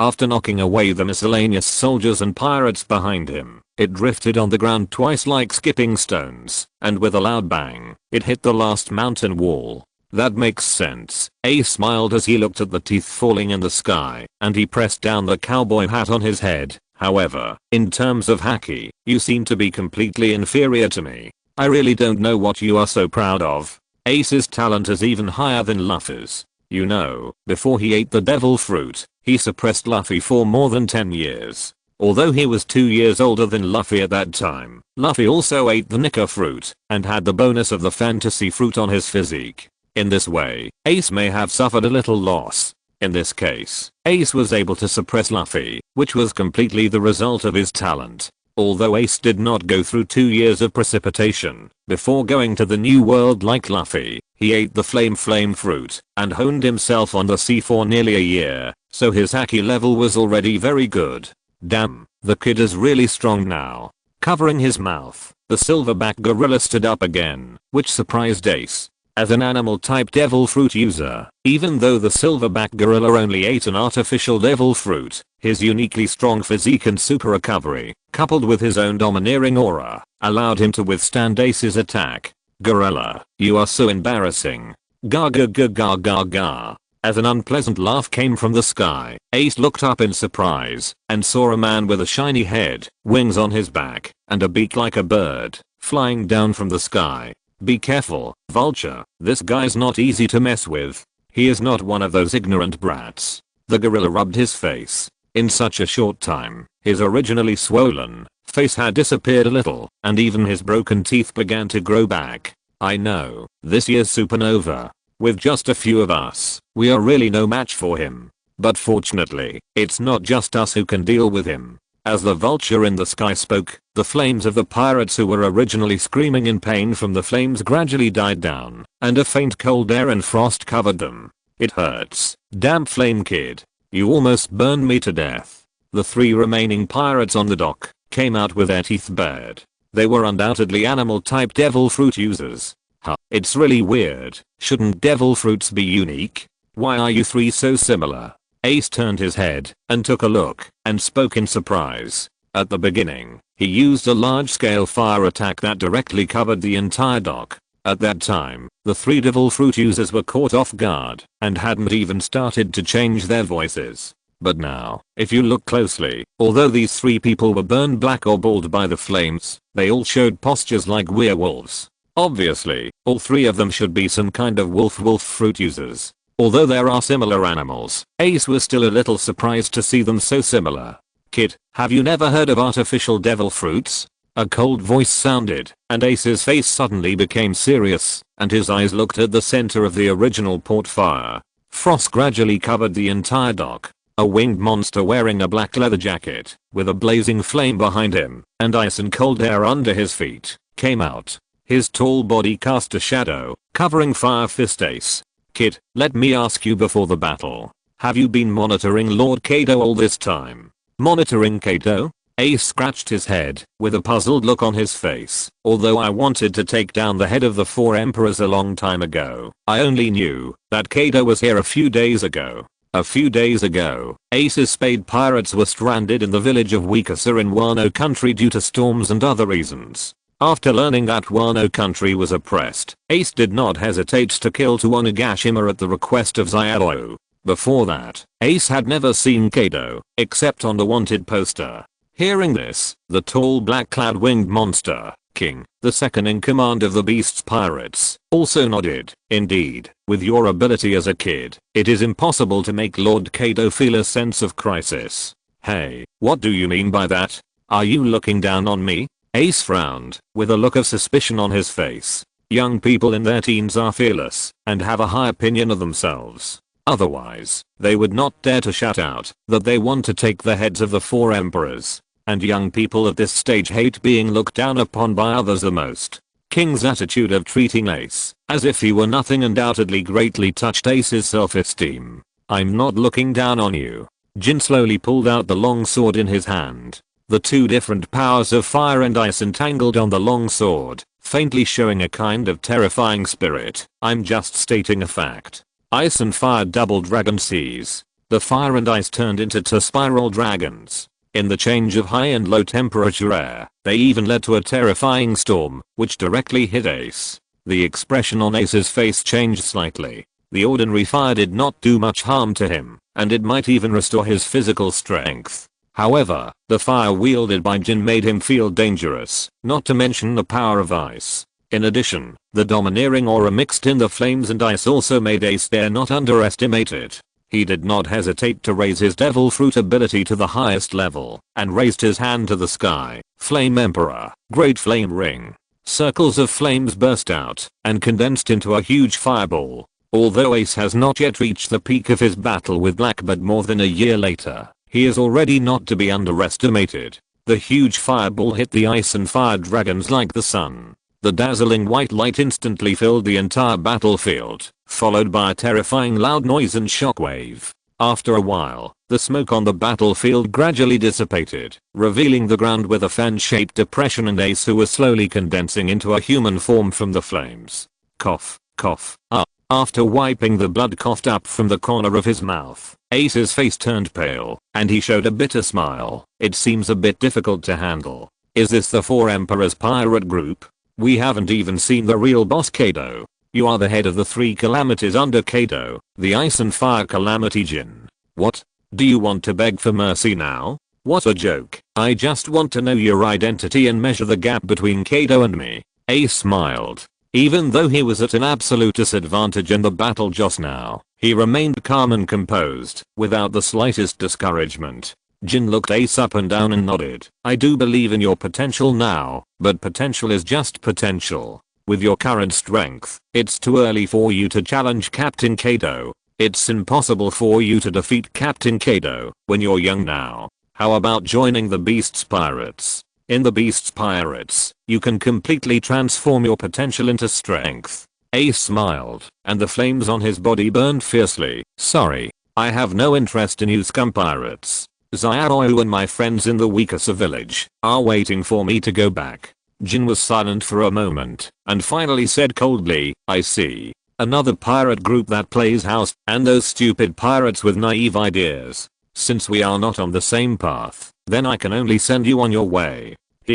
Leather jacket monster. Everyone can talk big, but when I defeat you, don't lie on the ground and cry. Ace roared, swung a punch, and turned into a raging flame. Fire fist. Wrapped in leather, Jin exuded a cold aura, slowly raised the long sword in his hand, and his appearance changed. Silver white hair stretched out from the gap of the leather coat. The strong cold air and the flames behind him collided, forming a vortex around him. In an instant, the leather coat wrapped around him began to deform, and the whole person turned into a werewolf. But this is certainly not an ordinary devil fruit. With Jin's talent and status in the Beast's Pirates, Kado would never use an ordinary devil fruit to get rid of him. It would simply be a waste of his potential. It was the mythical beast species that was originally supposed to be eaten by Yamato, but was left behind because of the artificial blue dragon fruit, the big mouth true god fruit. Compared with the original pterosaur fruit, the big mouth true god fruit is undoubtedly much stronger. The only advantage of the pterosaur fruit is its high-speed flight ability. In this regard, Jin, who is originally a rare ace, has wings and has the ability to fly. Although Jin's own flying ability is inferior to the original pterosaur fruit in terms of speed, it actually has little impact on the battle. That kind of flying ability is far beyond that of most people in the pirate world. On the contrary, the physical bonus brought by the big mouth true god fruit is better than the pterosaur fruit, and the most important ability, to control cold air, has greatly improved Jin's hard power and potential. At least now Ace is definitely not Jin's opponent. Ice and Fire Guardian Dragon King. The giant dragon entangled with flames and ice easily shattered the fire fist swung by Ace, and once again completely knocked Ace away, hitting the building behind him, and dragged out a ruins passage of dozens of meters. Half an hour later, the battle was completely over. Go and capture him. Jin, who put his sword back into the sheath, and had a slightly damaged leather jacket on his body, looked at the surrounding beast pirates and ordered. In addition, this kid seems to have mentioned his companions in the village of Breakasa. Go and capture those people. Chapter 169 Imprisonment and Virus. When Ace opened his eyes again, he found himself in prison with Seaston, handcuffs on his hands. He moved a little, but felt as soft as noodles. Ace couldn't help showing helplessness on his face. I lost, and I lost without even seeing the real boss. Is this the Four Emperors pirates? It seems that I underestimated them. In the original work, the pirates who were defeated by the Beast's pirates and had great potential were generally sent directly to them to mine Seaston minerals. However, now, because Vegapunk did not build a Seaston battleship that could roam the car belt for the world government, the death rate of the Seaston battleships that the world government explored on its own was too high, so the number needed was naturally not much, and the demand for Seaston was greatly reduced. In this case, the Seaston mines in Wano country do not need too many people, so now these prisoners are basically locked up in prison. Ace was young, but he had already awakened his conqueror haki and had eaten a powerful natural devil fruit. For Kado, who was obsessed with collecting, he was naturally a top quality captive. Even if their personalities were not very compatible, at least they could give it a try. If it didn't work, they could just chop him off. Hey, brother over there, the one with freckles on his face. Just as Ace was complaining to himself, he suddenly heard a voice from the side. Confused, Ace turned his head and saw a tall white-haired girl at the other end of the cell, who was also wearing Seaston handcuffs and Seaston chains all over her body. Ah, are you calling me? Ace blinked and pointed at his face. There are only two of us here. If I'm not calling you, who should I call? The girl rolled her eyes and complained, then asked with interest, brother, are you from the open sea? I heard that you were locked up because you challenged Kado, the muscular gorilla.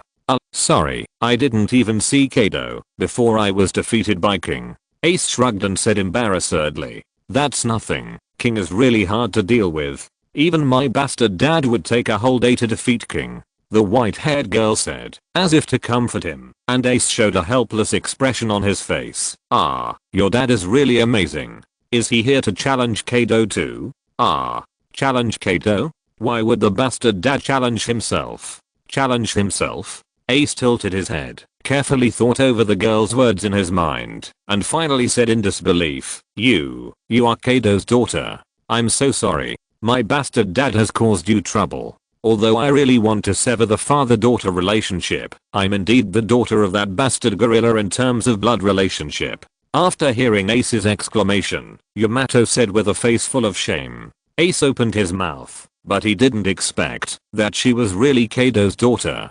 After a moment's pause, he asked in a strange way, if that's the case, then why are you also imprisoned here? Well, because I want to liberate Wano country and become Kazuki Oden of Wano country. The white-haired girl, Kado's daughter Yamato, said with her head held high.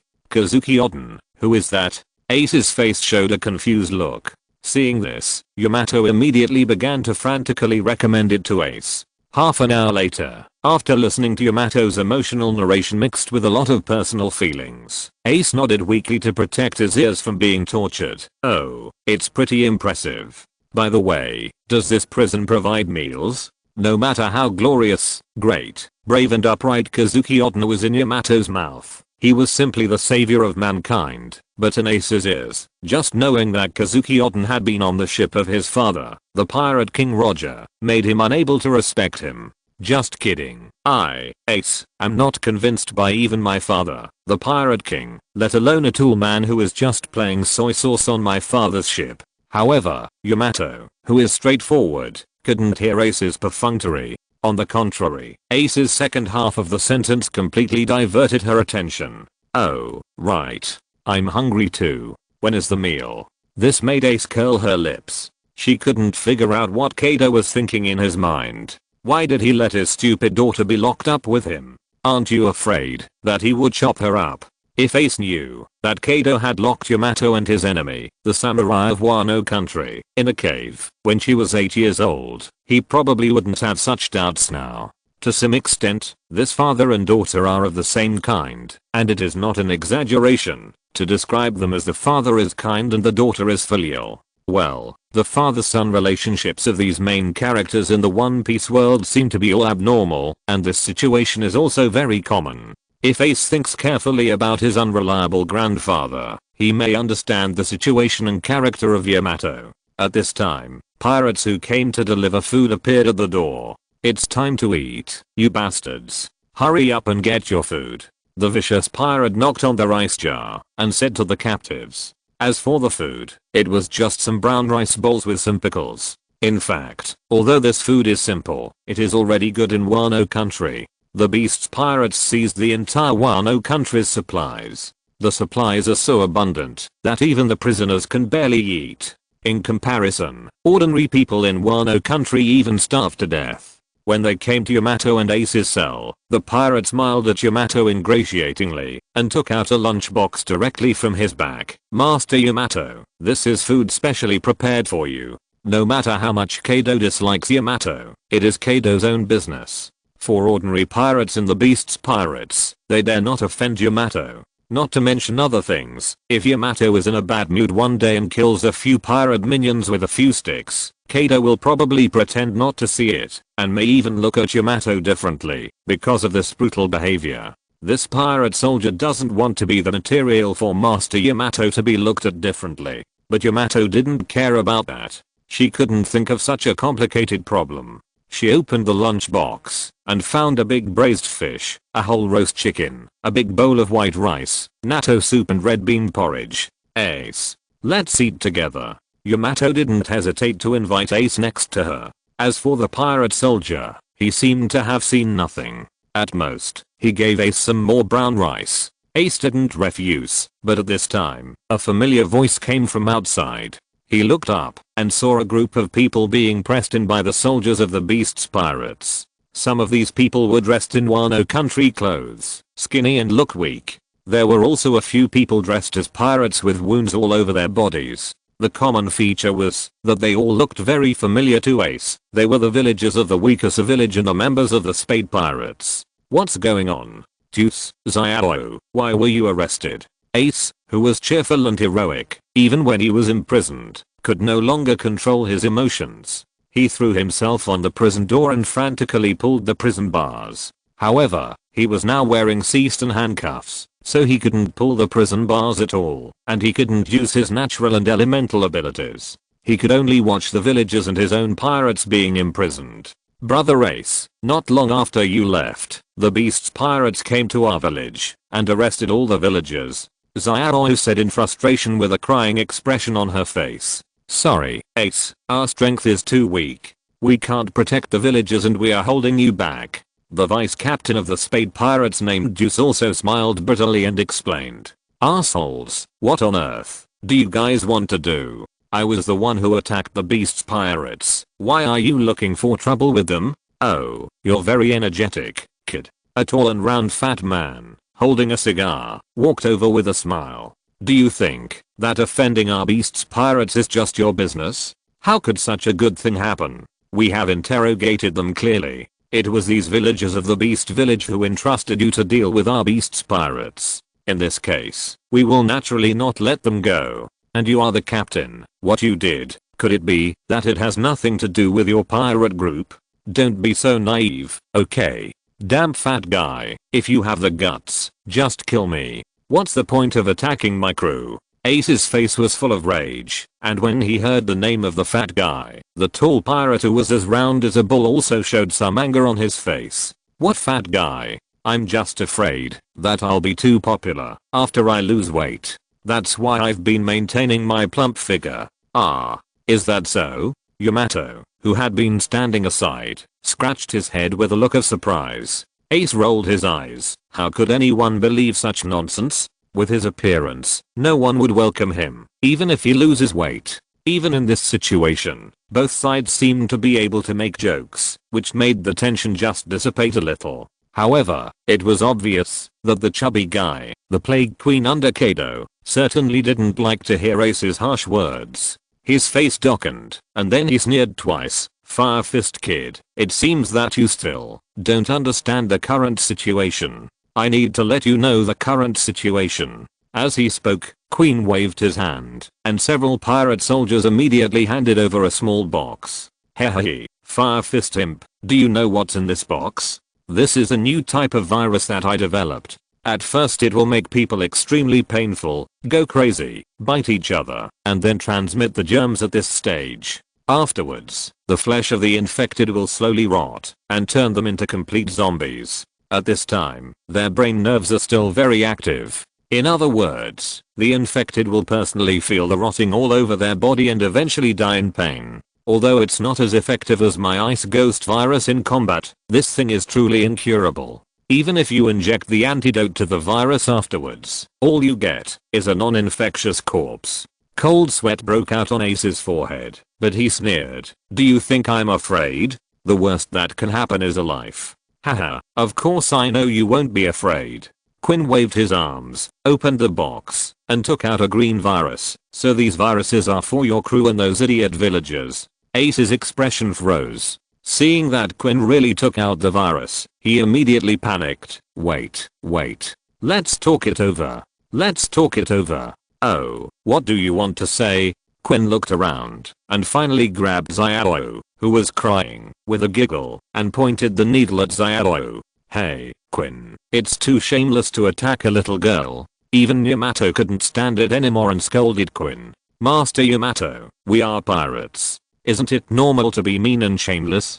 Quinn blinked, and Yamato was so choked that he couldn't say a word. Then, he turned his head and looked at Xiao, who was holding back tears and her mouth was twisted out of shape, and gave her a dose of virus injection without hesitation. Asshole, you damn thing." Ace yelled angrily, but was completely ignored by Quinn. "Let's see the effect of the virus first.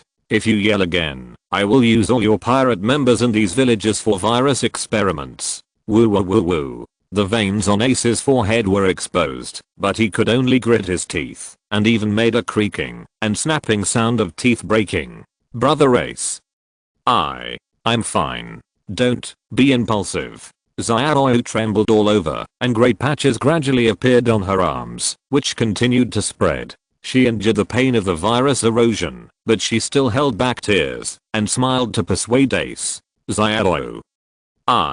The more this happened, the more distressing it was. Ace's face was full of despair, and the whole person seemed to be grey. Yamato was also full of indignation, staring at Quinn, but Quinn was smiling, shaking the virus box in his hand. "Yes, don't be impulsive. The life and death of your friends are in your hands now, Ace. She is just an insignificant little girl now. You don't want all your friends to taste the virus. If you're listening to this novel on a channel other than Fanfic World, it means they downloaded and uploaded it without effort. We cordially invite you to visit our channel, Mundo Fanfic Novelos. There you'll find the original version of this story and you can explore many other novels of various genres. We're waiting for you to immerse yourself in a world of incredible novels. Chapter 170, Frightened Quinn. "Damn it, I can't stand it. I must kill him." Through the power of the dream fruit, the 4 floating battleships hidden in the dream layer were secretly hidden inside. Hiyori Kazuki looked at the situation on the monitor and gnashed her teeth. What was displayed there was exactly the current situation of Quinn in the prison, and even the sound could be fully transmitted. The devil fruit ability jammer is not fully in place yet. If you take action now, there may be some unexpected situations, Stussy said to Hiyori Kazuki while sipping red wine, but after seeing Hiyori Kazuki's almost violent eyes, she shrugged. "Oh, there's really nothing I can do about you. How about this? As long as you can get the boss's warrant, you can go and do it directly." "Okay, I'll go find him now." Hiyori Kazuki gritted her teeth, turned her head, pushed open the door, and walked out. But the slower she walked, because she suddenly remembered something. It seemed that her mother, Toki Kazuki, was now serving Vegapunk as a maid. After that awkward night, she and her mother had never met each other. Even this time, on the floating battleship, she had been avoiding Kazuki Toki because she didn't know what to say when they met. Should she ask her mother if she was comfortable? Kazuki Hiyori didn't think she was that thick-skinned. Never mind. In this situation, why think about so many other things? Stamping her feet, Kazuki Hiyori made up her mind to speed up and came to the door of Vegapunk without hesitation and pushed the door open and walked in. "Ah. Hi. Hiyori." In the room, Kazuki Toki, with a red face, hurriedly straightened the collar of her kimono, pulled up the clothes that had slipped off her shoulders, and covered her chest. Vegapunk retracted his hands that were making trouble, glanced at Kazuki Hiyori, and asked in a strange voice, "What are you doing here?" Kazuki Hiyori had been avoiding Kazuki Toki at the beginning. What happened now that made her suddenly come here? Kazuki Hiyori's face was also burning, and she hurriedly lowered her head. She didn't expect that she would see an embarrassing scene when she came here. His mind went blank for a while. Then Hiyori Kazuki reacted and said hurriedly, "Lord Vegapunk, I want to go to the Beast's Pirates to rescue people now." "Save people? Who to save?" Vegapunk asked, and without waiting for Hiyori Kazuki to answer, he waved his hand casually and activated his electromagnetic ability. Immediately, a large number of computer records poured into his quantum chip. "I see. That guy Quinn hasn't made any progress in all these years." After learning everything from the electronic records, Vegapunk shrugged helplessly and looked at Hiyori Kazuki. "Okay, I'll go with you to take a look. I just want to see my old friend Quinn." Anyway, the internal debugging of the 4 floating battleships has been completed, and the chakra seal array can be set up. In addition, the internal ceased and factor radiation device has basically been started, so all that's missing is a debugging process. By the way, you should take your equipment first. Vegapunk took out a collar-like device from his hand and handed it to Hiyori Kazuki. "This thing is worn around the neck to resist ceased and factor radiation to avoid accidental injuries." "Ah, my lord, don't you have any other form of device?" Looking at the collar in his hand, Hiyori Kazuki asked somewhat shamelessly. Vegapunk shrugged. "Yes. For example, this ring on my hand, but all these devices require DNA testing before they can be used, so the only one you can use is the one in your hand." It turns out that this guy made it look like this on purpose. Kazuki Hiyori looked at Vegapunk angrily, but there was nothing he could do, so he could only put the collar on his neck. Seeing that Kazuki Hiyori was about to leave with Vegapunk, Kazuki Toki, who was standing behind, finally couldn't help but said hesitantly, "Lord Vegapunk and little Hiyori, you have to be careful. Don't worry, it's just a group of Beast's pirates. Not to mention that we are not facing Kaido now. I just went to find an old friend to reminisce about the past." Vegapunk waved his hand, and as for Kazuki Hiyori, she just lowered her head and blushed, and then left with Vegapunk. Seeing Kazuki Hiyori leave, Kazuki Toki breathed a sigh of relief, and the look between her eyebrows was slightly relaxed. In Kazuki Toki's heart, she had always been afraid of Kazuki Hiyori's opinion of her, but now it seems that it is not so bad. But thinking of this, Kazuki Toki sighed again. In this situation, what choice do mother and daughter have? In the dungeon, at this moment, half of Xiaoyu's body has turned grey and white. She lies on the ground with a painful expression on her face. The toxin should have entered her brain nerves now, right? She will soon become a source of viral infection that kills and bites people crazily. If you don't join the Beast's Pirates, your fellow pirates will suffer the same fate. Hearing Quinn's harsh voice, Ace's tightly clenched palms were covered with blood, and there was a bit of despair in his eyes. "You bastard, how dare you poison a little girl? You bastard, Ace, don't listen to him. Even if we die, we would rather die than let you join the ranks of such bastards. Kill us all, if you have the guts. Even in hell, we will curse you. Beast's Pirates, the prophesied time is coming. You won't last long in Wano country." Listening to the roars of the villagers and the Spade Pirates, Quinn picked his ears, looking nonchalant. "We and the Beast's Pirates are not going to take you in. What are you yelling about here? Ace, have you thought it through?" Looking at Ace's sweaty forehead and struggling expression, even Yamato didn't say anything. In this situation, no matter what choice he makes, it will be like hell for Ace. "Really? It's been such a long time since we last met, but you're still so useless, Quinn." A faint voice sounded behind Quinn. Quinn, who had no idea what was happening, was shocked and turned his head immediately. He saw 2 figures appearing behind him like a dream. A handsome blonde boy and a beautiful green-haired girl appeared in the prison at the same time. Quinn tilted his head and looked at the beautiful girl with an obsessed look on his face, completely forgetting the shock he had just received. "She's so beautiful. Miss." Please give me a chance to pursue her. Vegapunk's forehead was covered with a few black lines. This guy is still as unreliable as before. Kazuki Hiyori had an even colder face. No. Get out. Fat pig.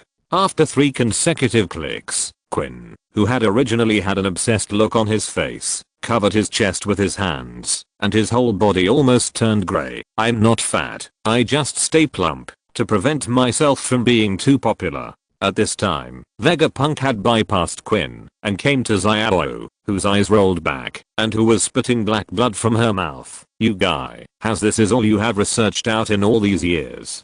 Who are you, kid? How dare you talk about my invention? Quinn, who was just disappointed, now asked with a dissatisfied face, but saw Vegapunk stretched out his hand and grabbed it, and a test tube of blow liquid appeared in the air. It should be this kind of antidote. The lethal effect is slow, and the only way to spread is by biting. The most important thing is that the detoxification idea is still the same as your ice ghost potion. It's too easy to remove the toxin. The only advantage is that even after detoxification, it is easy to cause permanent damage, but it is also easy to repair. I really don't understand why you made this kind of potion. While talking, Vegapunk did not inject the potion directly into Xiaoyu's body. He just opened the stopper of the blue potion and put it under Xiaoyu's nose for her to smell. In an instant, the grey-white dead spots on Xiaoyu's body stopped spreading and then began to transform directly into a healthy ruddy skin color.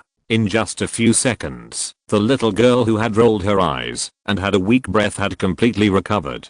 How is this possible? You, who are you? Quinn just felt that Vegapunk's criticism of him sounded familiar, and then he saw that Vegapunk easily cured Xiaoyu, and even the so-called sequelae completely disappeared. Seeing this, Quinn's eyes widened into toad-like shapes, protruding several centimeters. His chin dropped to his instep. Quinn was not surprised that the virus could be cured. Although his virus looked powerful, the medical skills in the pirate world were also abnormal enough. In other words, it could be called black technology, so there would be no problem if it was cured. The even more abnormal ice ghost virus took a certain reserve of 100 berries more than 10 minutes to produce anti-venom serum. If the other party had known about this for a long time, it would be normal for them to produce universal anti-venom serum. However, the other party did not only produce anti-venom serum, but also cured various physical injuries caused by the virus. To be precise, it was after the nutrients of the virus were decomposed and replenished into the flesh and blood that the originally injured body was fully restored. This level was almost beyond Quinn's imagination. Coupled with Vegapunk's impolite words at the beginning, Quinn suddenly had a bad premonition. The figure of the blonde boy in front of him seemed to overlap with a scientific genius like a big-headed doll. No, how is it possible? Vegapunk is uglier than me. It is impossible for him to become a blonde beautiful boy. Quinn shook his head and muttered to himself, but he didn't notice that Kazuki Hiyori, who was standing next to him and looking at him with indignation and disgust, changed his expression after listening to his muttering and turned into gloating, even with a bit of pity. Vegapunk is not a generous person, or other aspects are okay, but in terms of appearance, because of the psychological shadow left by the past, this guy is very sensitive. If Vegapunk is really annoyed, his tricks are much more terrible than Quinn's biochemical virus. Sure enough, Vegapunk's face looked unchanged, and his smile was much brighter, but that creepy feeling gave many people present goosebumps. Quinn, you bastard, you are still as unpleasant as before. You stole my research and ran away with those 2 idiots, Jayashi and Caesar. I spared you because you 3 have been my assistants for so many years. Now you are still talking about my previous appearance. BBB. Vegapunk. It's really you. You are not dead. This time, Quinn was frightened again. His eyes popped out and his soul was scared away. Exclamation mark. As a time traveler, Vegapunk is not like the Vegapunk in the original book, who is a naive and upright scientist who doesn't even want to study weapons. On the contrary, as an ambitious mad scientist, Vegapunk has suppressed his 3 assistants to death in terms of wisdom and means, and even made the 3 of them feel a little desperate about Vegapunk, otherwise they would not have run away directly. although Vegapunk was using them as experiments and wanted to brainwash them into tools. Otherwise the three would not dare to make up their minds to escape directly. But after suffering such a big loss, they only dared to escape and did not dare to resist directly. From this, we can also see their fear of Vegapunk. Quinn, who reacted, said nothing and waved his hand directly. They dared to run to the prison to rescue the prisoners. Little guys, hurry up and catch them for me. While speaking, Quinn himself retreated step by step. He had already understood Vegapunk's action mode. Quinn knew very well that, since he had already met Vegapunk, it was almost time to be the general. Should I change my boss? Boss Kado always feels a little weak against Vegapunk. Although it is no problem for Boss Kado to kill a big-headed doll with one punch in a fight, if Vegapunk is prepared, Boss Kado can't stand it. Quinn secretly groaned in his heart. Not to mention other things, just 8 years ago when the Navy besieged Vegapunk, a Navy admiral died at that time. Just based on this point, we know that Vegapunk definitely has technological weapons that can kill the 3 admirals of the 4 emperors. Now another 8 years have passed. God knows what kind of progress this guy's technological level has made. He really doesn't think the Beast's pirates will win. However, the ordinary soldiers of the Beast's pirates don't know this. After hearing Quinn's words, they immediately rushed up without saying a word. Vegapunk rolled his eyes and patted Kazuki Hiyori on the shoulder. Leave it to you. Chapter 171. Intimacy and Escape. Teo and 10 punches Dragon Flash. Kazuki Hiyori drew his 2 swords and killed everyone. Those ordinary members of the Beast Pirates were naturally defeated in an instant. To say that Kazuki Hiyori's strength is not very good is to compare with Kado, the 4 emperors. Of course, the miscellaneous soldiers under the 4 emperors can't be the opponent of Kazuki Hiyori. Even Jin, the enhanced version of the Big Mouth True God Fruit, dare not say that he will win against Kazuki Hiyori, let alone these unnamed subordinates. However, the chubby Quinn did not expect his men to stop Vegapunk. When the battle started over there, Quinn had already run away without a trace. Vegapunk and Kazuki Hiyori did not stop him. When Vegapunk came down, the 4 floating battleships on the periphery had formed a barrier. The entire Onigashima Island was now neither allowed to enter nor leave. Even if Quinn wanted to escape, he had nowhere to run. It only took Hiyori Kazuki more than 10 seconds to deal with a group of minions. After everyone was cleared, Vegapunk clapped his hands and opened the doors of all the cells. Awesome. Is there such a powerful samurai in Wano country? Yamato was the first to jump out, looking at Hiyori Kazuki with surprise. Hiyori Kazuki also glanced at Yamato, but just snorted coldly. During this time on the floating battleship, Hiyori Kazuki had already known the details of all the important figures of the current Beast's pirates, and naturally knew that Yamato was an Oden fan. However, the reason why Hiyori Kazuki was unwilling to give Yamato a good face was not because Yamato was Kado's daughter, but because Yamato wanted to be Kazuki Oden every day. That is, she wanted to be her father. After all, the current Hiyori Kazuki had completely changed from the experience in the original work, and her personality had naturally changed a lot. Of course, she couldn't stand having an extra father on her head. If it weren't for the fact that Yamato was in the same camp as her, and it seemed that she had some problems with her intelligence, Hiyori Kazuki would have taught her a lesson long ago. Ace ignored Yamato, who was pestering Kazuki Hiyori, and ran to Zayao's side immediately. Seeing Zayao open her eyes and slowly wake up, he burst into tears of joy. Huh? Brother Ace, are you dead too? Everyone is here. Were you all killed by the Beast's pirates? But it's not bad to go to hell together. Hearing Zayao's confused question, Ace, who had been crying, suddenly burst into laughter and said, "Don't worry, Zayao. No one is dead. You were also rescued by Mr. Vegapunk." Huh? Zayao, who reacted, touched her heart, felt the warmth of her skin and the beating of her heart, and suddenly opened her eyes wide and jumped up. "Oh, I was rescued. Good people are really rewarded, right?" When she turned her head and saw the blonde Vegapunk, her face blushed, and she bowed respectfully. "Thank you for saving me, brother Vegapunk." "What kind of weird name is that?" "Forget it," Vegapunk said helplessly.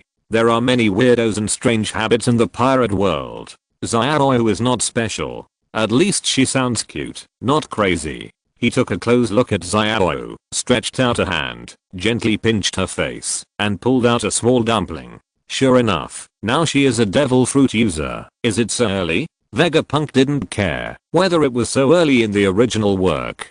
Vegapunk was quite curious about this dumpling fruit. The origin of the dumpling fruit obviously came from the legend of Momotaro.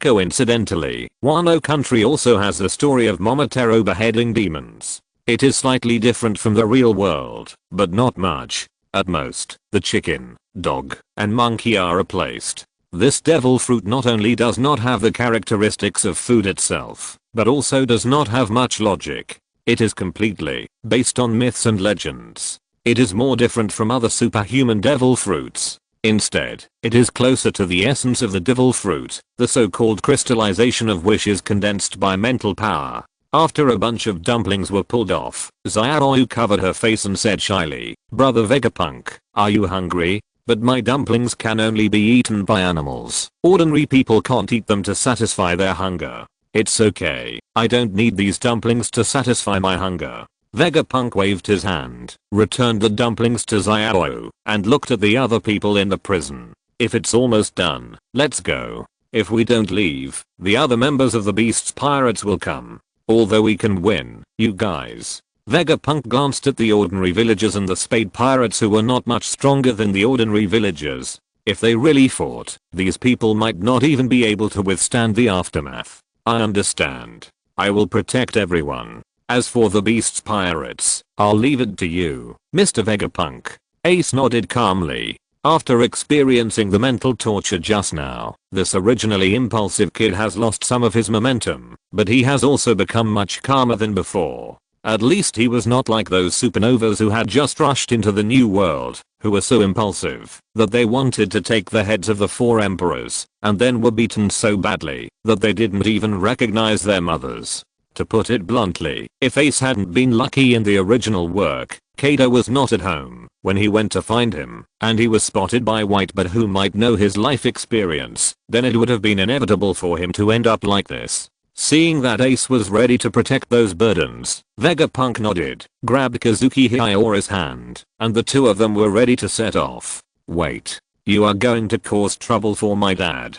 Take me with you." Yamato quickly stretched out her hand and asked. Vegapunk glanced at her and nodded. "Then come with us. By the way, you should be an artificial devil fruit user." "Huh? How did you know?" "My devil fruit ability is made by imitating my dad's blue dragon fruit. According to my dad, it cost a lot of money, but the dragon I turned into is pink. It feels so weird. The maker my dad found must not be good enough." With a snap, Yamato's head hurt. A big bump had been knocked out by Vegapunk's hand knife. Yamato, with tears in his eyes, was immediately angry. "What are you doing?"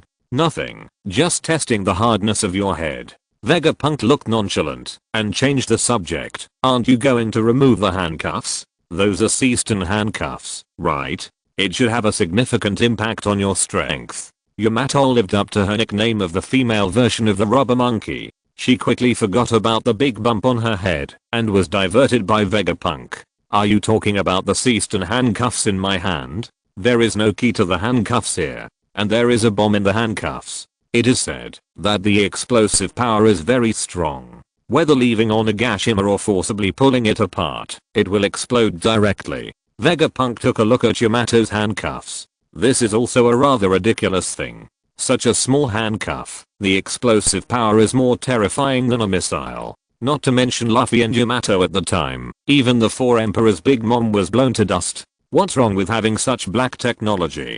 Kaido made a bomb for his daughter.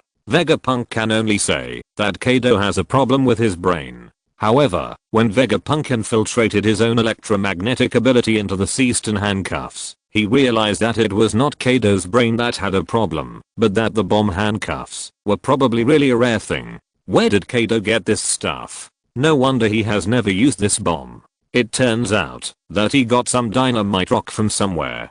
Dynamite rock can be regarded as a small nuclear bomb in the pirate world. Its effect is dozens or hundreds of times stronger than ordinary explosives. However, this thing has no way to be stable. If it is processed, the most likely thing is to blow itself up, so it can only be used as a bomb in a rough way. This is also the reason why the Navy rarely uses this bomb. It is dangerous to store, difficult to use, has a small output, and is not easy to mine. These are all its various defects. Vegapunk also asked the world government for some dynamite rock for experiments, but soon, Vegapunk gave up this thing. After all, compared with nuclear bombs, hydrogen bombs, and even cobalt bombs that are easy to manufacture with complete theories, dynamite rock can only be regarded as a younger brother. In terms of the difficulty of production, dynamite rock is even more violent than those radioactive materials. It will explode almost when it comes into contact with air.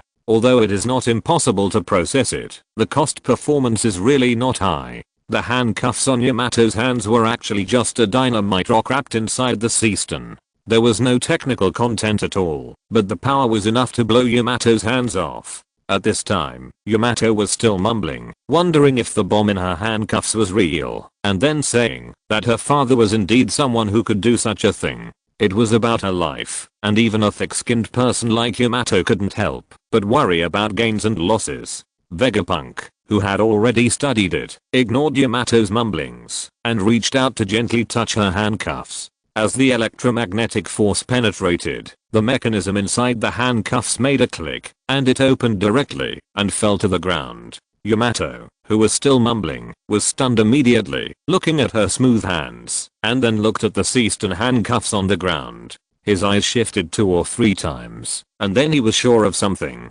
It's been unlocked. Without paying attention to the stunned Yamato, Vegapunk looked outside, as if he sensed something, and waved his hand. Come with me. There seem to be a lot of people outside. They must be the cannon fodder called by Quinn. As he spoke, Vegapunk ran the program in the quantum chip, and strange brainwaves spread. Yamato looked dazed for a moment, and then looked at Vegapunk again, and suddenly felt extremely kind. The gratitude that originally derived from the unlocking of handcuffs was instantly magnified many times. He felt that the blonde boy in front of him was so pleasing to the eye that he couldn't help but hug his head. Thank you so much. Now I'm finally free. Are you the captain of the pirate group? Do you think I can join? Vegapunk tried hard to pull his head out from Yamato's chest and said unhappily, sorry, I'm not a pirate. There are countless tall people in the pirate world, and Yamato, who is over 2 meters tall, is naturally one of them. Vegapunk adopted the Cavendish gene, so although he is not short in height, he can only be regarded as a tall man among ordinary people. Yamato stretched out his hand and hugged his head between the 2 balls. Not a pirate. Yamato was a little disappointed, but he quickly cheered up. It doesn't matter. If that's the case, I'll form a pirate group and you can be the vice captain. Not interested. Vegapunk rejected it outright, with a dead fish eye, and said with a lack of interest, if you are willing to be my subordinate, you can. If not, just stay somewhere cool. Huh. Why is that? Hearing Vegapunk's somewhat disdainful words, Yamato looked listless and said aggrievedly, okay. As long as I can leave here, it's not bad to be your subordinate. Looking at Yamato's performance, Vegapunk also had some ideas in his mind. It seems that his experiment was very successful. The backup plan arranged in the artificial animal devil fruit did have great control over these artificial animal devil fruit users. The artificial fantasy species like Yamato's restraint was relatively small, but it still made her feel very close. If it were those ordinary animal artificial devil fruit users, Vegapunk would be sure to make them all turn against him at a glance. With Hiyori Kazuki and Yamato, Vegapunk quickly left the prison gate. At this moment, many members of the Beast's pirates had gathered outside the gate, and most of them were cannon fodder found by Quinn. In fact, Quinn was still a little loyal to Kado. Although he packed his bags quickly, after finding cannon fodder, to block the prison gate, he also notified Kado. While preparing to slip away, he directly called Kado with a den mushi, telling Kado that a blonde boy who looked like Vegapunk had come, and that his uncle had come, so he might have to take a vacation for a while. Kado was not surprised at all by Quinn's desertion. First, Kado knew very well what kind of guy Quinn was. He bullied the weak, and feared the strong, and had no warrior mentality. At most, he was just a mad scientist. Secondly, Quinn's fear of Vegapunk was well known in the entire Beast's Pirates. When he first joined the Beast's Pirates, he was so scared that he couldn't sleep well, even when he heard the name of Vegapunk. It wasn't until a year or two after the news of Vegapunk's death that he got rid of this habit. It was normal for him to be scared away by Vegapunk now. Chapter 172. Beating. Quinn, you dare to run away from the battlefield. Just wait for me to beat you to death. Kado routinely threatened Quinn, who was about to run away because of his cowardice, and hung up the Den Mushi in his hand. He was not as angry as he said. After all, Kado always regarded this big boss under his command as a scientist rather than a combatant. Well, at most, after dealing with that Vegapunk, he would beat Quinn, the coward who ran away from the battlefield, half to death. Kado thought in his heart, and summoned his men. Vegapunk came to him. I'm afraid he wouldn't be a guest. After all, he had invited him several times before. Of course, what Kado thought in his mind at that time was definitely not a good thing. He just wanted to control this genius scientist. But through those few contacts, that Vegapunk was obviously not a good man. Otherwise Kado would not be so easy to talk to in the later period, because he found that Vegapunk was really hard to deal with. Now this guy who faked his death suddenly appeared in his lair. Even Kado himself didn't believe that he was here to pack him up and send him here. Lol. But this is interesting. Guys, follow me. Let's see how scary this guy is who can scare that weakling Quinn away. With a wild laugh, Kado turned into a giant dragon and soared into the sky. Following behind him, Jin also spread his wings without hesitation and flew beside him. At the same time, a large number of evil pirates on the ground also waved their weapons, screamed wildly, and rushed towards the prison of Onigashima after the giant dragon in the sky. The fastest one was a huge woman with wings on her back and a pterosaur head. She was Mariah, who had eaten the ancient spider fruit and now had the pterosaur fruit. Well, it can only be said that pillow talk is still quite useful. The effect of the pterosaur fruit is much stronger than the spider fruit. In addition to strengthening the body and surpassing the ancient spider fruit in strength and defense, it also has the ability to fly. At the gate of the prison, Vegapunk smiled as he watched the army of beasts rolling in from afar. It's really spectacular. It's worthy of being called the Beast Zoo. Now that I think about it, there should be 200 or 300 artificial devil fruits traded at the beginning. But now, those who took mine should all be returned. Let's cool down these animals first. Turn on the devil fruit ability jammer. After receiving the message transmitted by Vegapunk's electromagnetic waves, the 4 floating battleships floating in the dream layer in the air immediately began to operate. First, a complete semicircular sealing array locked the entire Onigashima. It was a powerful seal far beyond the 4 Yang array, and even applied some of the space power. Unless there were some special devil fruit ability users, even monsters like Kado and Whitebird would never be able to open it. A fat man who was about to leave Onigashima crashed into the ceiling wall with his botan man. His whole face showed a ghostly expression of a husky hitting a glass door. The whole person slowly slid down and almost fell into the sea. Damn it. Are you trying to kill us all? Vegapunk. You'll regret it.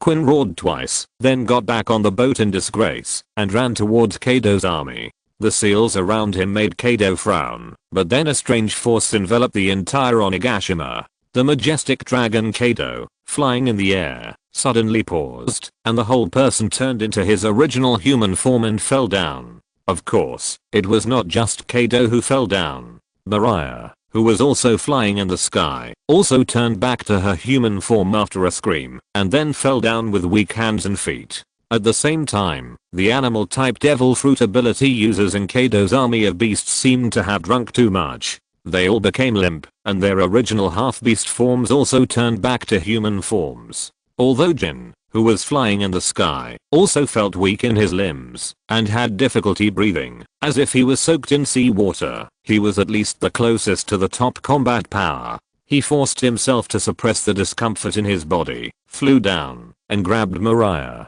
It's not that King is not loyal to Kado, but he knows very well that with Kado's physical fitness, falling from a height of more than 100 meters is no different from falling on the ground, and it might even be a fall on the ground with a sponge pad. Although Mariah is also a winged dragon fruit user, her actual physical strength is only the last among the 6 flying 6. If she really falls to the ground, even if she doesn't die, she will be seriously injured. After falling to the ground with a bang, Kado climbed up angrily, but found that his artificial devil fruit army was now all over the place and soft like noodles. The ordinary devil fruit abilities were not easy either. Although they could barely stand, their state was not quite right, and they looked like they had difficulty even moving. It can be said that the entire beast's pirates, except for the fact that they were not affected too much, King barely maintained some combat effectiveness, and the other devil fruit ability users were completely useless. Kado's face was dark. You know, almost all the strong men in the beast's pirates are devil fruit users. With this move by Vegapunk, Kado basically has no one to use except his soldiers. This feeling is similar to the seawater. Is this the confidence that Vegapunk dares to come here and act wild?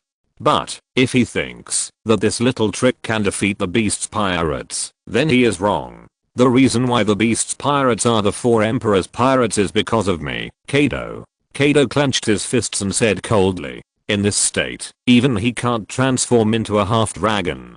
But it's just that he can't transform. The influence of the devil fruit ability jammer on his strength is not small, but not big. You know, even Luffy and Kid can preserve most of their physical strength under the suppression of low purity seastone, after mining seastone minerals for a period of time. Not to mention a monster like Kado, even with the highest purity seastone, it is impossible to completely restrict his combat effectiveness. The seastone factor released from the Vegapunk machine certainly cannot reach the level of high purity seastone, otherwise he would not have needed to plunder the seastone resources of Wano country. Generally speaking, the purity of these seastone factors can only be close to seawater, or even slightly lower, about the same as ordinary fresh water. This level of seastone factor is enough for ordinary devil fruit users, or even ordinary 3 disasters. But for a vice emperor of King Jin's level, it can only play a significant weakening role. For Kado, basically, except for limiting the devil fruit ability, the suppression of his own power is minimal. This makes you understand why we are called the Emperor of the Sea. But before Kado could make a move, a figure rushed over at the prison gate opposite. Kado. Die. Teo and 10 punch, Ryukari. The swordsmanship that combined Ryoma and Odin's 2-sword style turned into a perfect cross curve, which was chopped on Kado's chest on the spot, and he was instantly chopped more than 10 steps away. Gently touching his chest, and looking at the blood dripping on his hand, Kado was not angry at all, but showed an excited smile on his face. Not bad swordsmanship, a bit like Kazuki Odin. Who are you? I'm Kazuki Hiyori. Kazuki Odin is my father. Today I will defeat you, the evil dragon of Wano country. Huh. It turned out to be the little girl back then. Now you have such strength? It seems that you have been trained very well by Vegapunk. Kado said lightly, and clenched the mace in his hand. At this time, Yamato, who was standing behind Vegapunk, also came out with a mace in his hand, and me. Father, I want to defeat you too. Because Yamato has been wearing seastone handcuffs for many years, her resistance to the seastone factor is far greater than her current strength, not to mention that Vegapunk also helped her remove the seastone handcuffs. Although he is now also under the seastone factor, the pressure is only slightly stronger than that of the seastone handcuffs. For Yamato, who has long adapted to it, the impact on his combat power is not too great.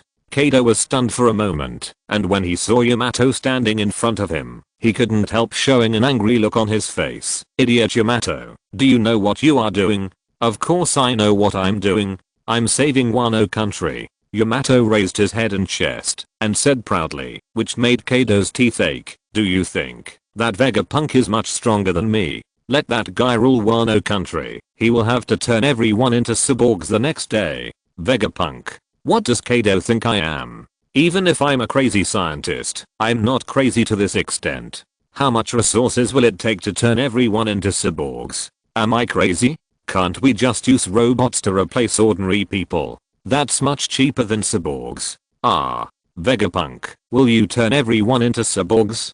Don't listen to your father's nonsense. He's mentally ill. Are you too? Even if we sell Wano country, we can't raise the money to transform everyone. The tenant of the Vegapunk family rolled his eyes and said, did you hear that? Vegapunk said he won't turn the people of Wano country into cyborgs, and he also said that you, Dad, are mentally ill. Kado. I think it's Yamato who's mentally ill. How could I give birth to a daughter like you? Kado was so angry that he stopped talking nonsense. He was not the kind of person who was very eloquent. Facing opposition, Kado was best at using his mace. Unfilial daughter, go to hell. Roaring thunder bagua. The mace carrying the sound of wind and thunder smashed down directly on Yamato's head. Yamato, who was eager to try, swung out the mace without hesitation. The two maces confronted each other in the air for a moment. Black lightning gushed out in the void, causing countless tiny cracks on the ground. After a moment, Yamato finally couldn't resist and was directly repelled 7 or 8 meters. However, she did not show disappointment on her face, but became more excited. I'm no longer the same person as before, father. I have untied the Seaston handcuffs, and now I'm 10 times stronger than ever. Today I will defeat you here. Puff. Just when she was halfway through her boast, Kado hit Yamato on the head with a backhand stick, which made her eyes black and blood flow. If Kazuki Hiyori hadn't slashed with 2 swords and forced Kado back a few steps, she would probably have been hit by a series of explosives again. After just 2 moves, Kado seemed to have aroused his ferocity. He laughed wildly twice and rushed up with his mace. In fact, although Yamato's resistance to the Seaston factor is stronger than Kado's, the gap between the two sides cannot be eliminated by such a small advantage. Yamato with Seaston handcuffs can kill Kado in seconds. Without handcuffs, he can only block a dozen more moves at most. However, Hiyori Kazuki, who was well prepared, was not weakened by the Seaston factor. The nanomachines implanted under the skin automatically emitted a position that rejected the Seaston factor, allowing Hiyori Kazuki to fully exert her peak combat power. Although Hiyori Kazuki in her peak state is definitely not Kado's opponent now, but when she joins forces with Yamato, she is not someone that Kado, who is now weakened, can easily take down. But it's just that he can't take it down easily. Facing the combination of the two, Kado danced with the mace in his hand and beat the two of them miserably. Woohoo. Well, I thought you would hold on a little longer. Seeing that Hiyori Kazuki had asked for help directly, Vegapunk couldn't just stand by and watch, so he took 2 steps forward and stood in front of the two. Are you Vegapunk? You haven't shown up for so many years, just to transform your body? Kado had never really seen Vegapunk, but he knew what Vegapunk looked like from Quinn's mouth. The Vegapunk in front of him didn't look like the big-headed doll in Quinn's mouth. After sensing the surging blood and the piercing sense of danger in Vegapunk, Kado thought he had found the truth. The reason why Vegapunk hadn't shown up in all these years was obviously that he had undergone some kind of transformation on himself. Chapter 173 Strength and Brains. Perhaps the modified body gave you some illusions. A true pirate has not only a perfect and powerful body, but also a domineering aura that swallows the world and a belief that he will never be defeated in 100 battles. Your biggest mistake is to fight me alone. After hearing Kado's words, Vegapunk tilted his head slightly. That, you seem to have made a mistake. I have always been very rigorous in my positioning. Why do you think that a scientist like me would come to fight a pirate like you? As he spoke, Vegapunk waved his hand slightly, and a large number of high-level mechanical warriors and biochemical weapons swarmed out of the prison behind him. At the same time, the outer periphery of the beast's pirates flashed with light, and a large number of creations made by Vegapunk instantly surrounded the entire beast's pirates. Damn. I was just kidding. Can you take these people back? Exclamation mark. Kado swallowed a mouthful of saliva. These robots did not look like ordinary soldiers at all. Under normal circumstances, the beast's pirates were not afraid. But now, Kado looked at his weak and helpless devil fruit users. Almost all the strong ones of the beast's pirates had eaten the ancient animal type devil fruits, and the second best elites had eaten artificial devil fruits. Now almost all of them were wiped out. Now the only ones who still have fighting power are the miscellaneous soldiers. Can you count on these minions to deal with Vegapunk's battle robots? Kado is not so naive. Wait. Kado suddenly waved his hand and spoke hastily. Kazuki Hiyori, you are at least the daughter of a samurai family. You won't attack an opponent who has lost his resistance. And Yamato, the Kazuki Oden you admire, is not the kind of person who bullies the weak. Kado himself is a battle maniac, and he is full of confidence in himself. He is not afraid of the siege of these robots, but it is too difficult for him to protect his men under the siege of these robots. It is easy for Kado to kill people, but he doesn't have the ability to protect so many people. His devil fruit ability is also not in this direction. If all his elite men died here, it would be no different from the beast's pirates being wiped out. Kado didn't want to be a commander without troops. Their opinions are irrelevant. As a scientist, I don't care about honor or disgrace. I even used such a weakening method.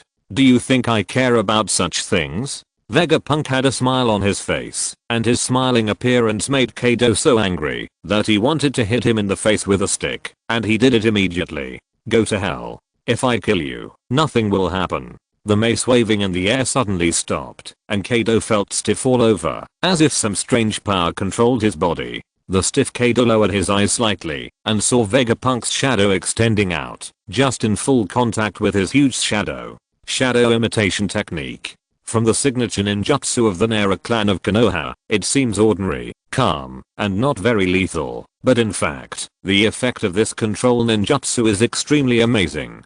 Basically, once a strong person of the same level is controlled, there is no chance to get rid of it, and it also has a huge restraining effect on stronger people. If there are partners around to help, even if the opponent is 2 or 3 levels higher, he will be taken away by strong control and critical hits, if he is not careful. In the world of Naruto, the shadow technique of the Nara clan is already famous. Most of the ninjas who have not just graduated from the ninja school know about this mysterious and strange ninjutsu. However, even with such a reputation, the pineapple head of the Nara clan is quite recognizable. Every year, there are still countless ninjas who fall to the shadow technique of the Nara clan. In addition to the high IQ inherited from the Nara clan, the shadow technique itself is indeed silent and hard to defend. Not to mention that this is the first time that the shadow ninjutsu has appeared in the pirate world, and it also comes with the effect of first sight killing, which naturally instantly controls the unprepared Kado.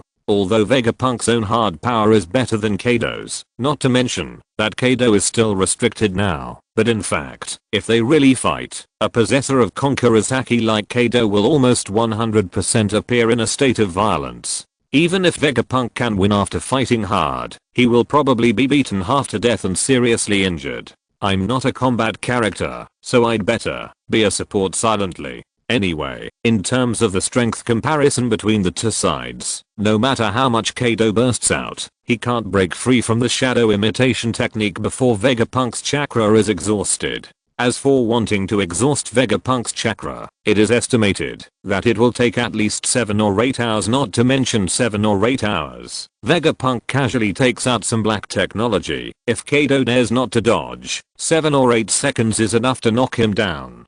Damn, bastard. What kind of weird devil fruit ability are you using? Let me go.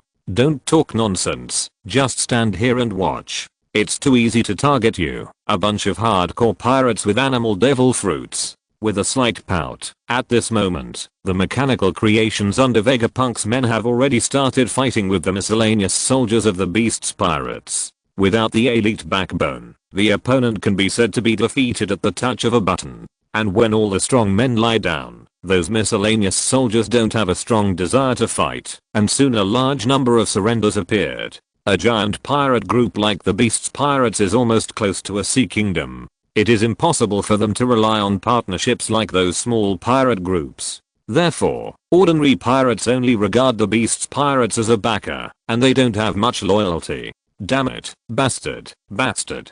Vegapunk, if you have the guts, let me go and fight me head on. The controlled Kado roared at the side, but Vegapunk looked indifferent and directly refused. Sorry, I'm a brain person. I don't want to wrestle with a muscle person like you.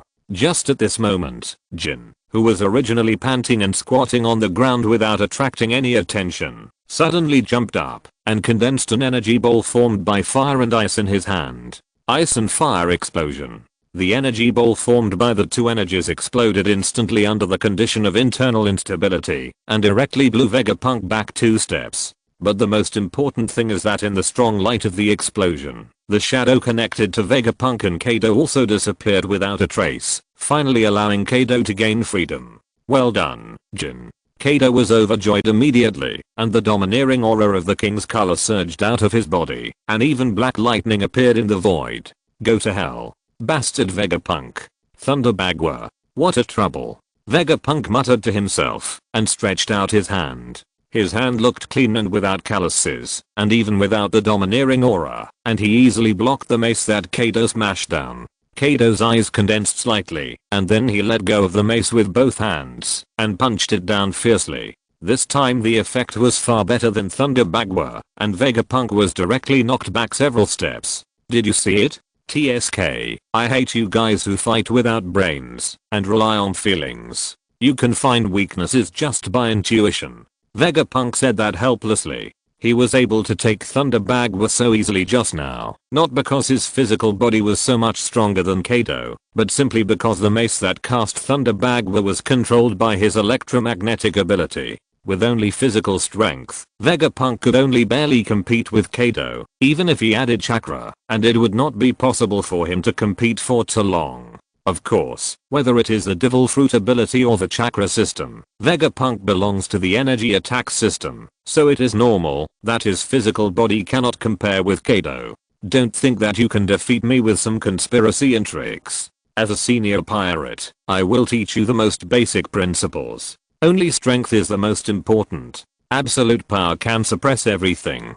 Kaido's expression was a little excited, revealing a ferocious smile, and a pair of big hands climbed up with dark domineering, even with a faint black lightning, vaguely breaking through the blockade of the Seaston factor, and growing fine dragon scales. Tilting his head, Vegapunk showed a funny look on his face. What you said makes sense. But the question is, do you have the so-called absolute power? It can't be said that the so-called absolute power can sweep away all conspiracies and tricks, but the requirement for absolute power is really too high. In Vegapunk's view, power can completely make up for the scheme, which is at least the gap between modern technology and the feudal era. Anyway, with Kaido's power, saying this will definitely make people laugh. HMPH. You are so sharp-tongued. When I catch you, you will know whether I have absolute power or not.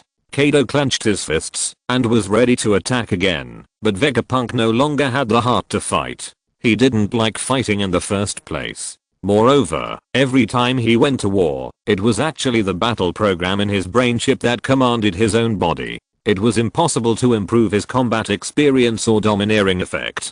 Vegapunk was unwilling to do something that would not only bring him no benefit, but also might get hurt. He casually stretched out his hand, and the strong electromagnetic field instantly turned into a wormhole, which spread out in an instant. Kaido's eyes were stunned, and then he reacted and became furious. Asshole. Do you still have any sense of shame? You actually ran away like this. Unfortunately, when Kaido rushed over, the wormhole had already wrapped Vegapunk, Hiyori Kazuki, and Yamato, and then disappeared in an instant.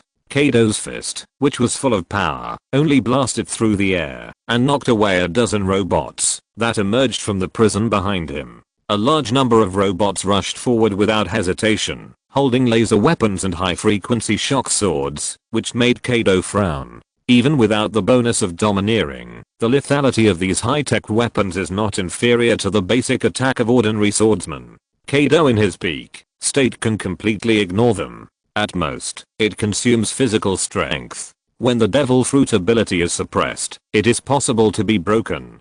Damn. After knocking away several robots again, Kaido had to use the armed color domineering to cover his whole body, and turned his head to look around. At this moment, the other members of the Beast Pirates have basically been captured by the robots. Those robots did not manage the miscellaneous soldiers of the Beast Pirates, but caught the soft devil fruit ability users one by one, and threw them into a mechanical teleportation array they made on the spot. Damn it, how many robots does this guy have? We can't just keep going like this. That teleportation array, is it a place to hold prisoners? Kaido frowned, undecided, but seeing that even the greatly weakened Jin was a little bit unable to hold on, he still made up his mind. If we keep fighting like this, I'm afraid even I will be exhausted to death in the end. These robots are a little too strong. The robots made by Vegapunk don't have any special features. Laser weapons and high-frequency shock weapons are used for attack, and high-strength memory metal is used for defense. Even if they are smashed to pieces, as long as there are other robots nearby to piece them together, they can regain their combat effectiveness as the memory metal recovers. Although Kaido has broken hundreds of robots after fighting for so long, his actual results may not be in the double digits. As long as the broken robots are not damaged in some cores, they can be fully restored by just piecing them together. But Kaido has already felt a slight decline in his physical strength. Even though the four emperors can often fight for days and nights, they can only rest while fighting, not use domineering defense and attack all the time. Not to mention the Seaston factor that covers the entire Onigashima, which has a great impact on Kaido, a devil fruit user, and makes his physical strength consumption rate increase by dozens of times. Under the influence of various circumstances, Kaido knows very well that he can only fight for 3 to 5 hours at most, and with the robots he sees now, 3 to 5 hours is definitely not enough for him to break through. Not to mention that the entire beast pirates have been captured and he, a four emperor, escaped alone. Does Kaido still have face? Under various circumstances, Kaido gritted his teeth and burst out with a strong domineering color entanglement again without hesitation, directly blasting away all the mechanical warriors on a route and rushing towards the teleportation array. As for where the teleportation array would take him, Kaido didn't care at all. Anyway, no matter how bad it was, it couldn't be worse than it was now. Even if he appeared in some cells, this strongest creature on land, sea and air was confident that he could escape. With the mace in his hand, the machine warriors who wanted to stop him were instantly knocked away. Then, Kaido plunged into the teleportation array. Chapter 174 After the Storm. This guy's really brave. It turns out that the more powerful the pirates in this world, the more stubborn they are. On the floating battleship, Vegapunk looked at Kaido who rushed into the teleportation array and couldn't help but marvel. Doesn't that teleportation array lead to the prison? Can it hold my dad? Standing next to Vegapunk, Yamato, who was originally looking around at the high-tech floating battleship, asked with some concern when he saw his father rushing towards the teleportation array on the screen.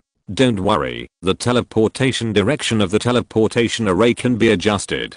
Kaido was definitely sent to the top level cell. It would be really strange if he could escape. Seeing Vegapunk's confident look, Kazuki Hiyori, who was about to ask about it, breathed a sigh of relief. Having spent quite a while with Vegapunk, Kazuki Hiyori had already established confidence in her heart. As long as Vegapunk was prepared in advance, he would be invincible. However, Yamato did not have such confidence. She said seriously, don't underestimate my father. He has a lot of experience in escaping prisons. Even the legendary Impel Down prison may not be able to lock him up.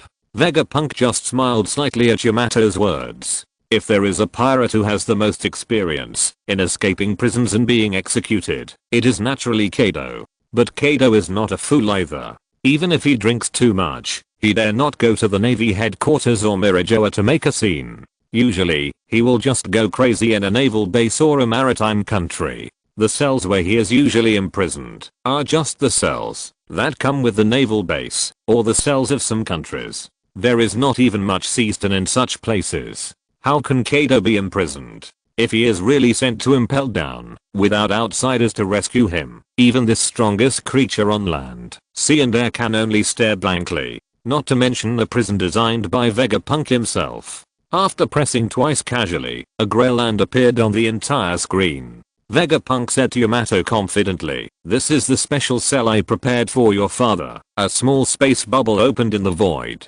This small space has 10 times the gravity, and the temperature varies from -50 degrees Celsius to 50 degrees Celsius during the day and night. The air is extremely thin, about half the normal air pressure. There is neither water nor food inside the space, nor doors and windows to leave. There is no way to leave, except using space ability. If your father can leave here, he must become a Super Saiyan 3. Yamato blinked her eyes. Although she didn't know what Super Saiyan 3 was, she knew that, no matter how powerful her father was, he couldn't break the void. He ate the blue dragon fruit, not a superhuman devil fruit like a door, window, or hole, and couldn't derive space ability. Even if he had a shocking power, what use could it have in a space with nothing but soil? Wait, without food and water, my dad will starve to death. Yamato said with his eyes wide open. Although the relationship between Yamato and Kado is very bad, Yamato doesn't want Kado to die. Even in the original work, Yamato was very sad when she knew that Kado really put explosives in her handcuffs, which shows that Yamato still has some feelings for Kado. In the original work, it was a life or death battle, so Yamato had nothing to complain about Kado's disappearance and suspected death. But in this situation, Yamato couldn't help but want to beg for mercy. Don't worry, I won't let such a valuable experiment die of starvation so easily. When he has almost no resistance, I will naturally take him out. After hearing what Vegapunk said, Yamato didn't care that his father was about to go to the experimental table and patted Vegapunk's shoulder with a smile. Great. Thank you for letting my father live. Kazuki Hiyori next to him looked at Yamato with a weird look. This guy just sold his father like this? Isn't it too easy to coax? Exclamation mark. Vegapunk's experimental subjects are of quite a few grades. People like Kazuki Hiyori and her mother can basically enjoy complete personal freedom. They only need to do some regular blood tests or use their own abilities to conduct experiments. There are no requirements at ordinary times. But for someone like Kado, even if he is not sliced considering his own cherishment, his experiment will definitely not be much better. With Kado's personality and arrogance, he would rather die than become a Vegapunk experiment. However, Kazuki Hiyori smiled slightly. What does it have to do with me that Kado has ended up like this? It's just a relief. About half an hour later, the Battle of Onigashima came to an end. All of Kado's subordinates who had eaten the devil fruit were captured, including King Jin, who had a certain combat power under the influence of the devil fruit ability Jammer. In the end, he was still captured by the endless mechanical army and those elite level powerful mechanical warriors. All the devil fruit ability users were tied up with a large circle of ceased chains and thrown onto the floating battleship. Except for Kado, there was no one missing. As for the miscellaneous soldiers of the Beast's pirates, except for the part that surrendered, all the others were annihilated by the mechanical warriors. These ordinary miscellaneous soldiers did a lot of bad things, and the most important thing was that they were of no value to Vegapunk, so naturally they were not liked by Vegapunk. Even those miscellaneous soldiers who surrendered, Vegapunk did not manage them much, but handed them all over to Yamato. In addition to Yamato, Kado once bought a large number of artificial animal-type devil fruits and created a group of animal-type devil fruit armies. In addition to the casualties in these years, there are still about 200 people left. This is also the backbone of the entire Beast Pirates, second only to the elite personnel of the Big Kanban and the Flying Six. These people ate artificial devil fruits with added ingredients and were easily influenced by Vegapunk. They surrendered all after just meeting Vegapunk and were handed over to Yamato by Vegapunk. It can be said that the artificial devil fruits that Vegapunk sold to Kado were basically recovered. Kado simply trained for Vegapunk and even gave one of his daughters. 3 days after the Battle of Onigashima ended, waking up from a sea of pink arms and legs, Vegapunk went to wash up in high spirits. When it was time for breakfast, the mother and daughter of Kazuki and Stussy, who looked ruddy and radiant, but a little sluggish and tired, came out. After breakfast, Vegapunk went straight to Hiyori Kazuki and said, "The matter of the Beast's pirates is almost done. The next matter of Wano country will be left to you." Hiyori Kazuki's spirits lifted, and a happy smile appeared on her face. "Really? My lord. Of course it's true. After all, you two have been so proactive in coming to my room every day these days. Don't I know what you are thinking?" After hearing what Vegapunk said, Hiyori Kazuki's face suddenly flushed.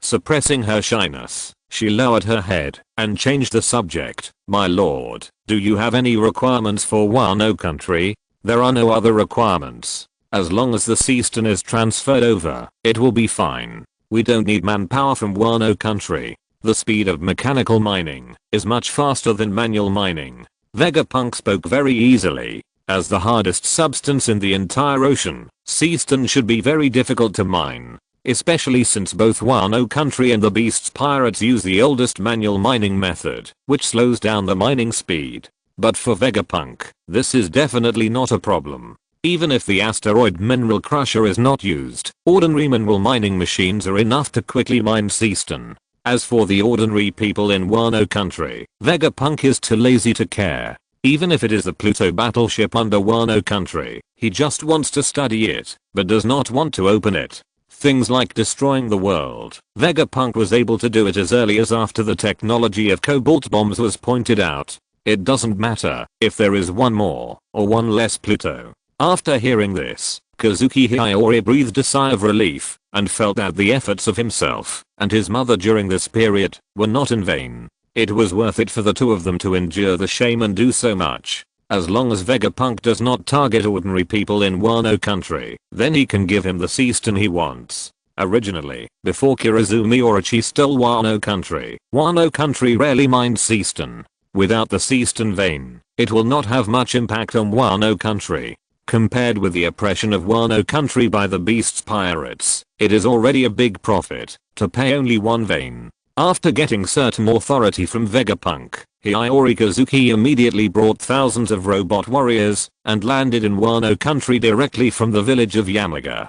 Following her were Ace and the Spade Pirates, as well as Yamato, an admirer of Kazuki Oden. When in Yamaga village, they even met Hiyori Kazuki's grandfather, Kazuki Sukiyaki, who was dressed as a Tengu. Kazuki Sukiyaki also donated a lot of his own weapons, but of course the effect was not great. Robots don't need any cold weapons, so Ace and the Spade Pirates took some weapons casually. Kazuki Sukiyaki's level is good, and those weapons are basically at the level of good swords, but the Spade Pirates don't have many swordsmen, so they can't play much power. Along the way, the so-called battle and armed parade are similar. Hiyori Kazuki waved the flag of the Kazuki clan, and Yamato turned into a pink dragon and flew over the team. The army under Kirizumi Orochi ran away without a trace before the battle started. In the end, Kirizumi Orochi even wanted to threaten to destroy the flower capital, but was caught on the spot by his samurai traitor, Sleepy Kyoshiro, also known as Dinjiro from the 9 Red Scabbards. Kazuki Hiyori, who had already received information from Vegapunk and knew that Kirizumi Orochi had 8 lives, chopped off Kirizumi Orochi's head without hesitation. After venting his anger, he asked the robot to take Kirizumi Orochi directly to Vegapunk. Vegapunk was very interested in this wonderful mythical beast. With Kirizumi Orochi's character, the treatment he enjoyed as a test subject from Vegapunk might be even lower than Kado's. In Hiyori's heart, this was much more painful than cutting him with a knife. In Vegapunk's laboratory, there were more than 1 or 2 hostile test subjects who were driven crazy by him. More than half a month passed quickly, and the turbulent Wano country finally calmed down. The beast's pirates were completely wiped out. In addition to those who had artificial fruit abilities, some of the beast's top carders finally succumbed to the trend and surrendered to Vegapunk. Of course, there were also many diehards who became Vegapunk's experimental subjects, but in any case, the entire beast's pirates had disappeared. The rule of Kirizumi Orochi also became history, and the Kazuki clan was restored. Although a female general came to power, Wano country had been ruled by Kirizumi Orochi for 20 years, and the people's standards for rulers had been lowered to the limit. Even if Kazuki Hiyori was a woman, she was much stronger than Kirizumi Orochi. Not to mention that Kazuki Hiyori herself was not weak, and there were also Dinjiro and the rescued Korematsu, who had been silently accumulating strength, and Ashura Daoji and others who supported her. With the name of the Kazuki clan, it can be said that it was easy for her to be a general of Wano country, both in name and in reality.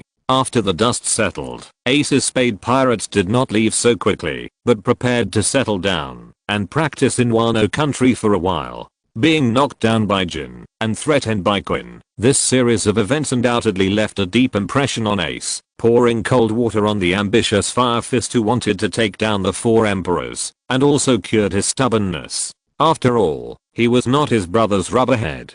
Besides, even if it was Luffy with a rubberhead, he would understand what it means to be a wise man after being manipulated by Big Bear and practiced honestly for 2 years, not to mention Ace who has a little more common sense than Luffy. It just so happens that Wano country is unique in the practice of armament haki, and Ace is also going to practice advanced training here and then make plans. I just don't know how long his calm thinking can last. In addition, Quinn, the unlucky guy, was finally dragged out by the robot. Although Quinn who had undergone many modifications to himself, had a high combat power, he didn't like to practice much, and he had no resistance to the sea-stun factor. He didn't make any waves at all, and was caught by those robots. Then, the moment Quinn saw Vegapunk, he immediately knelt down and surrendered.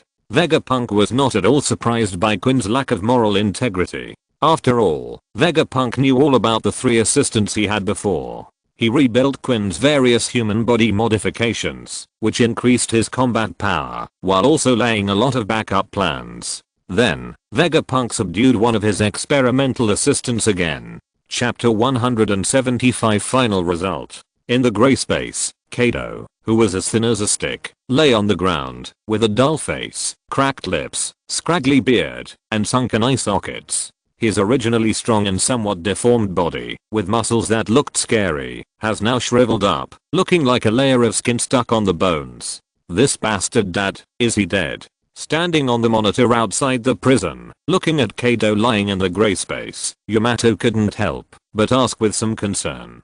Don't worry, I have his physiological monitor here. He just looks miserable now, but he actually uses the life return to suppress his energy consumption to the minimum. He is definitely not as weak as he looks on the surface. If you don't believe me, go in now. He can still fight you for dozens of rounds.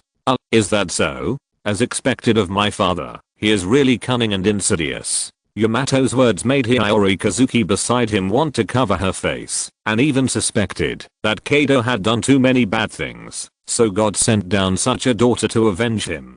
Vegapunk touched his chin, looked at Kado who was lying now, and estimated that it seemed to take too long to completely consume Kado. Even with the harsh conditions in that space, plus no water and no food, Kado could probably last for 3 months. If it were a normal deserted island, without water and food, Kado would probably last for half a year. After all, people in the pirate world are not as fragile as ordinary humans, let alone a monster like Kado. I don't have time to waste with him. Send a few high-level robot warriors to fight him. In his current state, it's probably enough to finish the fight. In the end, Vegapunk made a decision. After listening to what Vegapunk said, Yamato looked excited, clenched the mace in his hand, and asked excitedly, then can I go over too? I've wanted to defeat this bastard dad for a long time. Vegapunk took a look at Yamato. Well, the identification was completed. The standard father-son relationship in the pirate world. They are definitely biological children.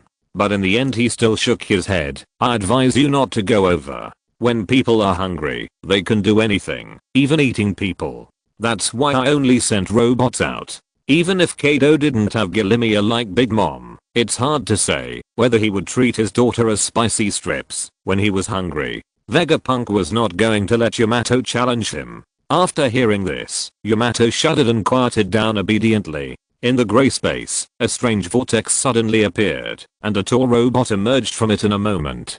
Golden armor, a helmet like a tyrannosaurus, sharp claws flashing with cold light, and a flexible and sharp streamlined body. It was the Battle Greymon, one of the 3 mechanical war dragons under Vegapunk, who was famous for his frontal melee combat power. Kado, who was originally weak and lying on the ground like a skeleton, suddenly let out a long breath, and a white air column gushed out from his mouth and nose like a long dragon, setting off a small storm in the entire gray space. With this deep breath, Kado's originally skinny body swelled up like an inflatable. Although it did not return to its original peak state and looked very thin, it was completely different from the skeleton-like appearance at the beginning. The originally blank eyes gradually became sharp and spirited, but Kado looked up and looked around, and then his expression changed. After seeing the Battle Greymon, his face was dark, and he punched the ground hard. Damn. You actually sent a robot to deal with me? The most important thing is that robots are not as flexible as humans. Even if he wants to escape from this ghost space, there is no point in threatening robots. War Greymon didn't care so much about Kado. His eyes lit up with blood red light, and the energy on his body surged. A pair of sharp claws had already chopped down on his head. You are just a robot, and you dare to look down on me? Kado roared wildly. Because he didn't bring any weapons, he clenched his fists and transformed into a half-dragon man, punching him. With a bang, the fist wrapped in the domineering color hit the chest and abdomen of Wargreymon, directly knocking this terrifying fighting machine away, but Wargreymon's sharp claws also chopped down directly, leaving 3 deep blood marks from Kado's shoulder to his chest. Even under the protection of the extremely sharp dragon scales and armed color domineering, facing the double claws with powerful high-frequency vibrations and the change of the nature of lightning chakra, it was only barely defended. The pain in the shoulder did not shrink Kado, but made him more fierce. In the wild laughter, Kado turned into a giant dragon, and a terrifying dragon flame sprayed out, hitting the flying Wargreymon. A vortex instantly appeared in the blazing flames, and all the flames were absorbed cleanly. Wargreymon walked out of the disappearing flames with an indifferent and tyrannical attitude. Between its chest and abdomen, there were 2 fist marks from Kado, which were also lightened a lot under the recovery effect of high-quality memory metal.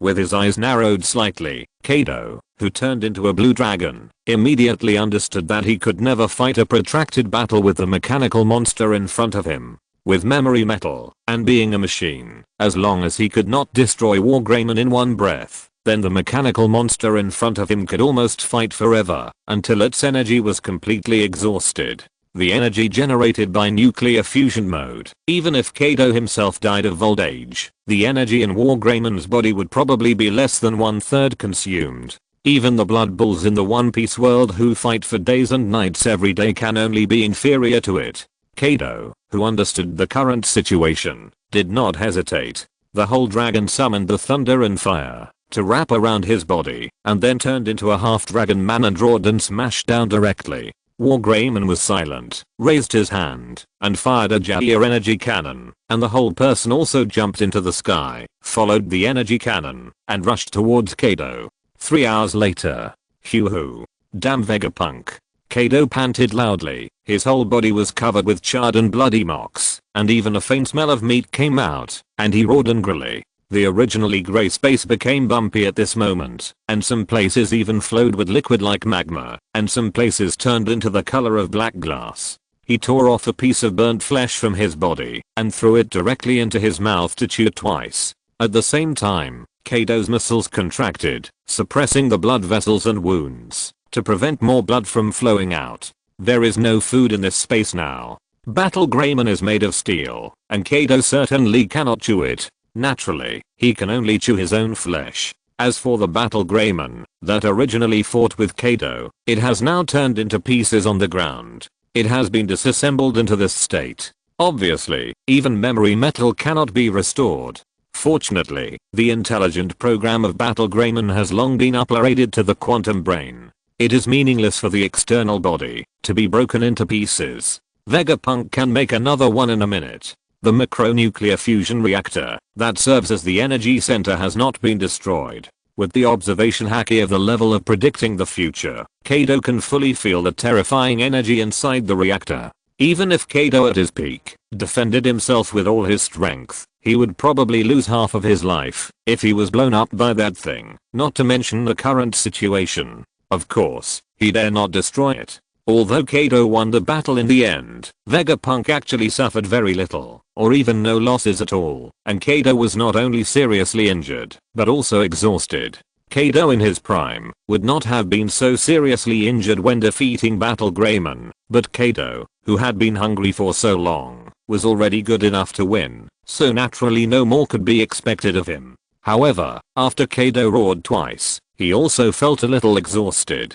He had been using life return to conserve his strength, and he might be able to hold on in the grey space for half a year, but now that he had fought with Battle Greymon, with his strength exhausted, and his body seriously injured, he had no hope of holding on for another 3 to 5 days. For a moment, even a hero like Kado felt a little desperate. It was a wonderful fight. Your father really had a trick up his sleeve. Fortunately, you didn't go in. After watching how Kado tore Wargreymon apart with his bare hands, Vegapunk said to Yamato beside him, while thinking about the next improvement plan for Wargreymon. How long will daddy be locked up? I think he can't hold on any longer. Why don't I go out and knock him out and bring him out? At first, Yamato was a little scared when he saw Kado go berserk and tear Wargreymon into pieces, but now seeing Kado looking seriously injured, Yamato couldn't help but be eager to try again. The day to defeat his father and completely turn the tables is today.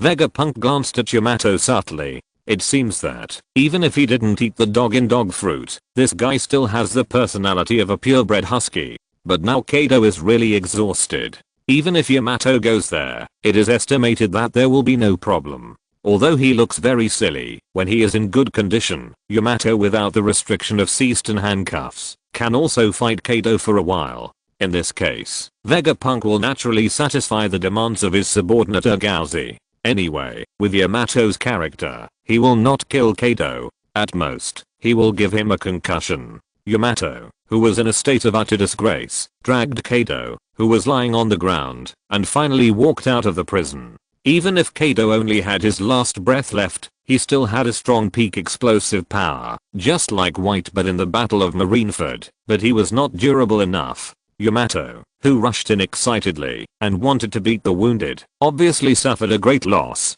However, after a round of outbursts, it was obvious that Kado could not hold on, so he was knocked unconscious by Yamato and pulled out. Looking at the bloodstains dragged out on the ground, Yamato obviously did not hold back at all. Kado was truly completely unconscious, or it would be better to describe it as shock. Very good, send this guy to lab 15. This is a very important experiment. By the way, before that, give him an injection of concentrated ceaston factor radiation agent, so that he won't run away. The concentrated ceaston factor radiation agent is hundreds of times more powerful than ordinary ceaston. So far, any devil fruit ability test subject under Vegapunk will lose all physical strength after just a little touch. Even if Kado is a little difficult to deal with, a direct injection is enough to disintegrate all his resistance. In the future, his own clones will finally have perfect materials. Although they have Kado's body materials, those materials also have a shelf life, and if they are cloned again with a clone body, the quality will drop significantly. Now it's good, no need to worry about the problem of high quality materials. In the future, the Iron Legion will be cannon fodder, and higher level soldiers can completely use these Kado's clones. Even without any domineering power, and without any training, Kado's clones will at least have combat power close to that of a vice admiral.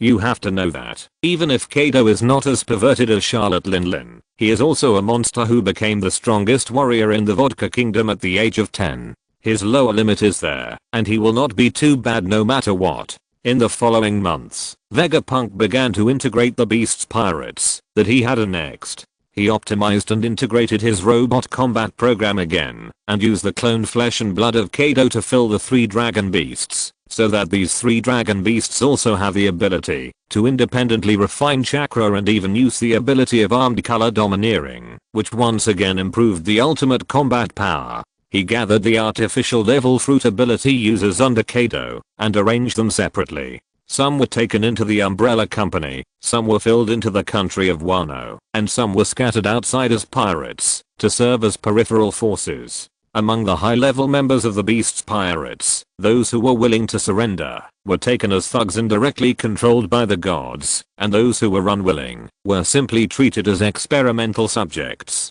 The physical strength of those who could be under Kado's hands was not bad, and they could be regarded as excellent experimental subjects. Most of the ceaston veins have been mined by Vegapunk. Machine mining is much faster than manual mining.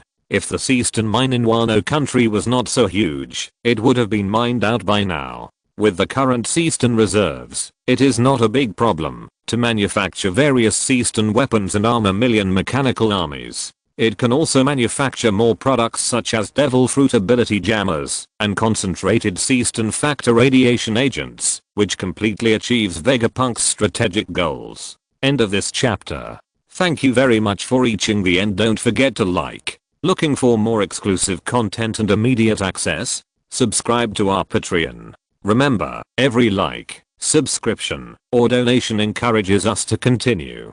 Thanks to everyone. See you in the next video.